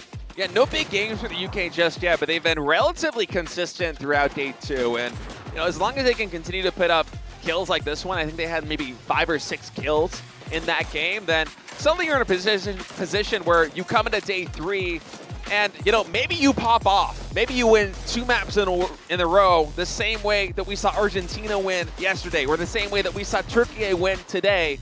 That can be enough to make you a champion. And the UK, as the reigning champs of the PUBG Nations Cup, would love to be able to close that distance, but Germany just looking so good here on Vikendi. And they even said in the interviews that they feel very confident on this map, and man, they delivered. Yeah, there's a reason for it. And a lot of teams are within 30 points of Vietnam at the top right now. So anything's possible. Literally anything is possible right now. There are tons of ways that this could shake out. So this is shaping up to be a really incredible finish, potentially. Who knows? Maybe one of our top teams like Germany, like Vietnam, Argentina, Brazil starts running away with this thing, gets a couple wins, and all of a sudden, we're going to Erangel. That's where Argentina dominated yesterday. True. Who knows? Maybe they can repeat it again here today. Yeah, the map domination's really been coming through. Germany 100% so far on Vikendi. Argentina 100% so far on Erangel. We'll see if that holds true in the final 2 maps of today. But, those trends, they're scary. Even if Germany doesn't walk away with a win on Vikendi tomorrow, I'm pretty confident they're going to put up a lot of kills. Well, you feel like, yeah, even though this one didn't have a ton of kills in this win for them, they still look really solid. And man of the match is going to be Brexco. 3 kills. The time survive is always going to be high on that chart. Yeah. Every time we see it. Of course, not a ton of damage, but again, Germany this is one of the games where they didn't get too mixed up with anybody in the early part of the game like we've seen before. A lot of times it's been Vietnam, even though they kind of flirted with that a little bit. You can see that if they can get into these late games, they're so clean, they're so effective. That's, their style. They want to outmaneuver you in the beginning of the game and then outlast you in the end. Wow, is it close, paper thin. Vietnam right now with a 1-point lead over Germany and Argentina. And then right behind them, less than 10 points, you got Brazil, South Korea, USA, Denmark, and Thailand also in the high 60s in points in total. And we've had teams drop. Vietnam, going back to yesterday, I think the final game, they got, 15 points in total, 15 kills in total, and a handful of placement points for their troubles. Big games like that, any of these teams in the top 8 could catapult themselves up into the top 3. And yeah, it's getting more and more exciting as we continue on here at PUBG Nations Cup 2023. Anything really can happen here as we get closer and closer to day 3. Only 8 maps of PUBG left to be played? It's coming down to the wire. It will. It absolutely will. I'm thrilled with the level of play we're seeing here on these new maps, kind of seeing some interesting stuff. The mortars there, a little bit of kind of back and forth between the 2 squads, but at the end of the day, Germany outlasting their opponents. But Turkey, phenomenal day. No other way to put it. Absolutely phenomenal day here to give themselves a real chance. And again, Turkey, because they're able to just fan out, control this space, nobody can really do anything about it. They get a little bit of help here. Shutting down Brazil from Turkey. Nothing, really too dangerous on that southern flank where Kowo is. And then, mortar battle, sure, not much comes out of it, but again, Turkey would have to just land some insane shots to get out of that spot. Yeah, especially being outgunned the way they were. This P90 in close range in late game circles, it's a killer. In my opinion, best gun in the game. It's so much fun to use. I agree. And yeah, Germany, they travel. It's what they do. 32 kilometers almost in total. A lot of damage, a lot of kills, but Turkey just absolutely showing up. Look at the damage. Almost 50 points in total today, and we still have 2 maps left to be played. Let's keep in mind how much we've been talking about how well Denmark, for instance, has been performing over the course of this event, their debut. Turkey is almost caught up to Denmark, and they had, I think you said 9 points on day 1. It's just phenomenal what they're doing, and we all knew they had the potential to come through in day 2 or day 3, but even this just kind of explodes my expectations out of the water. It's already a really, really good day for Turkey, and we still have 2 more maps to go. Yeah. So this could be like a legendary day for them if they can have a couple more good performances onto Erangel, which will be the next 2 maps coming up. But man, it's a lot of fun watching these new maps. Tego has been fun. Vikendi, I need a different circle tomorrow. That's all I'm saying. I'm having fun with it, but need a little variety. That's the spice of life. As they say, if that's going to be, come on, man. Like that circle was so similar to yesterday. It's like, just want a little bit of differentiation, but some interesting stuff early. I think Australia plays the beginning of that really well. They get up onto that tower and do those things. But anyway, guys, we got to take a break. We will be back here shortly after a break here at PNC 2023. Don't go anywhere. Opportunity for the young, happy seeing the young, synergetic soul. Feeling safer in everyday life, hey, see mine, say put soul. With the innovation, you with the exciting, futuristic soul. Inspire the bird, rendition and technology, leading global soul. Stand up for the world, Fair City soul.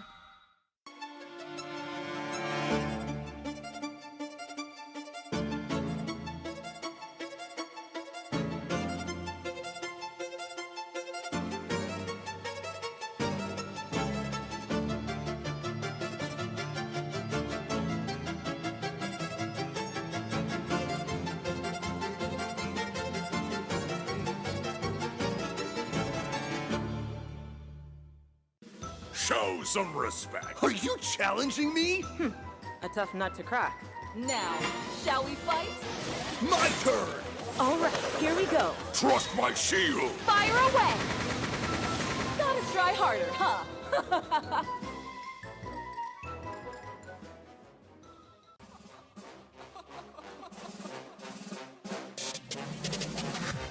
I'm not catching fades anymore. Gotta keep my hands clean when they come for the board. Keep it smooth cause I roll off in a taxi. Put my feet up, I'm relaxing. Singing Figaro with no accent. While I pour strains from the streets in. Do it all with a straight face, I'm the kingpin. Top dog, top flow, boss mode. I'm the kingpin. Showstopper, top dog, Godfather. I'm the kingpin. Showstopper, top dog, Godfather. I'm the kingpin. This is the world's fastest luxury SUV, so it's perfect for the multi-terrain driving you have to do in PUBG. But would it be a match for this iconic circuit? Learning from a Formula One champion is something I don't think a lot of people get to do. It was almost a too good to be true experience. I almost felt a little bit like a dream. The car actually makes a great addition to the game because instead of having a low sports car, this is an SUV, so you get the off-road capabilities, which is very much needed in PUBG. It's definitely the most practical and overall most usable special vehicle skin in the game. As you can see, there are so many customization options with the Aston Martin DBX 707 in Battlegrounds. And not just on the bodywork.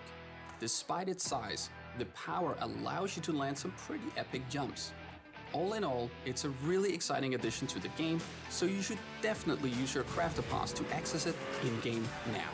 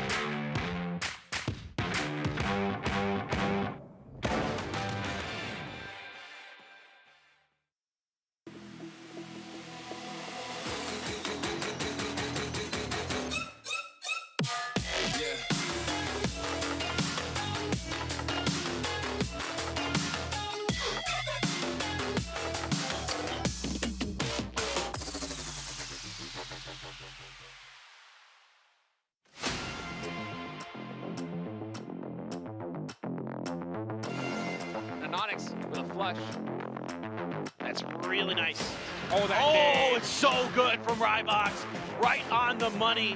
Gonna follow up with another one here. That was bouncing in, and he's got it done. So still on the northern edge, and Korea to the southeast to contest with on their path into this circle. And I mean, unless they can handle these neighbors to the best of their ability, as Loki just pops off on Denmark. I think Loki was looking to see if he had a frag grenade. Oh my God! Wow. Engagement. That bounced off of him. Oh, look at this thing. That smoke though. It bounced off him. Oh, so much danger. So much danger, BB. Oh, the car. Oh, everything falling apart for Canada. Close quarter situations like this one. Finally, the breach coming through. Seoul is going to try and push. He gets flashbang though. He's just spraying like mad, trying to hold on. Bard coming in with a DBS. Oh, and he gets taken out. It was actually Timo there with the AUG. And then the DBS comes through, and Nonix gets knocked. And Korea is... Finna. Just grenade. Oh, well, he didn't get the time. Oh, he didn't get the knock. Opportunity though. Immediately the grenades start raining out from China. Longskirt gets Keenan. Finna trying to do what he can. He might get the knock. He gets two. Big one there. Finna still alive, still fighting. Keenan's grenade got in there. 8 left, just barely close. So close to getting knocked. Oh, that nade's also good. A lot of damage. Oh, that nade on Show. Is it going to be enough? Barely not. Show gets the heal off though. Finna's follow up, the last frag in the bag. Gonna come through if it bounces under the carcass. It's right at his feet. It's beautiful. What a play from Finna.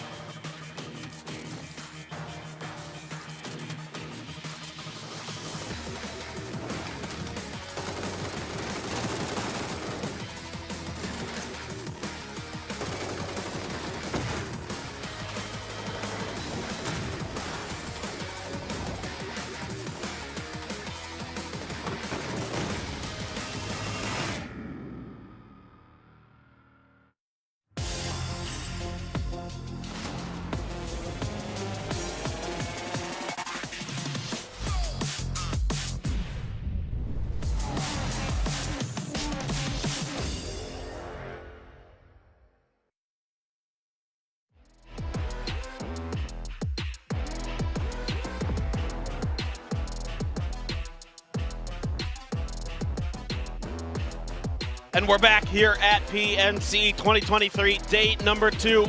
2 more maps to go. It's 2 Erangels to wrap things up once again. And it is just barely Vietnam leading the way here as we move on to the grassy pastures of Erangel. But like we've been talking about, it's anybody's game. There is very, very, very little room for error right now with the way things are going. Yeah, pretty much every team within the top 10 has a chance, if they catch fire, to start to gain some ground right here. But a scary thing for the teams contesting this lobby is the fact that Argentina yesterday won both Erangel maps back-to-back in convincing fashion. Now here we are, once again on Erangel for the 3rd time this tournament. Argentina continuing to play hot. They might have lost a little bit of steam compared to yesterday, but they're sitting at 83 points, 1 point behind Vietnam, who's in first place.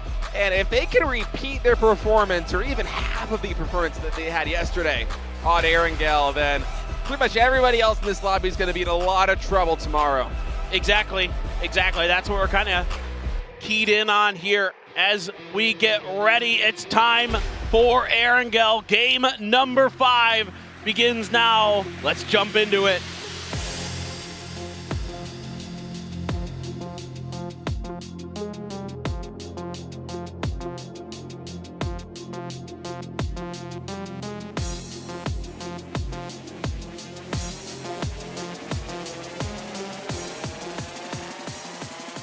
Okay, let's get going, man. Nice, kind of diagonal playing path a little bit to the south. Hard if you want to go to Georgia Pole, but besides that, most of Erangel in play. We haven't had any. Sorry, too bad, right? No, you're fine. It's really not too difficult of a plane path. Georgia Pole's a little weird though. That's the only one. I feel like you would have to land at that area between Rozok and the little island to the west of it. There's a good number of car spawns, especially in these pro lobbies, that you can go for if you really want to drive all the way out to George. There is a hard vehicle spawn at the ruins too that you could potentially grab. Oh, is there? Yeah, which I wasn't aware of that one. I believe Vina might be going for it. I think Ruins was the first place that I started dropping in Erangel when PUBG first came out, and I was a noob, so I just got decked. So I'm traumatized, and I never go there anymore. It's like first impressions are so important. Yeah, they really are. They really are. All right, where is the circle going to take us this time around? I want southwest. I want like quarry area. Hey, if the circle doesn't have to touch the plane, I want to go to Zarki, but all right. I think it still does on Erangel. Oh, on Erangel, that's right. Yeah. It's the one exception, apparently. Okay. Nice little Milta circle here. This the is VSS? Going. Yeah, let's it's go. my time. Full screen it. I don't want to see the map anymore. It's Chris. Let's go. Get an extended quick draw on that thing. Yeah, exactly. I think this might, I don't know. Maybe we go military here. Like we have one of those just absolutely abysmal, just triple hard shifts down to the military island. I don't know. Let me sip my coffee and think about it a little bit more. I feel like the chance is a little bit higher than it looks by the land ratio, just because of the fact that there is so much military island in it. It's near. It's probably like a 10% chance it goes to that military island, maybe even less than that. Really, you think it's that low? Yeah. Okay. Because I'm not going to doubt you. Because of the water. The water. Yeah, I don't know. I feel like I've had circles like this one where they hard shift towards the bridge in the military island. We've seen it before. Yeah, I mean, you play a lot of PUBG, you remember the circles that haunt you. It's one of those games where you just like die on the rocks trying to get across the water, but neither here nor there. Argentina, of course, the team to really keep your eye on here on Erangel. Of course, a top 3 team, 41 points, almost double what Vietnam has. Almost more than Vietnam and Denmark put together right there, as Argentina with back-to-back wins, undefeated thus far on Erangel. Similar to the way that Germany's just been dominating Vikendi so far in this one, and if Argentina can double down yet again here, would love to see it. Yep. Okay, so this is interesting in that Honey Badger's here, Duck2's knows, because he just punched glass. Like, he was not quiet about coming up onto this. He drove in, he made noise, and he's trying to kind of trick his opponent into revealing their location. But at this level of play, with this caliber of player that's at this event, it's tough to get them to do something, you know, that is a little bit kind of out of the ordinary. Oh, the tri-bike for Vard. Oh, no. Feels bad, man. Yeah. Not the most ideal vehicle there. It's Honey Badger just chilling out. You know, for a second with that play there by Honey Badger, I was thinking that, you know, Fez and the rest of the crew, like Vard and T-Bone, would be rolling up a little bit earlier to try and catch a rotation for Vietnam to bail their teammate out of it. But instead, just a little bit slow there was UK. So Vietnam just to be able to piece out of that location without too much of a hassle. And now Honey Badger can go back to looting these nice little houses. But I guess they're not exactly convinced. No. It's Vietnam, man. They get know this- who this is. True. They Yeah. 100% know Okay. what team did that, and Yeah. you have to be extra cautious. What if Vietnam drove up with a car and then just drove back with the same one guy in it? They're putting a trap for Yeah. us. Yeah, Yeah, it's possible. exactly. It's Chris once again. I'm getting flashbacks to yesterday. I think it actually was him last time too, right? That was establishing a beachhead. Yep. When we had a military island circle there for Team Germany. You're correct. It's fun to watch Germany play, that's for sure. That is a given. Like I was saying at the beginning of yesterday, no matter what, you're going to be entertained by Germany. That is a for sure. Korea going to reach out early into the very northern part of the circle. Now, usually they like to take control of what we call in Korea the Sky Garden, what most of you call the Heaven area of the map, that plateau to the west of the mansion. And then they'll kind of leapfrog from there, and I can see Seoul reaching out all the way down to the prison even for Korea out of Yasnaya. So they're trying to get deep. You're going to see a lot of teams want to go towards the southern coast with this circle because of how much of the military base is still in it. Teams are just kind of suspecting that eventually this circle is going to end, you know, maybe farm, maybe Milta area, and they're playing for it. Yeah, you got to kind of preempt it based on what the probabilities are of where the next circle is going to go. Now, we do have a couple teams crossing paths, but not exactly interfering with each other just yet. The UK and Brazil right now here in Milta, China and Japan a moment ago up on some of the hills near the farm area. Thailand and Argentina as well. And all just taking a couple of shots there with the Mark 12, not able to connect with any of them from that very difficult angle. Just getting the lay of the land. One of the nice things about Erangel is oftentimes, even with circles like this where there is so much water, there's a lot of playable area where you don't necessarily need to force a skirmish early on. Right. It is a very understood map. So the teams are able to, exactly what you're saying, and that's avoid disasters early, usually. But it is PNC, and so we get to see a little bit of more chaos as teams kind of take risks. They don't understand, you know, they haven't, because the teams are kind of mixed of the best, their thought processes and patterns maybe aren't as easy to read in times because they're going to try some stuff that, you know, one player says, hey, I like to do this in this circle, and the rest of the team goes, okay, and that's maybe not typical for the rest of the players. Vard keeping his eyes on his Sparking. Sparking with an SLR could do some serious damage if he can find the angle. Vard as well. Just going to hold it down. Code Marco. Did he actually get one of those shots there on show earlier? He that had we to missed? have. That was... Yeah. Or somebody did. It's a ton of damage coming in. I almost say that would have been a heady. But from that angle? Could be. Dang. We've seen some pretty nutty shots. I mean, that is the one thing about this event is because you're literally seeing, you know, the legends, the best of the best from every one of these teams, you know, from their respective countries, that you're going to see stuff like in terms of those long-range shots that is definitely above and beyond what you might expect from PUBG Esports. That's the best thing about this, is the individual play is so astronomically high. Yeah, and with players trying their best to represent their countries here on the biggest stage, of course, there's a lot of national pride as well. You know, with Turkey, they want to come up big right here. They're going to be very happy with their performance. They know that their countrymen, their fans back at home are loving this show, this clinic that they've been putting on here in day 2, racking up, I want to say, almost 50 points in total. I think, in fact, just shy of 50 at 49. Exactly. And certainly going to eclipse that 50 mark before the day is done with the way they've been playing. Exactly. Yeah, this has just been a brilliant day for them and puts them right back into contention. Again, you're less than 30 points from top now.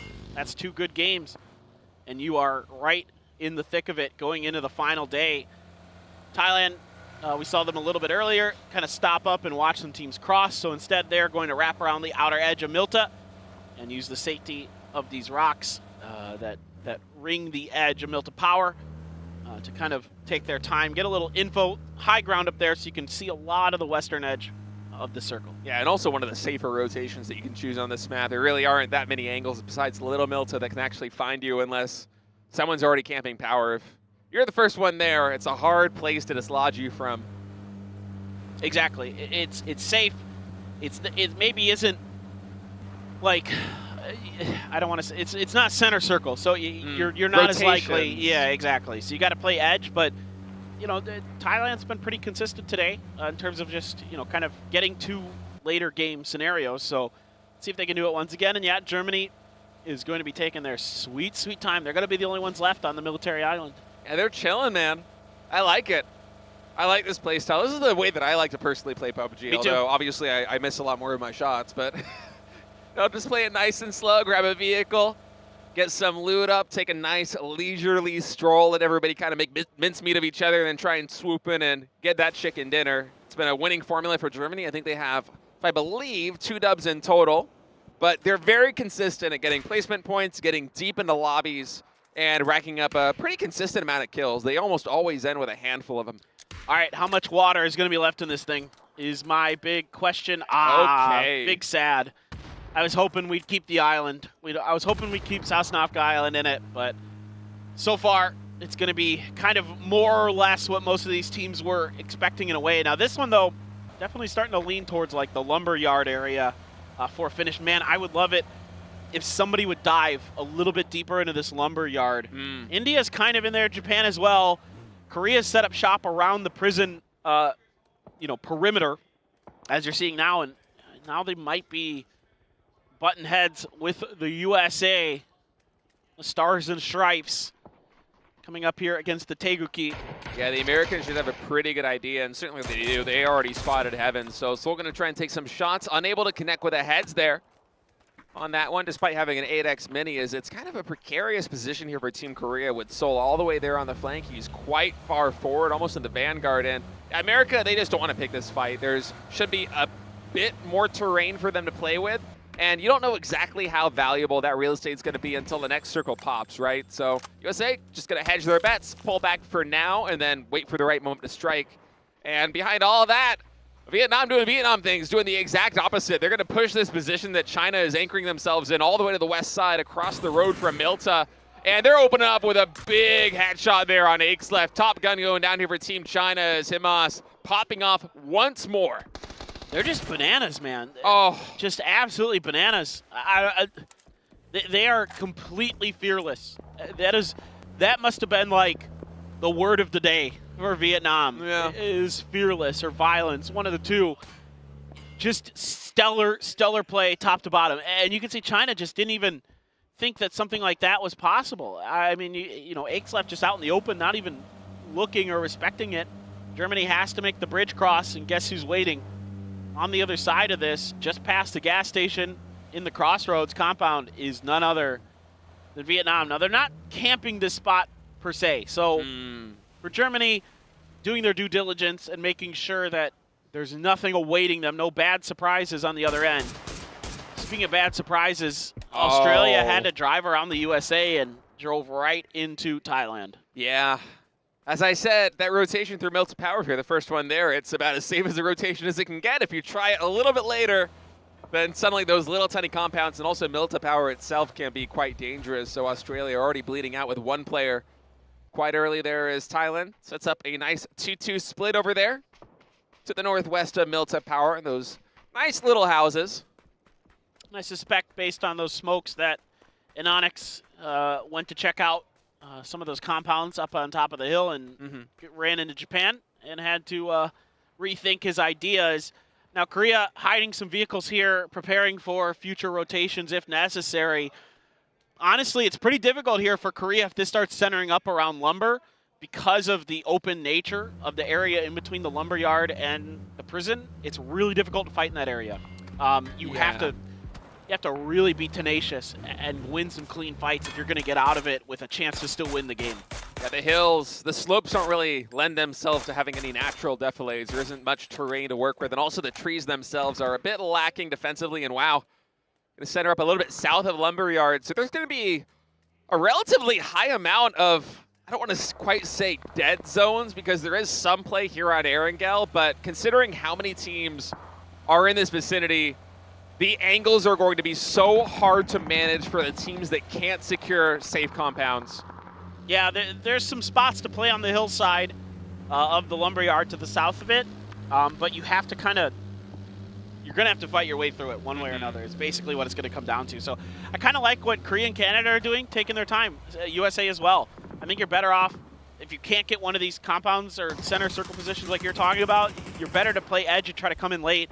Yeah. Try to take some fights, catch your teams off guard. India trying to rotate out, and just barely Pure Boy is able to find that last trailing player of India. Toretto going to be going down. Yeah, so China's just deciding they're going to hold on to this compound for now. To the southwest of Lumberyard. Chinese Taipei to the southwest of them. Just going to be doing a nice little split across those houses. They shouldn't be too hotly contested. Probably no hot drops going to be going in. Or not hot drops, excuse me. No one's going to try and crash those compounds given where the next circle is likely to go. So I like this position. You know, Germany, Korea, Canada, Chinese Taipei, all just kind of playing edge in their own unique flavor of it, waiting for the next circle to pop, because you really don't want to be moving through all of these safe compounds in this area unless you have a clear angle to dive something. Yep. Honey Badger did get knocked. He's kind of out on his own there. The rest of UK not in a position to res just yet. T-Bone, though, going to be trying to be the medic, trying to get over there, seeing if he can get the res. Brazil just going to be watching the outer edges. Now, there's enough stuff to work with in this circle that for now, most teams are going to be able to find some level of safety. I do see Korea and Canada, yep, eyeing each other up here on the northern side of this circle. Yeah, and this is one of the kind of relative dead zones that I'm talking about, where if we're trying to move between these trees, you got like, what, 10, 20 meters to run on a slope with not very much cover. It's a really dangerous angle to be in. So that's why we have a lot of these teams just playing edge right now, because they don't want to gamble unless they know it's going to pay dividends in the next circle.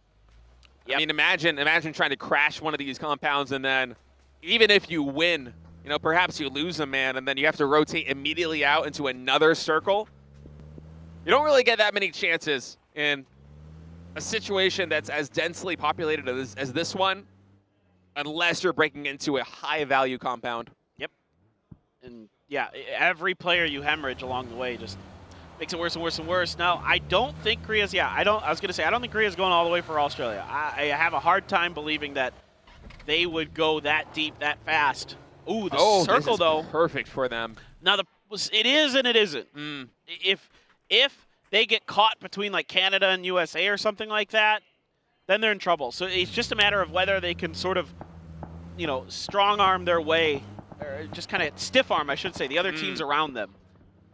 Oh, a nice headshot. Badger did get rezzed. He goes right to work with that bolt. Love it, all the bolts that we're seeing in this one. Me too. You know, going back to the PCSs, we would rarely see anybody use anything other than a DMR at long range. I'm loving the bolt action. Oh, here we go. Duck Juice, Vietnam striking yet again. Chinese Taipei Savior gets immediately knocked, and he's a little bit out in the open, so a lot of covering fire coming in from his teammates here in this house. Gonna try to get to him, but Savior is quickly bleeding out. One more bullet will spell the end. And finally, the bleed comes through. Yeah, I was gonna say, I don't know if that grenade had enough oomph behind it, but I love the way Vietnam played that, because immediately they start smoking because they know that the window of opportunity is short. India. Oh, Rybox. Yeah, that's an insane drop to get here on Salman. Oh my goodness, Salman fights back with the best of them right there. Going tit for tat, 32 HP in the bank, and he gets the knock. And the flush to follow from Translucent. Nice grenade there. UK trying to breach through Brazil. And the UK, not a lot that they can. Oh, and of course, who else? It's Vietnam that steals those kills. That is not what anyone else in this lobby wanted to see. Vinny hitting a couple headshots onto Turkey. Turkey stuck out in the field. This is not a good position to be in right now. There is a lot of teams that are going to have vantage points on this potentially. No, and the most unfortunate part of it is they really don't have any opportunity to rotate out of that until the circle moves. And China kind of gets rid of these teams that are to the south of them. And now we have the USA rotating in, coming on in Korea. Will Korea be able to hold? And Onyx actually going for a really big nade on that one. I think he's going to catch the vehicle, but not the players. Out a little bit short. Now America knows that this position is held. Loki also trading some fire, some shots in. Shrimzy and H-Win Kickstart also taking a fair bit of damage. They're going to have to start to pop some heals. Oh man, H-Win getting so close to getting knocked. This nade, if it finds him a little bit short, it doesn't matter though. Actually, Tiggleton coming in from downtown right there is going to get the knock on H-Win. It's long-range fire from Australia that's tearing USA apart here. Thought they could maybe sneak in behind, hoping that maybe Korea had pushed further in, but Korea had dug their heels on this hillside. Another good grenade from Anonix finds Shrimzy, and now just Snakers alive for the USA, but here comes Australia. They need points, they know it. They are going to steal these away. Nicely done here by Australia, reaching out and finding some valuable points from this compound. Yeah, getting 2 kills in total is Australia. So Korea able to defend, but not really netting too many points for their trouble. And now a hard shift all the way down to the south. So Korea, USA Snakers, Canada, and Japan all gonna have to try and fight to work their way through the lumberyard or around the fringes of the playable area to get to this next circle. But it's a difficult forest to go through. Okay, there we go. I was going to say, Klib's got an AWM. Observers, please. Observers, please. The best bolter that we have in this lobby, and he's got the best bolt in the game. Let the man cook. Let the man cook. He said on day one that he was popping off with the bolts earlier and was hoping he would get some screen time with it. Now with the AWM, hopefully that will ring true as Korea try to make a Hail Mary play here into the lumberyard. Flood not able to connect with enough of those shots, so actually Korea getting through with minimal damage. Actually Heaven fighting back with a covering fire, gets the knock on Waikikamuklao. That's huge. That's huge for Korea. That buys them some breathing room potentially. The mollies are right in there, and a bunch of damage done to Ale, and the molly will eventually burn him down. He got a headshot from somewhere. Tiggleton trying to do what he can. He's going to actually finish off Snakers. Points at least for Australia, but they're under a lot of pressure. Over on the other side, Thailand kind of distended from each other. Japan trying to fight. What in the heck happened with Thailand, or excuse me, with Chinese Taipei? I am not sure. I think they were holed up in the Wizard Somebody compound. might have, and you know what, the molly might have got shot out of somebody's hand. Oh, maybe. I hope we get a replay of that if that's what happened. Yeah. In the meantime, Japan and Canada fighting. Everyone's going to be carried into safety here by his teammate as Japan's going to try and look for the res. They're barely outside of the circle as Canada's continuing to push in. Shinboy all but left to death. Meanwhile, Korea and Australia, a little bit of no man's land over there on the north side. China and Brazil fighting out over here. That nade, if it was a little bit to the left, would have been able to find both Vinny and Haven and potentially get the wipe there on Team Brazil. Yeah, China wants to finish what they started here onto Brazil. And they have to be a little bit careful. Still Turkey out in the open. Longsker sees it. He's got to be careful with his teammate. Kind of running around in front of him. Finally, a grenade connects here for Crazy. One more, and it's done. It's over for Brazil. Japan wipes Canada on the backside of this as well. So great to see Japan firing. Korea, I see them trying to get involved. Klib hits some more big shots with that AWM. Oh! Salman catches Waikikamuka out in the open. Can't do anything about Flood, though. And the cow should be resable. Australia decided they did not want to pick that fight with Korea. Instead, crashing this compound as it's a little bit more coveted here. Able to safely do it. And man, look at the kill feed. Klib is just popping off right now with this AWM. I think he's out of bullets, though. Probably with how often he's been shooting. He had like 4 left the last time we looked at him, so I think he's probably out of the ammo in the big boy gun. Definitely got a lot of damage with it, a lot of value out of that gun.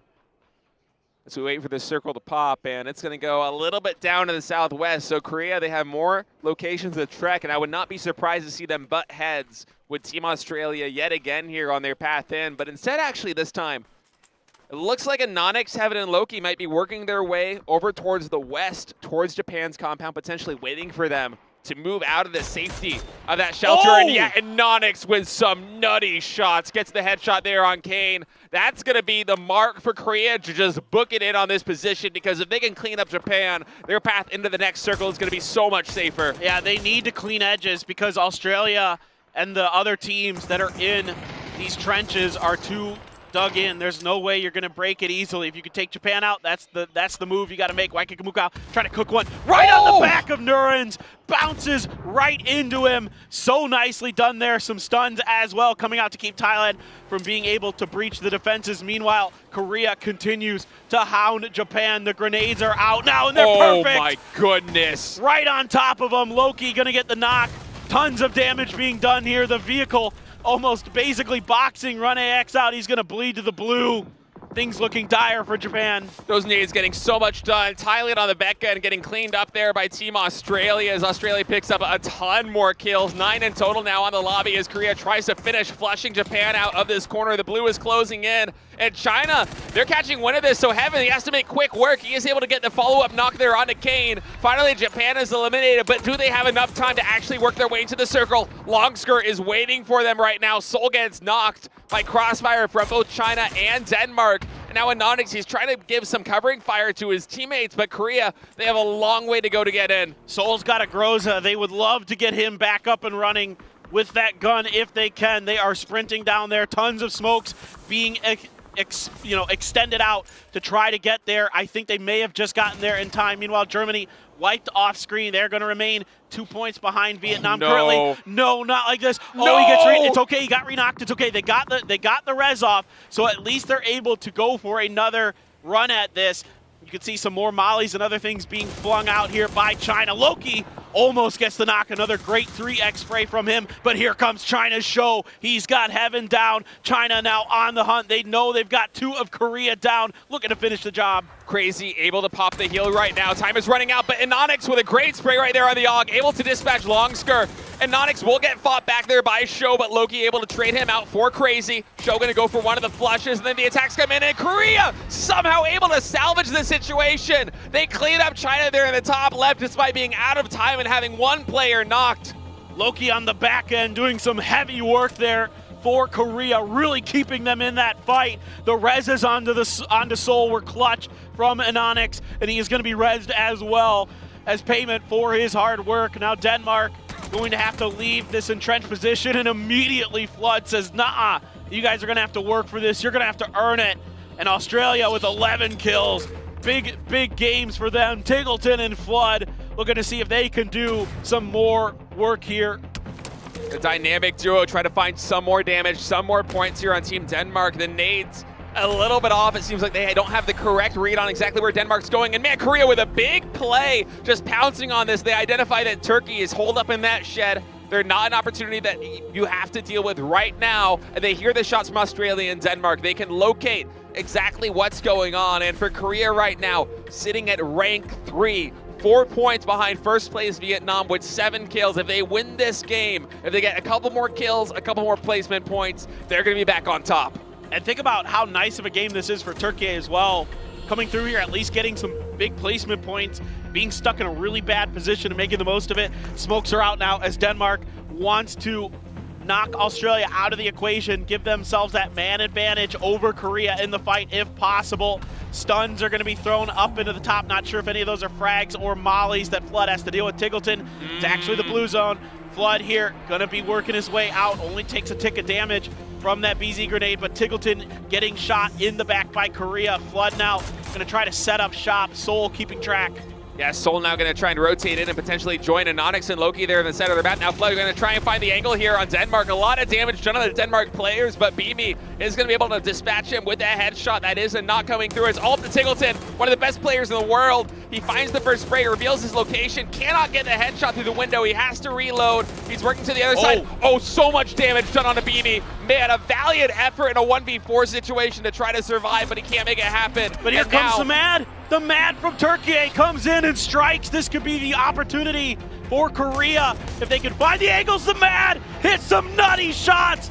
Gustav down, Denmark scrambling, but it's going to be Anonix who finds the Mad, and South Korea is on the hunt. They want to try to finish this. Anonix up front, Kino trying to buy time, precious time for these reses for Denmark, but Anonix has gotten completely underneath their noses. I don't know that, if they know that he is there. He is right underneath this rock. And Anonix, if he peeks over this ledge, can get a really meaty spray. Okay, they have identified the threat. They know that Anonix is there. Loki here in the smoke going to try and find an angle. Anonix for now buying time. If Denmark tries to flush him out, it's going to be really expensive. They're going to expose themselves to Seoul on the back end. They're going to expose themselves to Loki. They don't have the utility to flush Anonix out. They don't know he's there. They don't know he's there. But oh no, he kind of preempted this a little bit. Finally able to get a knock, but immediately traded by Kino. So he kind of saw ahead through the smoke, went for the spray, wasn't really able to connect. And now on the backside, Loki trying to see if he can do something to prevent this res. Glib is going to go down here. So does Anonix. So now a 3v2. Seoul and Loki, the Danawa superstars. Some of the all-time greats to ever play the game. Looking to see if they can sneak one away from Denmark. Denmark wants this win. They want to get right back to the top of the leaderboard. Out in the open is Loki, but isn't knocked. Loki is so far forward right now, Seoul holding the back end. And oh man, it's too hard with this tree. You can't cover enough angles. It's all up to Seoul right now. Denmark Beamy, he's gonna go in, pop some meds. Seoul, he does have an 8x mini, but he has his work cut out for him. He has to take one fight at a time. He gets the headshot there onto Beamy. If he can follow up with a knock, that makes this problem so much easier to solve, but I don't think Denmark's gonna give him the breathing room. He's got level 3 gear, he's got a Groza, but he's got to be given the opportunity to use it, and right now the range is not going to be there. He's going to have to rely on that mini temporarily, but look at Kino, so smart here. He's going to be able to sneak underneath Seoul's nose. Is Seoul going to be wise to it? He suspects that he's got 1 on 3 HP, going to go for the heal, should be able to get it. I don't think Gustav and Beamy have an angle to actually get him, so yeah, that first 8 is going to come through. If Seoul can isolate and just take one fight at a time, if he can get a knock here, either on Gustav or on Beamy, he has a chance to come through with some heroics. A 1v3 for Korea on his home soil, but Gustav and Beamy, they know exactly where he is. And these movements now coming through, Seoul has to react so fast, so perfectly to make this happen. He's trying his best. Certainly, the adrenaline is flying for him. He's watching the angle, but he takes a bunch of damage. And you can see that they're trying to take the angles off of him. They're trying to use this opportunity to even get to Kino, maybe get the res here. Shots from Beamy trying to keep Seoul in place so he cannot punish this. He is not going to be able to. Seoul knows it. He knows exactly what they're doing. Stuns are out, doesn't matter. They're going to stick it. Denmark back up to 3 players. Denmark showing a lot of respect for Seoul right now, going for that res. Flashbang coming through, limited damage on that Groza. Only got 1 clip left in the bag. Not much ammo here. Yeah, exactly, for Seoul. He's gonna have to get it done pretty efficiently, but it's not gonna happen. Gustav from the unexpected angle, and Denmark comes through with a huge win. Steady as she goes for Denmark, and now they put an exclamation point on their PNC run. It is getting so close at the top, paper thin. Korea, when all is said and done, after 9 kills in that game, is going to work their way up to tie with Vietnam in first place. But right behind them, we have to wait and see the leaderboard. I'm telling you, it's going to be so close. Denmark is putting on a tremendous show. I think they had double-digit kills in that game. Beautiful performance, so slow, so patient. You could see the smiles on their faces. They just delivered a fantastic win, and they are gunning for a top spot. And it's the first ever win for Denmark at a PNC event. Congratulations to them. So well earned, so hard fought there at the end. And try as they might, Korea could not dislodge this tough Denmark team. The veterans, so smart, the way that they maneuver themselves, the timings they utilize to push forward, to keep Seoul in check. Absolutely brilliant. Showing so much respect to the Korean superstar, even going for the res in that 3v1 situation. Did not want to risk it. And for their patience, they're rewarded with a clean victory in a really fun match on Erangel, especially those final circles. So many cool plays attempted by Denmark. The heroics from Turkey once again getting late game placements despite just having 1 man up, coming in with critical knocks there on Denmark that set up for the fight between them and Korea. Really just a fantastic show. And Australia had a great game here. Tons of kills in this one, getting deep into it. Yeah, they couldn't fend off the strong push from Denmark at the end, but they were doing a wonderful job harassing all these teams on the northeastern side. Brilliant stuff. China picking up some big kills once again. They've gone a little bit quiet, but now back to the comfort of Erangel, and they are right back in it. And I really thought with an Onyx over there on that rock that they might have had a chance. against Denmark, but instead, I mean, just went all the way down to the wire, and Denmark barely able to get them. And I'm curious to see, I hope it's asked in an interview, when Denmark realized that Anonix was there on that boulder, because for a moment, the way they were moving, I thought that they had the idea, but they couldn't expose themselves to take the shot. But then they didn't know until some of the shot. movement. They didn't know until he shot. I guarantee it. With the way that Klib was moving, they did not know. 100%. I just have that feeling. Maybe they did. I don't know, but I don't think with the way that they were playing that, they had figured it out. Incredibly suspenseful in any case. That was a good ending. Oh. Good game. Good game right there. Love to see it. Turkey, great day. And they continue to just, do what they need to get points. And this one, looking good. The match leaderboard, of course, 20 points for Denmark, 10 kills, 10 placement points. Korea, the 6 placement points and the 9 kills. Very nice for them. Australia, again, big kill counts, setting them up to have another strong day. As great as Turkey has been, Australia also having an absolutely phenomenal day. Yeah, Turkey and Australia are just climbing the ranks. And at this rate, if they deliver another performance like this, we're talking about them getting potentially top 8 at the end of today. And, considering where Turkey was when we began this, it was, 9 points at the end of day 1. They had a big goose egg coming into Erangel to open up PNC 2023. I mean, it's just astounding what they've been able to do. Certainly one of the best performances, definitely the best daily performance we've seen from any team so far here in PNC 2023. And Gustav, got to be the MVP. I mean, this guy, one of the best guns in the world, one of the best players in the world, nearly 700 damage from him alone. A critical part of the success here for Team Denmark. He's in an absolutely tremendous showing. If you have this guy on your fantasy team, you are just loving life. He has been just destructive from the get-go for Denmark, and he is just having one of the best tournaments in this from a very storied career from this player. He is having one of the best tournaments I've ever seen from him. Absolutely insane stuff. The big players step up in the big moments, and that may be the moment here for Denmark. And like you alluded to, the leaderboard outrageously close. Goodness. 2 points from first to fourth. Even closer than I thought it was going to be. And Argentina, 83. Right behind them, too. And then you look at Brazil and Thailand, they're already in the 70s. United States is at 69, man. That's, 20 points behind South Korea. We're going to go into day 3, and it's going to feel like any single team in the top 8 is going to have a chance to emerge victorious as a champion. And that includes, potentially, Turkey, who was at the bottom of the barrel at the end of day 1, and either ranked 15 or ranked 16 with less than double-digit points.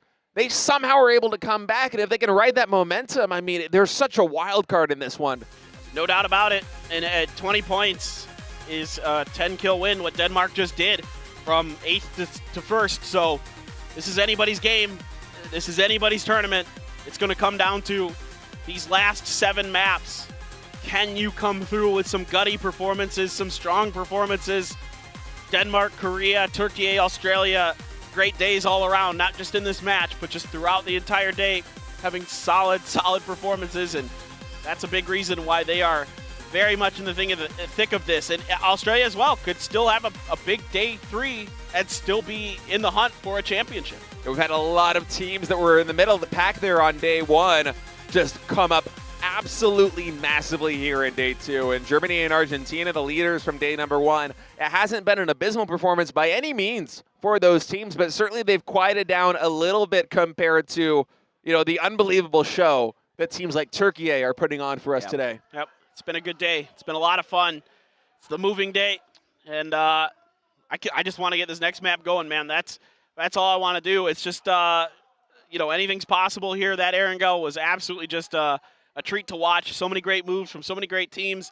Even Vietnam getting some kills in there. So everybody just kind of getting involved. Japan doing their best to, win some fights over on the edge, and then they got trapped by Korea, taken down on that. So everybody kind of had a moment here or there. And today we are looking forward to the last map. It is in Erangel. This is it. We're going into it. Let's go, guys. Last game of the day.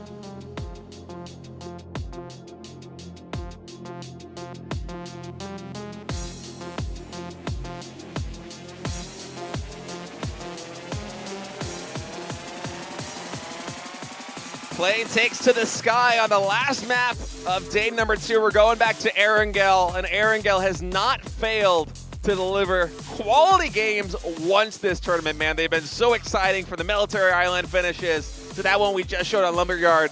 Personally, my favorite game so far of the tournament. That was an absolute blast the way that one finished up. Some crazy heroics, and I'm just so excited to come in here to map number 6. I can't wait to see what these teams have in store for us, and I can't wait to set the stage for day 3. Exactly. I'm giddy. Yeah. I got nerd chills, as Artosis, the nerd chills. The nerd chills. Legendary StarCraft commentator would say. Yep, absolutely the nerd chills. They're real, my friend. And Denmark, man, oh man, you love to see this. You know, their first ever event, and they are popping the heck off. And they will be dropping over on the eastern coast, northeastern side. I'm looking at the map here, seeing if anybody's gonna get a little bit wild. Honey Badger's kind of driving at the mad. Where is he? Oh yeah, I see that. Kind of curious if that's gonna result in anything. That's the only thing I can see. Ooh, eastern edge. Maybe Lipovka area? Yeah, potentially. Might find some action near Mansion. One of my favorite regions of the map ever since it had that refresh. God, it must have been years ago. It feels like forever ago, doesn't it? Remember when it was just absolutely barren, and then they breathed fresh life into that thing. It felt like an RPG area when it came out with all those rocks and trees. Absolutely gorgeous. But man, what a day that we have had so far. Here we are, match number 12. 2/3 of the way through this tournament. Hold that thought, actually.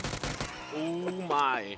Yeah, that umping, it's dangerous, even with iron sights this early on. Luckily, Koa's not going to be in too much trouble, but I mean, look at where we're at right now. Argentina and Germany were absolute top of the top coming in here to day number 2, and certainly they're still in striking distance, just 6 points separating Argentina from first place. But Korea, the hometown heroes, finishing right now in first would be absolutely huge for this crowd. They've never won a PNC, and they never even won a chicken dinner at a PUBG Nations Cup until this weekend.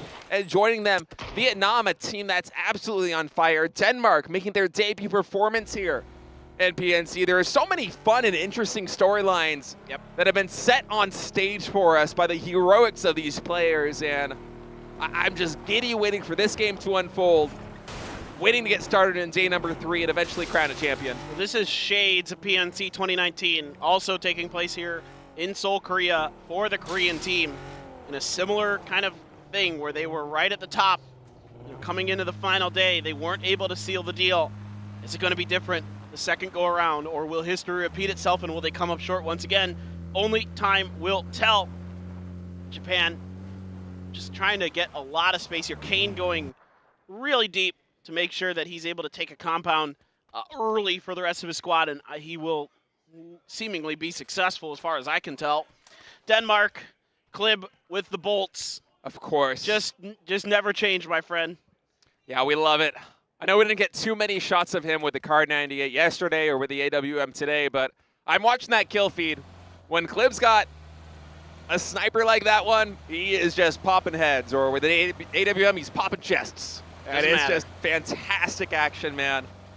I love it. Yeah. Bolt's my favorite gun in the game for sure. Just absolute blast. And we'll see how this one decides to shape up. For a lot of these teams, if you're watching the map feed at home, and if you are, and I absolutely suggest that you do, Australia, Thailand, Germany, USA, and Chinese Taipei, all down to the west, to the southwest, have long journeys ahead of them through some very scary teams. You know, China was dead center, landing in Prim. Or not Prim, excuse me. Pachinki, and Vietnam also just an absolute wild card in terms of aggression. They have not shied away, and Ductus especially has really been, you know, just catching on fire here in day 2. He's getting so much damage done. I feel like the screen time that he's getting here on the mainstream, it doesn't do justice to how hard he's carrying, because it's not just Tomas, it's not just Haisaki, it's everybody on this team. Well, and Haisaki really picked it up today. He had a pretty lackluster day yesterday compared to the rest of his team. I mean, it wasn't a bad day, but compared to the rest of Vietnam, it wasn't what he wanted. Now, Shinboy is stuck right now. Needs a little bit of help potentially, but the good news is Japan doesn't have a really phenomenal angle onto this, and it's pretty far, so a few smokes, a little luck, he should be good to go. Shinboy kicking himself. They didn't run into a cornfield instead of a wheat field. Would have made that escape a little bit easier, but this isn't Iowa. It's not Iowa, no. So Canada, in any case, still going to be able to get out of this. It looks like they are establishing a foothold in. Actually, no, hold that thought. As Seoul gets the headshot there on Keenan on the exit, and he is quite far away from a building. Oh, man. If Seoul connect with a couple more shots, some uncharacteristic misses from him, and oh, no. Oh, no. Longsker also coming in. SLR with a 6x. This is dangerous now for Japan. They've spent too long out on this hill, made too much noise. Was it Pureboy not spot him? He spots him a little bit too late, so some damage comes in. But Longsker, if he was able to secure a heady and just one body shot, could have gotten a knock there. Yeah, it just almost was disaster here for Japan. But yeah, by the skin of their teeth, they're going to be okay for now. It's Kane trying to position himself to play a little bit of defense. See if they can maybe get Pureboy back into this compound. Yeah, and I wonder how hard China's going to try and push this one, because they have not shied away from the aggression so far. And also this compound, given this circle, is a pretty highly coveted location. You have a lot of buildings you can work with, a lot of options, a couple different exit paths that you can take, especially with that minor hill that you have to your north. So we'll see exactly what China decides to do. Whether they're going to try and play for a later rotation in the next circle, or if they're going to try and pounce in that compound, remains to be seen. Looks like for now, I think they're just, like taking their time. They know that they missed their window, and there's no reason to try to get a little bit too crazy. Yeah, perhaps if they got a knock, they would go in on that situation. They 100% would. At least I assume, that's what I assume, because it's China. Like it's Team China. Like today they've been trying to choose violence. Oh no, sparking, not like this. Oh, T-bone. A lot of damage. What did he just loot? A level 2 helmet. Okay. I saw the level 1 on him, and I'm like, is there a reason you did this? Like, are you just trying to, like, in case there's return fire, save that helmet? You know what I mean? Like, from damage and then swap it out? I don't know. Yeah. That's some sick macro right there, man. Yeah, man, that's real macro. Who would love to see that? America out towards the western edge, behind where we saw China earlier. Canada, their northern brethren, also to the north a little bit. And so let's see how America wants to maneuver. It's been a little bit off for them at times today. Hasn't been quite as good as we saw yesterday. Still, though, I mean, again, one game is all it takes here. And you're just, the kind of not great day just kind of washes away. Right? If you're America and you have a good game here, then you're just, the rest of the day is just washed. It's gone. You're just coming into tomorrow with so much more of, like, confidence and those kind of things. We saw that for Vietnam on day one. Remember, they were really struggling through the first 5 maps, and then, match number 6 on Erangel, 15 kills. They didn't win the lobby, but they certainly had the most points, and since then they've just been on fire. And also, going back to America, I feel like today they've been a little bit unlucky with some of these rotations. It's not like they're getting outgunned or outplayed. And even the shot calling, I don't think, has been bad. It's just they found themselves in a lot of unexpected situations at unfortunate times. And that's kind of the game of PUBG. It's why we play so many lobbies. It's a game of averages, because over average, over time, skill truly shines through. And I wouldn't be surprised if the USA really started to rack up some points. If not in this lobby, then as soon as we get started tomorrow. Exactly. It's like I always say, PUBG is a race. It's not a sprint. It's a marathon, and you got to be efficient and calculated, and know when to take risks, when to not. Of course, obviously, individual skill, individual play matters, but it is certainly just a portion of a much larger pie. Is Germany outside of the circle? I think they're the last team outside of the circle as far as I can tell. So a little bit of Chinese Taipei and Vietnam lurking on their edge, potentially China, but I see Crazy in a vehicle, so I don't think that's going to matter. Mark 14 here for Luke 12. Big boost for Team Australia, looking to repeat another strong performance here on Erangel.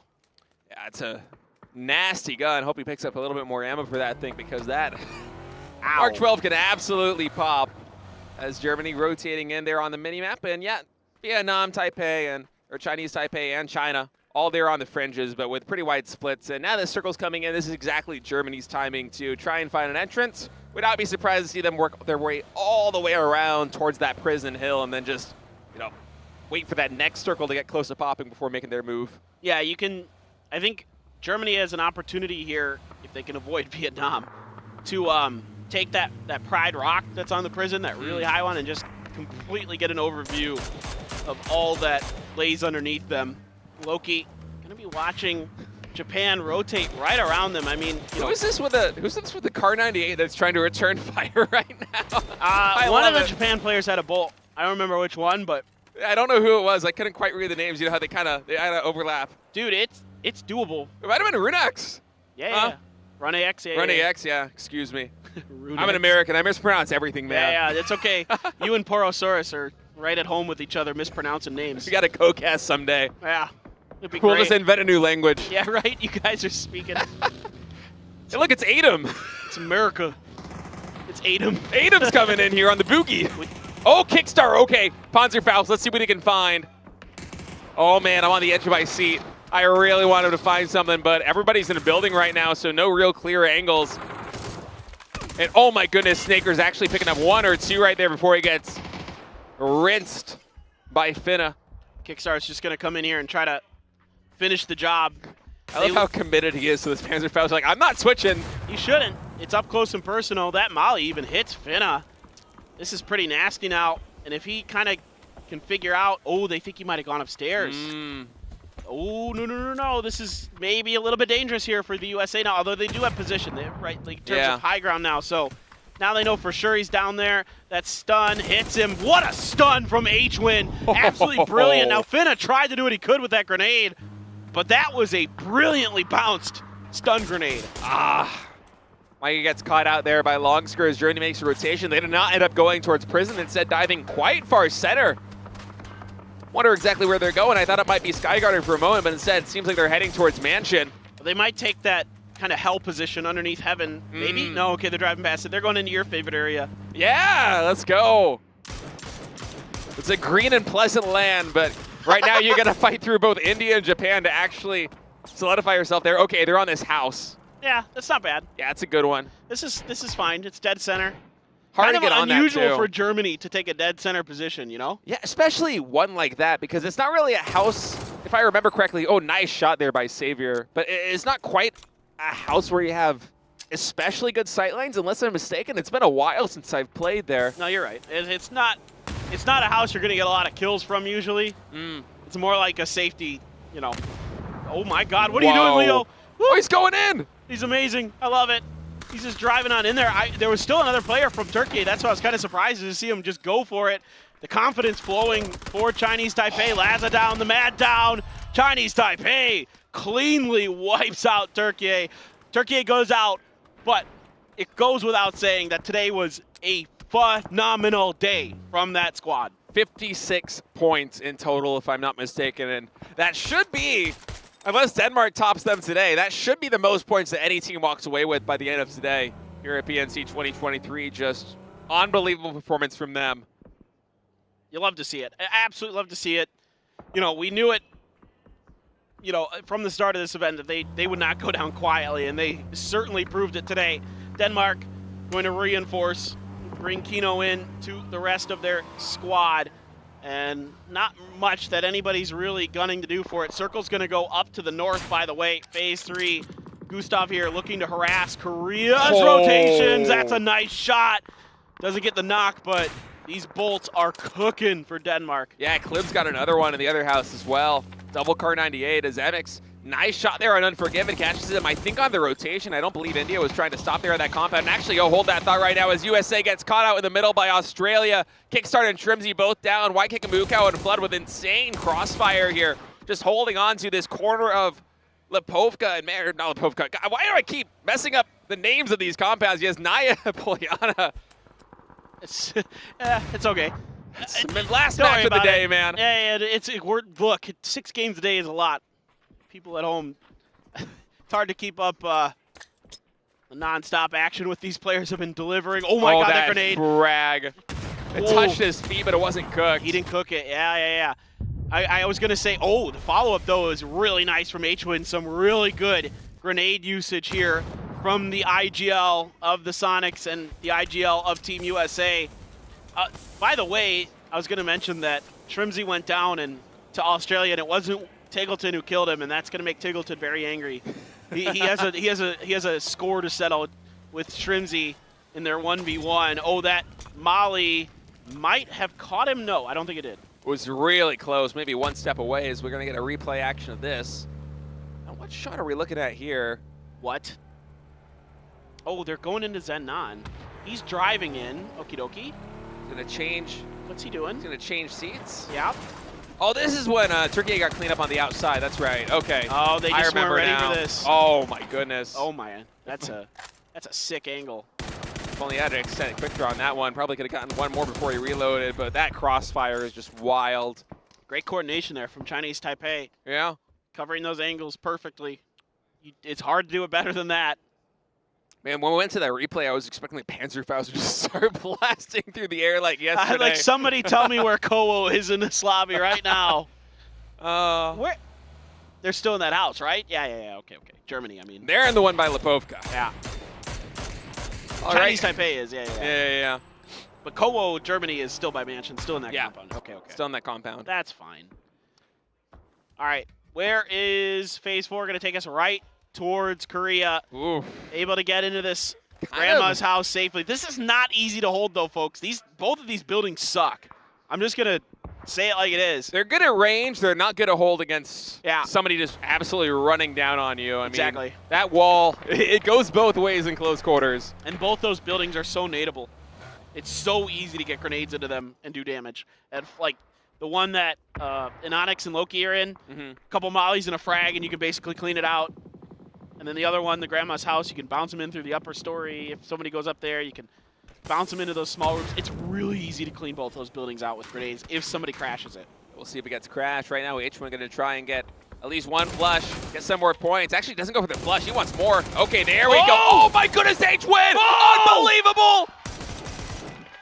Oh, my word! And H-Win knows it. That's one of his teammates there that he's taking down, and he lets them know it. Unbelievable timing on those sprays, control perfect, and look at the way he's celebrating. He is pumped up right now. And keep in mind, he went for the flush. He was spending ammo and shots on the flush, and then he had the speed to be able to switch that transfer up. Absolutely clean house, 3 kill at close quarters. Unbelievable stuff, man. Disgusting. Pongskirt able to trade out Leo. See if they can do anything else, but there's some range here for Brazil, and Chinese Taipei trying to keep Brazil from really doing any more damage as they're trying to gain position over them, trying to see also if they can get that point. They do. Zenon able to find that grenade and the flush. Japan, though, on the outside of this, I would actually love to see Japan get involved in this. Take some fights here, get some points. Even though Vietnam is right next to you, just you need everything you can get here as Japan. Yeah, you got to climb that ladder somehow. All right, UK and Thailand going toe-to-toe right now. Tebow with a really nice spray. Is able to get one, but fighting back is Thailand as they go toe-to-toe. Vietnam going to leapfrog momentarily, potentially over Korea. One more point ahead. And here goes, Japan gets something out of this. They get a kill. That's fine. Imhawk's been knocked because he was way away from the rest of the team, but you know, I like the idea at least to get involved. That's fine. Now Tanadol. Oh, nice shot on that one. That's a headshot right there on Honey Badger. Nasty shooting. Vard trying to do what he can, but he's stuck up on that edge. Kane is going to win a 1v1 versus Hemas. That's a hell of a win for him and for Japan.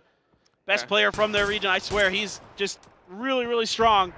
Yeah, Hemas has a ton of damage, a ton of kills, not just today, but in this event overall. Probably still leading, maybe. Oh my God. Well, that is a center circle here on Team Korea. Yeah, I think somebody's going to try to crash it eventually. It might be China, it might be maybe eventually Vietnam if they can win these fights. We'll see. Vietnam now splashing some grenades. Is that a frag? I think it might be. Oh, the front one was. The other one to the side, I was wondering. Clories gets a knock. Does he have more? This is near impossible. Man. Oh, it's a blue zone.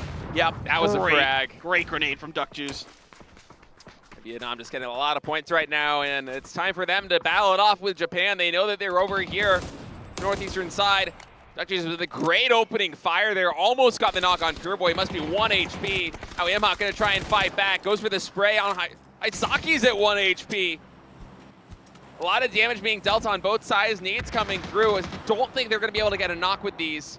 I'd like to see Pure Boy try to flank out. Pretty good spray from Clories, but that flank is being controlled well here by Duck Juice. In fact, he's gonna counter flank. This is so smart. Pure Boy had no idea it was coming. And now another potential knock coming through. Clories has to reload. China, in the meantime, has taken down Thailand off screen. Imhak trying to spot out Isaki, and he got it. Great spray. Great spray from Imhak. Duckjuice gonna try and finish cleaning this one up right now. We'll see what he's able to find. Katie's been a hot shot already. 330 damage in the bag. Trying to get the headies here on Duckjuice. Will he be able to find it? He's got the right line of sight. There we go, spray coming in, able to connect with 2 shots. That's him going down. And now Vietnam down to their last man. Clories low on HP, going for the first aid kit. Finally pops her right against the blue. But just Kane left for Japan. He's got to be careful. Oh, that angle for Clories was almost good enough. Kane in a 1v1. Can he best another one of these Vietnamese superstars? Clories is going to be good for it.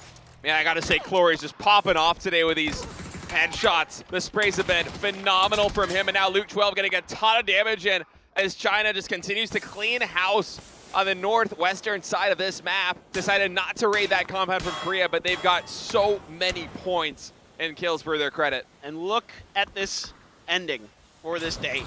5 of the 6 teams are your top 5 teams. Imagine this ending is so wild. Clories just desperately driving in to try to find some kind of safety. Got headshot. 1 shot from death, and there it is. Kino is going to find it. Vietnam out, so now 2nd through 5th still in it. China still has a role to play. They've got 3 up. Anything's possible here. Another circle to go. Korea will absolutely 100% be in this next circle because they're dead center. Just how much of their compound is in. All right, circle now coming in, and man, it just centers up to the north of Korea, and they're gonna love this one. For Germany, they have a long way to go, and Nonix able to take down Brexco on the transfer. It's Chris now gonna try and drive in to join his buddy Koho, but I'm not sure if that's gonna be possible with China causing a ton of problems, and Nonix being so good with his Mark 12. This is tough for a lot of these other teams. There's just some hills, not even a lot of foliage, not a lot of hard cover to work with outside of Korea's compound. So this hill is going to be potentially valuable, but you're going to have to fight probably the other side here as Germany. I think they're going to have to try to go through China because they're on the outside of the next circle looking in. China knows it, and they're making them pay for it. The grenades are running in, and I think the time might be here for Germany. Let's see if they can do anything about this. Yeah, it's 2v3 right now. China coming over the top. It's going to be Show throwing in another grenade. It's Chris. Badly damaged from the previous nades. Is China just waiting until the right moment? They want this smoke to dissipate so they can have a nice long arc at the top of this hill. It's Chris prone on the left side. Koho biding his time. Makes left, gonna try and find a spot somebody on the right side. Meanwhile, Argentina making a big rotation over here on the north. Longsker behind all this was able to get the headshot there on Koho, so it's Chris will fall. Germany is eliminated. China picking up some more points. Now Argentina's gonna come in.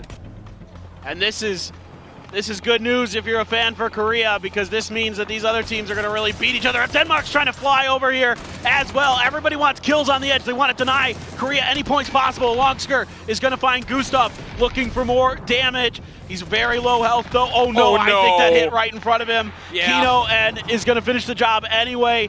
Denmark eliminates China. More points on the board. South Korea knows they can't let this go unchecked. A great grenade from Seoul finds Kino. Seoul looking to unload more damage.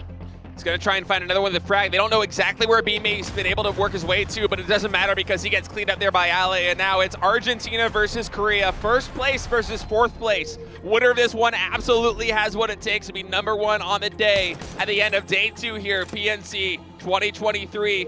Getting closer and closer to the end. Korea with a 2-2 split. Seoul and Heaven on the outside. Loki loading a mortar inside the compound. This is huge. If he finds any knocks here, it's going to be massive. First one just goes in between, splashing a bit too far as the follow-up, so the distance just a bit too great. Seoul's got to be super careful. Oh my goodness, with a red dot spray, able to find MX. That is disgusting. That was quick. And he's got a little bit of cover and a little bit of help from Anonix, who's able to do a little bit of spotting as well. Seoul's going to reposition. Frags in hand for Loki. He's got one more. They're looking for Rybox. They're going to go for it. They're going to guess, and they've guessed correctly. Both frags absolutely covering him. Anonix maybe with a read right there, communicating that to the teammates. Circle centering up again on the Korean compound, but it seems like they don't even need it. They're just winning the gun battle right now against Team Argentina. The first team to eclipse 100 points, 101 right now, and they're adding to it. That's another knock right now onto Ale. Seoul looking for the finish, and they've got him pinned. They've got it done. South Korea is going to win their second chicken dinner and the final game of the day. And this place is electric right now. The hometown crowd loves what they're seeing. And a huge performance on Erangel for Korea puts them on top going into the final day of PNC 2023. One of the most convincing wins of the day. Team Korea with a full 4-man squad up. They could have taken the easy road. They could have just held on to that compound, but they recognized the situation. They knew all those other top teams were fighting for the points on the edge. They wanted to deny Korea the chance to pull away, but Korea says no. We're gonna have Anonix there in the back. Loki's gonna load up the mortar. We'll set up a 2-2 split. We will push that position, and they were absolutely farming on the outside. A clinic cleaning up the perimeter of that circle, and Korea gets their second dub on the second day. And when all is said and done, they're gonna be heading into finals day here at PNC 2023. The only team above 100 points. It's absolutely insane stuff today. Just a wild day. The points are outrageously close still. Yes, Korea's ahead, but it is not far behind them, guaranteed. Everybody below them, I think anything from frankly 10th place on up, maybe even lower than that, still in this potentially. Another big day for any of these squads. Could put them in contention. No one is running away with this event. No one is setting themselves significantly apart. So day 3 shaping up to be one of the best finishes we've had, not just at PNC, but in PUBG Esports ever. It's just such a tremendous show. So many teams stepping up. Korea coming in clutch. H-Win with a goated performance here. I think it was the last bullet in the chamber that was able to get the third knock right there. 3 kills for Team USA, who's rounding out the top 8 right now overall in the standings. Vietnam continuing to pour it on ever since match number 6 on day 1, where they racked up 15 kills on this map on Erangel. And it's just so close to the top paper thin. 5 teams just within spitting distance of each other. And behind them too, as you said, I mean, you put together the performance that Turkey did today. For any of those teams outside the top 5, you are gonna be a champion. At least have a shot at it, for sure. It just depends on what the people above you do, of course, but yeah, it's looking good, looking fun. There's the finish. And you can see this Korea team playing with confidence at the end of this. Again, like you mentioned, recognizing the situation, 18 points for them. Again, think about this, coming into that last phase 5 or phase 6 circle, they had 1 kill, 0 to 1 kills. They come through with 8, so able to find value out of what looked like might be just a low kill chicken dinner. Nope, they're not having any of that. But a big game here for Argentina. A little bit quiet on the previous Erangel, here back to form. Yeah, Argentina with 2 Erangel wins on day 1, and here on day 2, they weren't quite able to get that dub, but number 2 in the lobby, it's been a quiet day for them coming into today. They had the lead. They're still in prime position to retake it tomorrow. And, 11-point finish here. The final match of the day. They're going to take that one. A little bit of momentum booster back coming into the finals day. Yeah, China with another big game here. Just quietly, not quietly, but I'd say mid-level of excitement, having an okay day for China. Kills abounding for them. Denmark, again, so steady, so consistent, and that makes them a real threat going into tomorrow. If they find one more win, one more chicken dinner tomorrow, I tell you what, that Denmark team might be stealing this one. But it's going to be Seoul, not just the MVP of the world, but the MVP of that match. 600 damage, 4 kills, 4 knocks. Of course, survived to the end as the full Korean squad were able to fire on all cylinders. And man, what a showing from Korea coming into PNC 2023 without ever getting a chicken dinner, as you pointed out there on day number 1. And now here, day 1, day 2, they got a dub on each of them. they can do that again on day 3, they might actually be able to hold on to this first place finish and finally become PNC champions. Yep. Oh boy, Paper Thin. It's so close, dude. I mean, okay, it's like 33 points from 8th to 1st, so what? That's doable. That's in one day in 6 games, very climbable. Turkey had almost 50 today. Yep. I think top 5 are certainly going to be the favorites to be champions and when all is said and done on day 3, but an astounding performance from any of these guys Turkey that had are 60 plus. Today. 54 today. They had 54? Yeah, they had 9 points coming into today. Yeah, that's right. It's a hell of a day. Australia also had a hell of a day. They had 13, so they had 53 points. They were 1 point behind Turkey, basically. Man, just so many up-and-coming teams right now. China, big day today. They were at 28, so a little bit of math, like 42 points or whatever. I don't know, a little more Something than that. like that, yeah. But anyway, again, the moving day. Some of these middle teams that had a bad day yesterday, right back up in it. They're doing good. That's what we wanted to see. And huge plays, even better than day 1 today. Honestly, Erangel here on day 2, 2 of my favorite matches that we've casted pretty much all tournament. It feels like the games just keep getting better and better, and what a highlight reel. Korea, they really could have taken the easy way out, just get the placement points, get a handful of kills, but I love how you called. They recognized the situation there on the perimeter. They knew that if they didn't move and act at that moment, they weren't going to get these kills. They weren't going to pad this lead. And so they risked the guaranteed win, or at least the easy win. They took the gamble.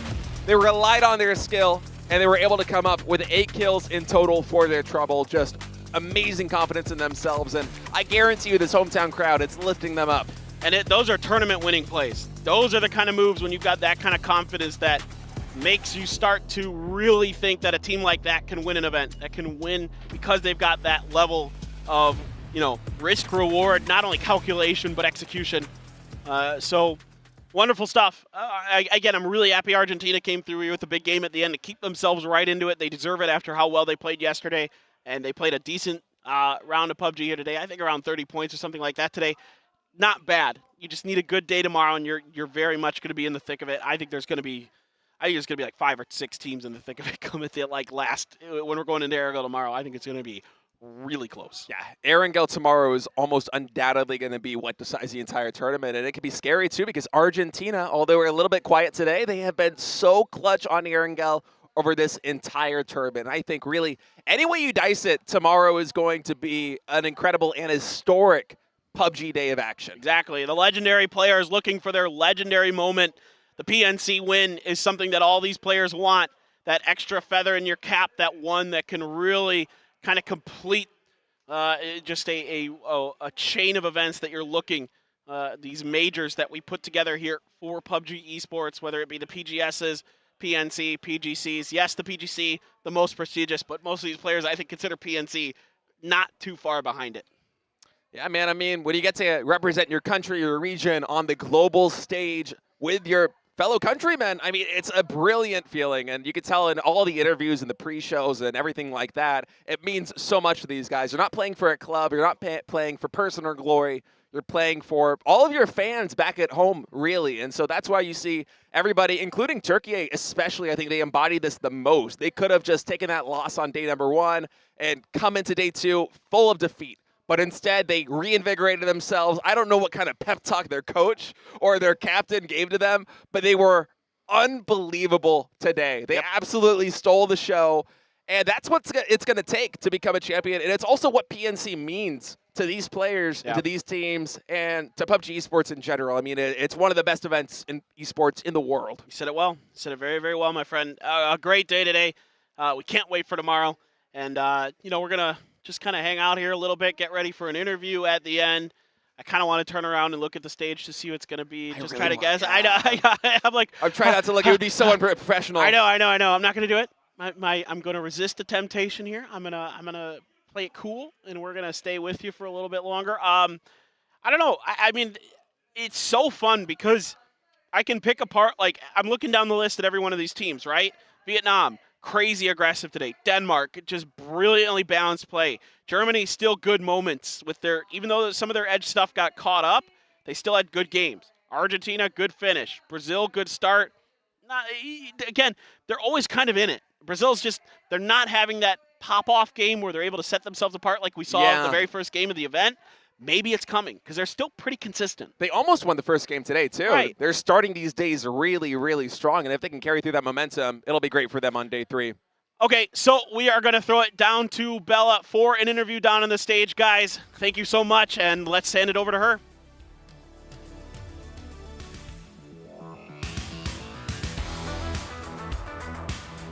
안녕하세요. 전 세계 펍지 e스포츠 팬들을 위한 직질 PNC 2023 호스트 벨라 여기 메인 스테이지에 나와 있습니다. 벌써 3일 중 2일차가 완료됐는데요. 와 정말 오늘 2일차 반전을 기대했는데 저희가 원하는 결과가 나온 것 같습니다. Hello, welcome back to the main stage here at PNC 2023 held here in Seoul, South Korea. What a day we had. We're done with day 2, 12 matches in, and we saw some really, really incredible plays. So let's have our first interview. 오늘 첫 인터뷰. 와, 정말 엄청난 활약을 보여줬죠. 종합 1위 그리고 2개의 MOM까지 획득한 우리 대한민국의 서울 선수부터 만나보겠습니다. 안녕하세요. 안녕하세요. Yeah, up here on stage we have Seoul from Team Korea with his 2 MOMs and coming in first on day 2 of the leaderboard here at PNC 2023.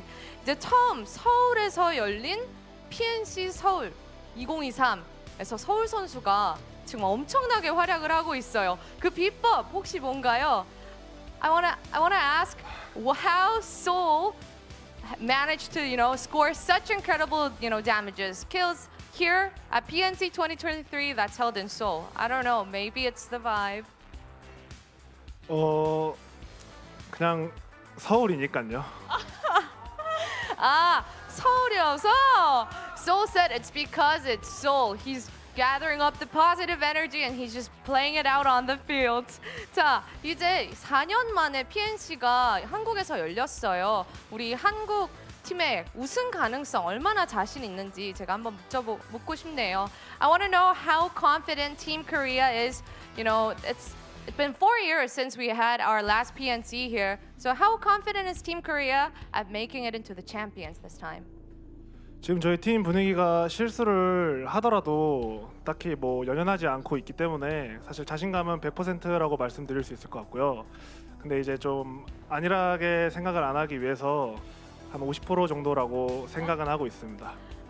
They're not really caring about the mistakes, but so the confidence level is 100%, but not to get too cocky or arrogant, so they're gonna go with like a 50% confidence. 알겠습니다. 그럼 오늘 종합 1위를 한 그 에너지를 가득 담아서 우리 응원해주신 팬분들, 지켜보고 계신 팬분들한테도 한마디 해주시죠. Because they came in first and he's second, he earned 2 MOMs. He should have his moment to talk to his fans. 제가 대회 시작하기 전에 팬분들한테 욕 말고 재밌게 즐기시라, 성적은 우리가 내겠다라고 말씀드렸는데요. 내일은 이제 라운드 시작하기 전에 좀 대한민국이라는 함성 소리 한번 들어보고 싶습니다. 앞으로 많은 응원 부탁드리겠습니다. He just wants all the support he can get from his fans. Alright, 너무 감사합니다. 남은 날도 파이팅 하시죠. 와! 감사합니다. 네. That was Team Korea Seoul for the first interview. Wow, he just wants all the support. So, I hope he can get some really good results in for day 3 as well. Next up, we have Team Turkey's The Mad joining us for the stage. 이제 다음은 팀 튀르키예의 더메드 선수 있는데요. 자, 이제 터키가 어제는 9점, 근데 오늘은 56점을 획득하며 그리고 거기에 투치킨까지 엄청난 활약을 했어요. Team Turkey was able to, finish day 1 with 9 points, but they managed to collect 56 points and as well as 2 chicken dinners just through day 2. So let's go ahead and meet the Mad for the second interview. Hello. Hi. All right. So I want to know how you made that, step up possible. What was the change of game plans? 첫날에 그렇게 대단한 뭔가 9점으로 o늘 이렇게 대단한 활약을 한 그 비법이 너무 궁금합니다. Evet, dün 9 puanla başladınız. Bugün bir anda çok güzel bir performansla yükselttiniz sırrınızı. Bunun sırrı nerede saklı? Aslında potansiyelimiz çok daha yüksekti. Fakat turnuvaya kötü başladık. Hedefimiz yüksek olduğu için bu bizi mental olarak kötü etkiledi. günün devamında iyi oynayamadık bu yüzden. 사실은 이제 그 포텐셜이 훨씬 높긴 했었지만 어제 운이 안 좋게 조금 안 좋게 시작을 했었고요. 그렇기 때문에 계속해서 나머지 매치에 그거에 영향을 많이 받았던 것 같습니다. 어제는. Bugün mental olarak kendimizi toparladık.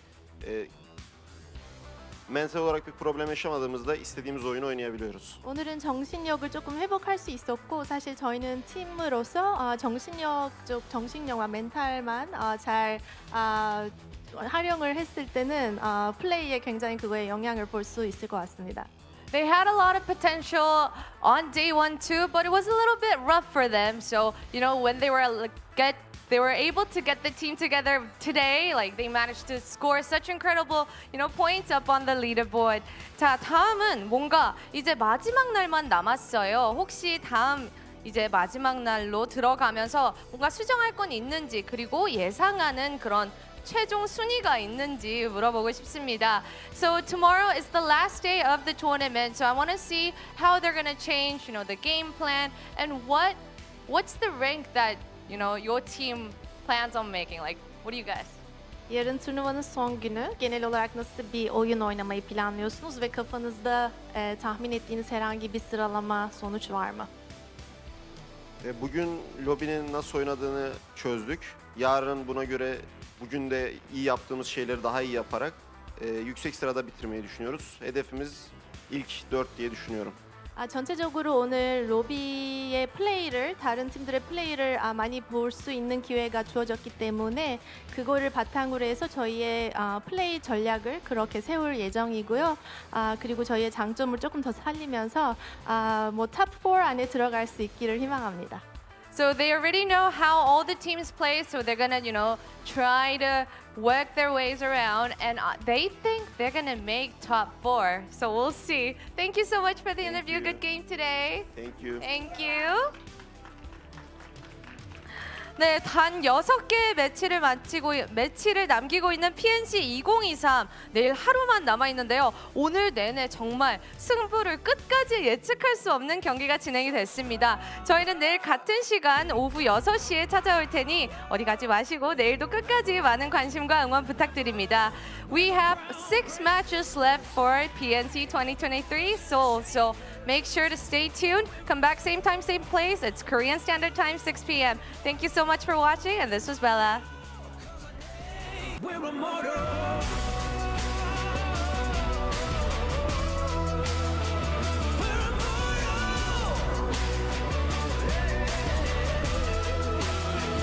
We're immortal.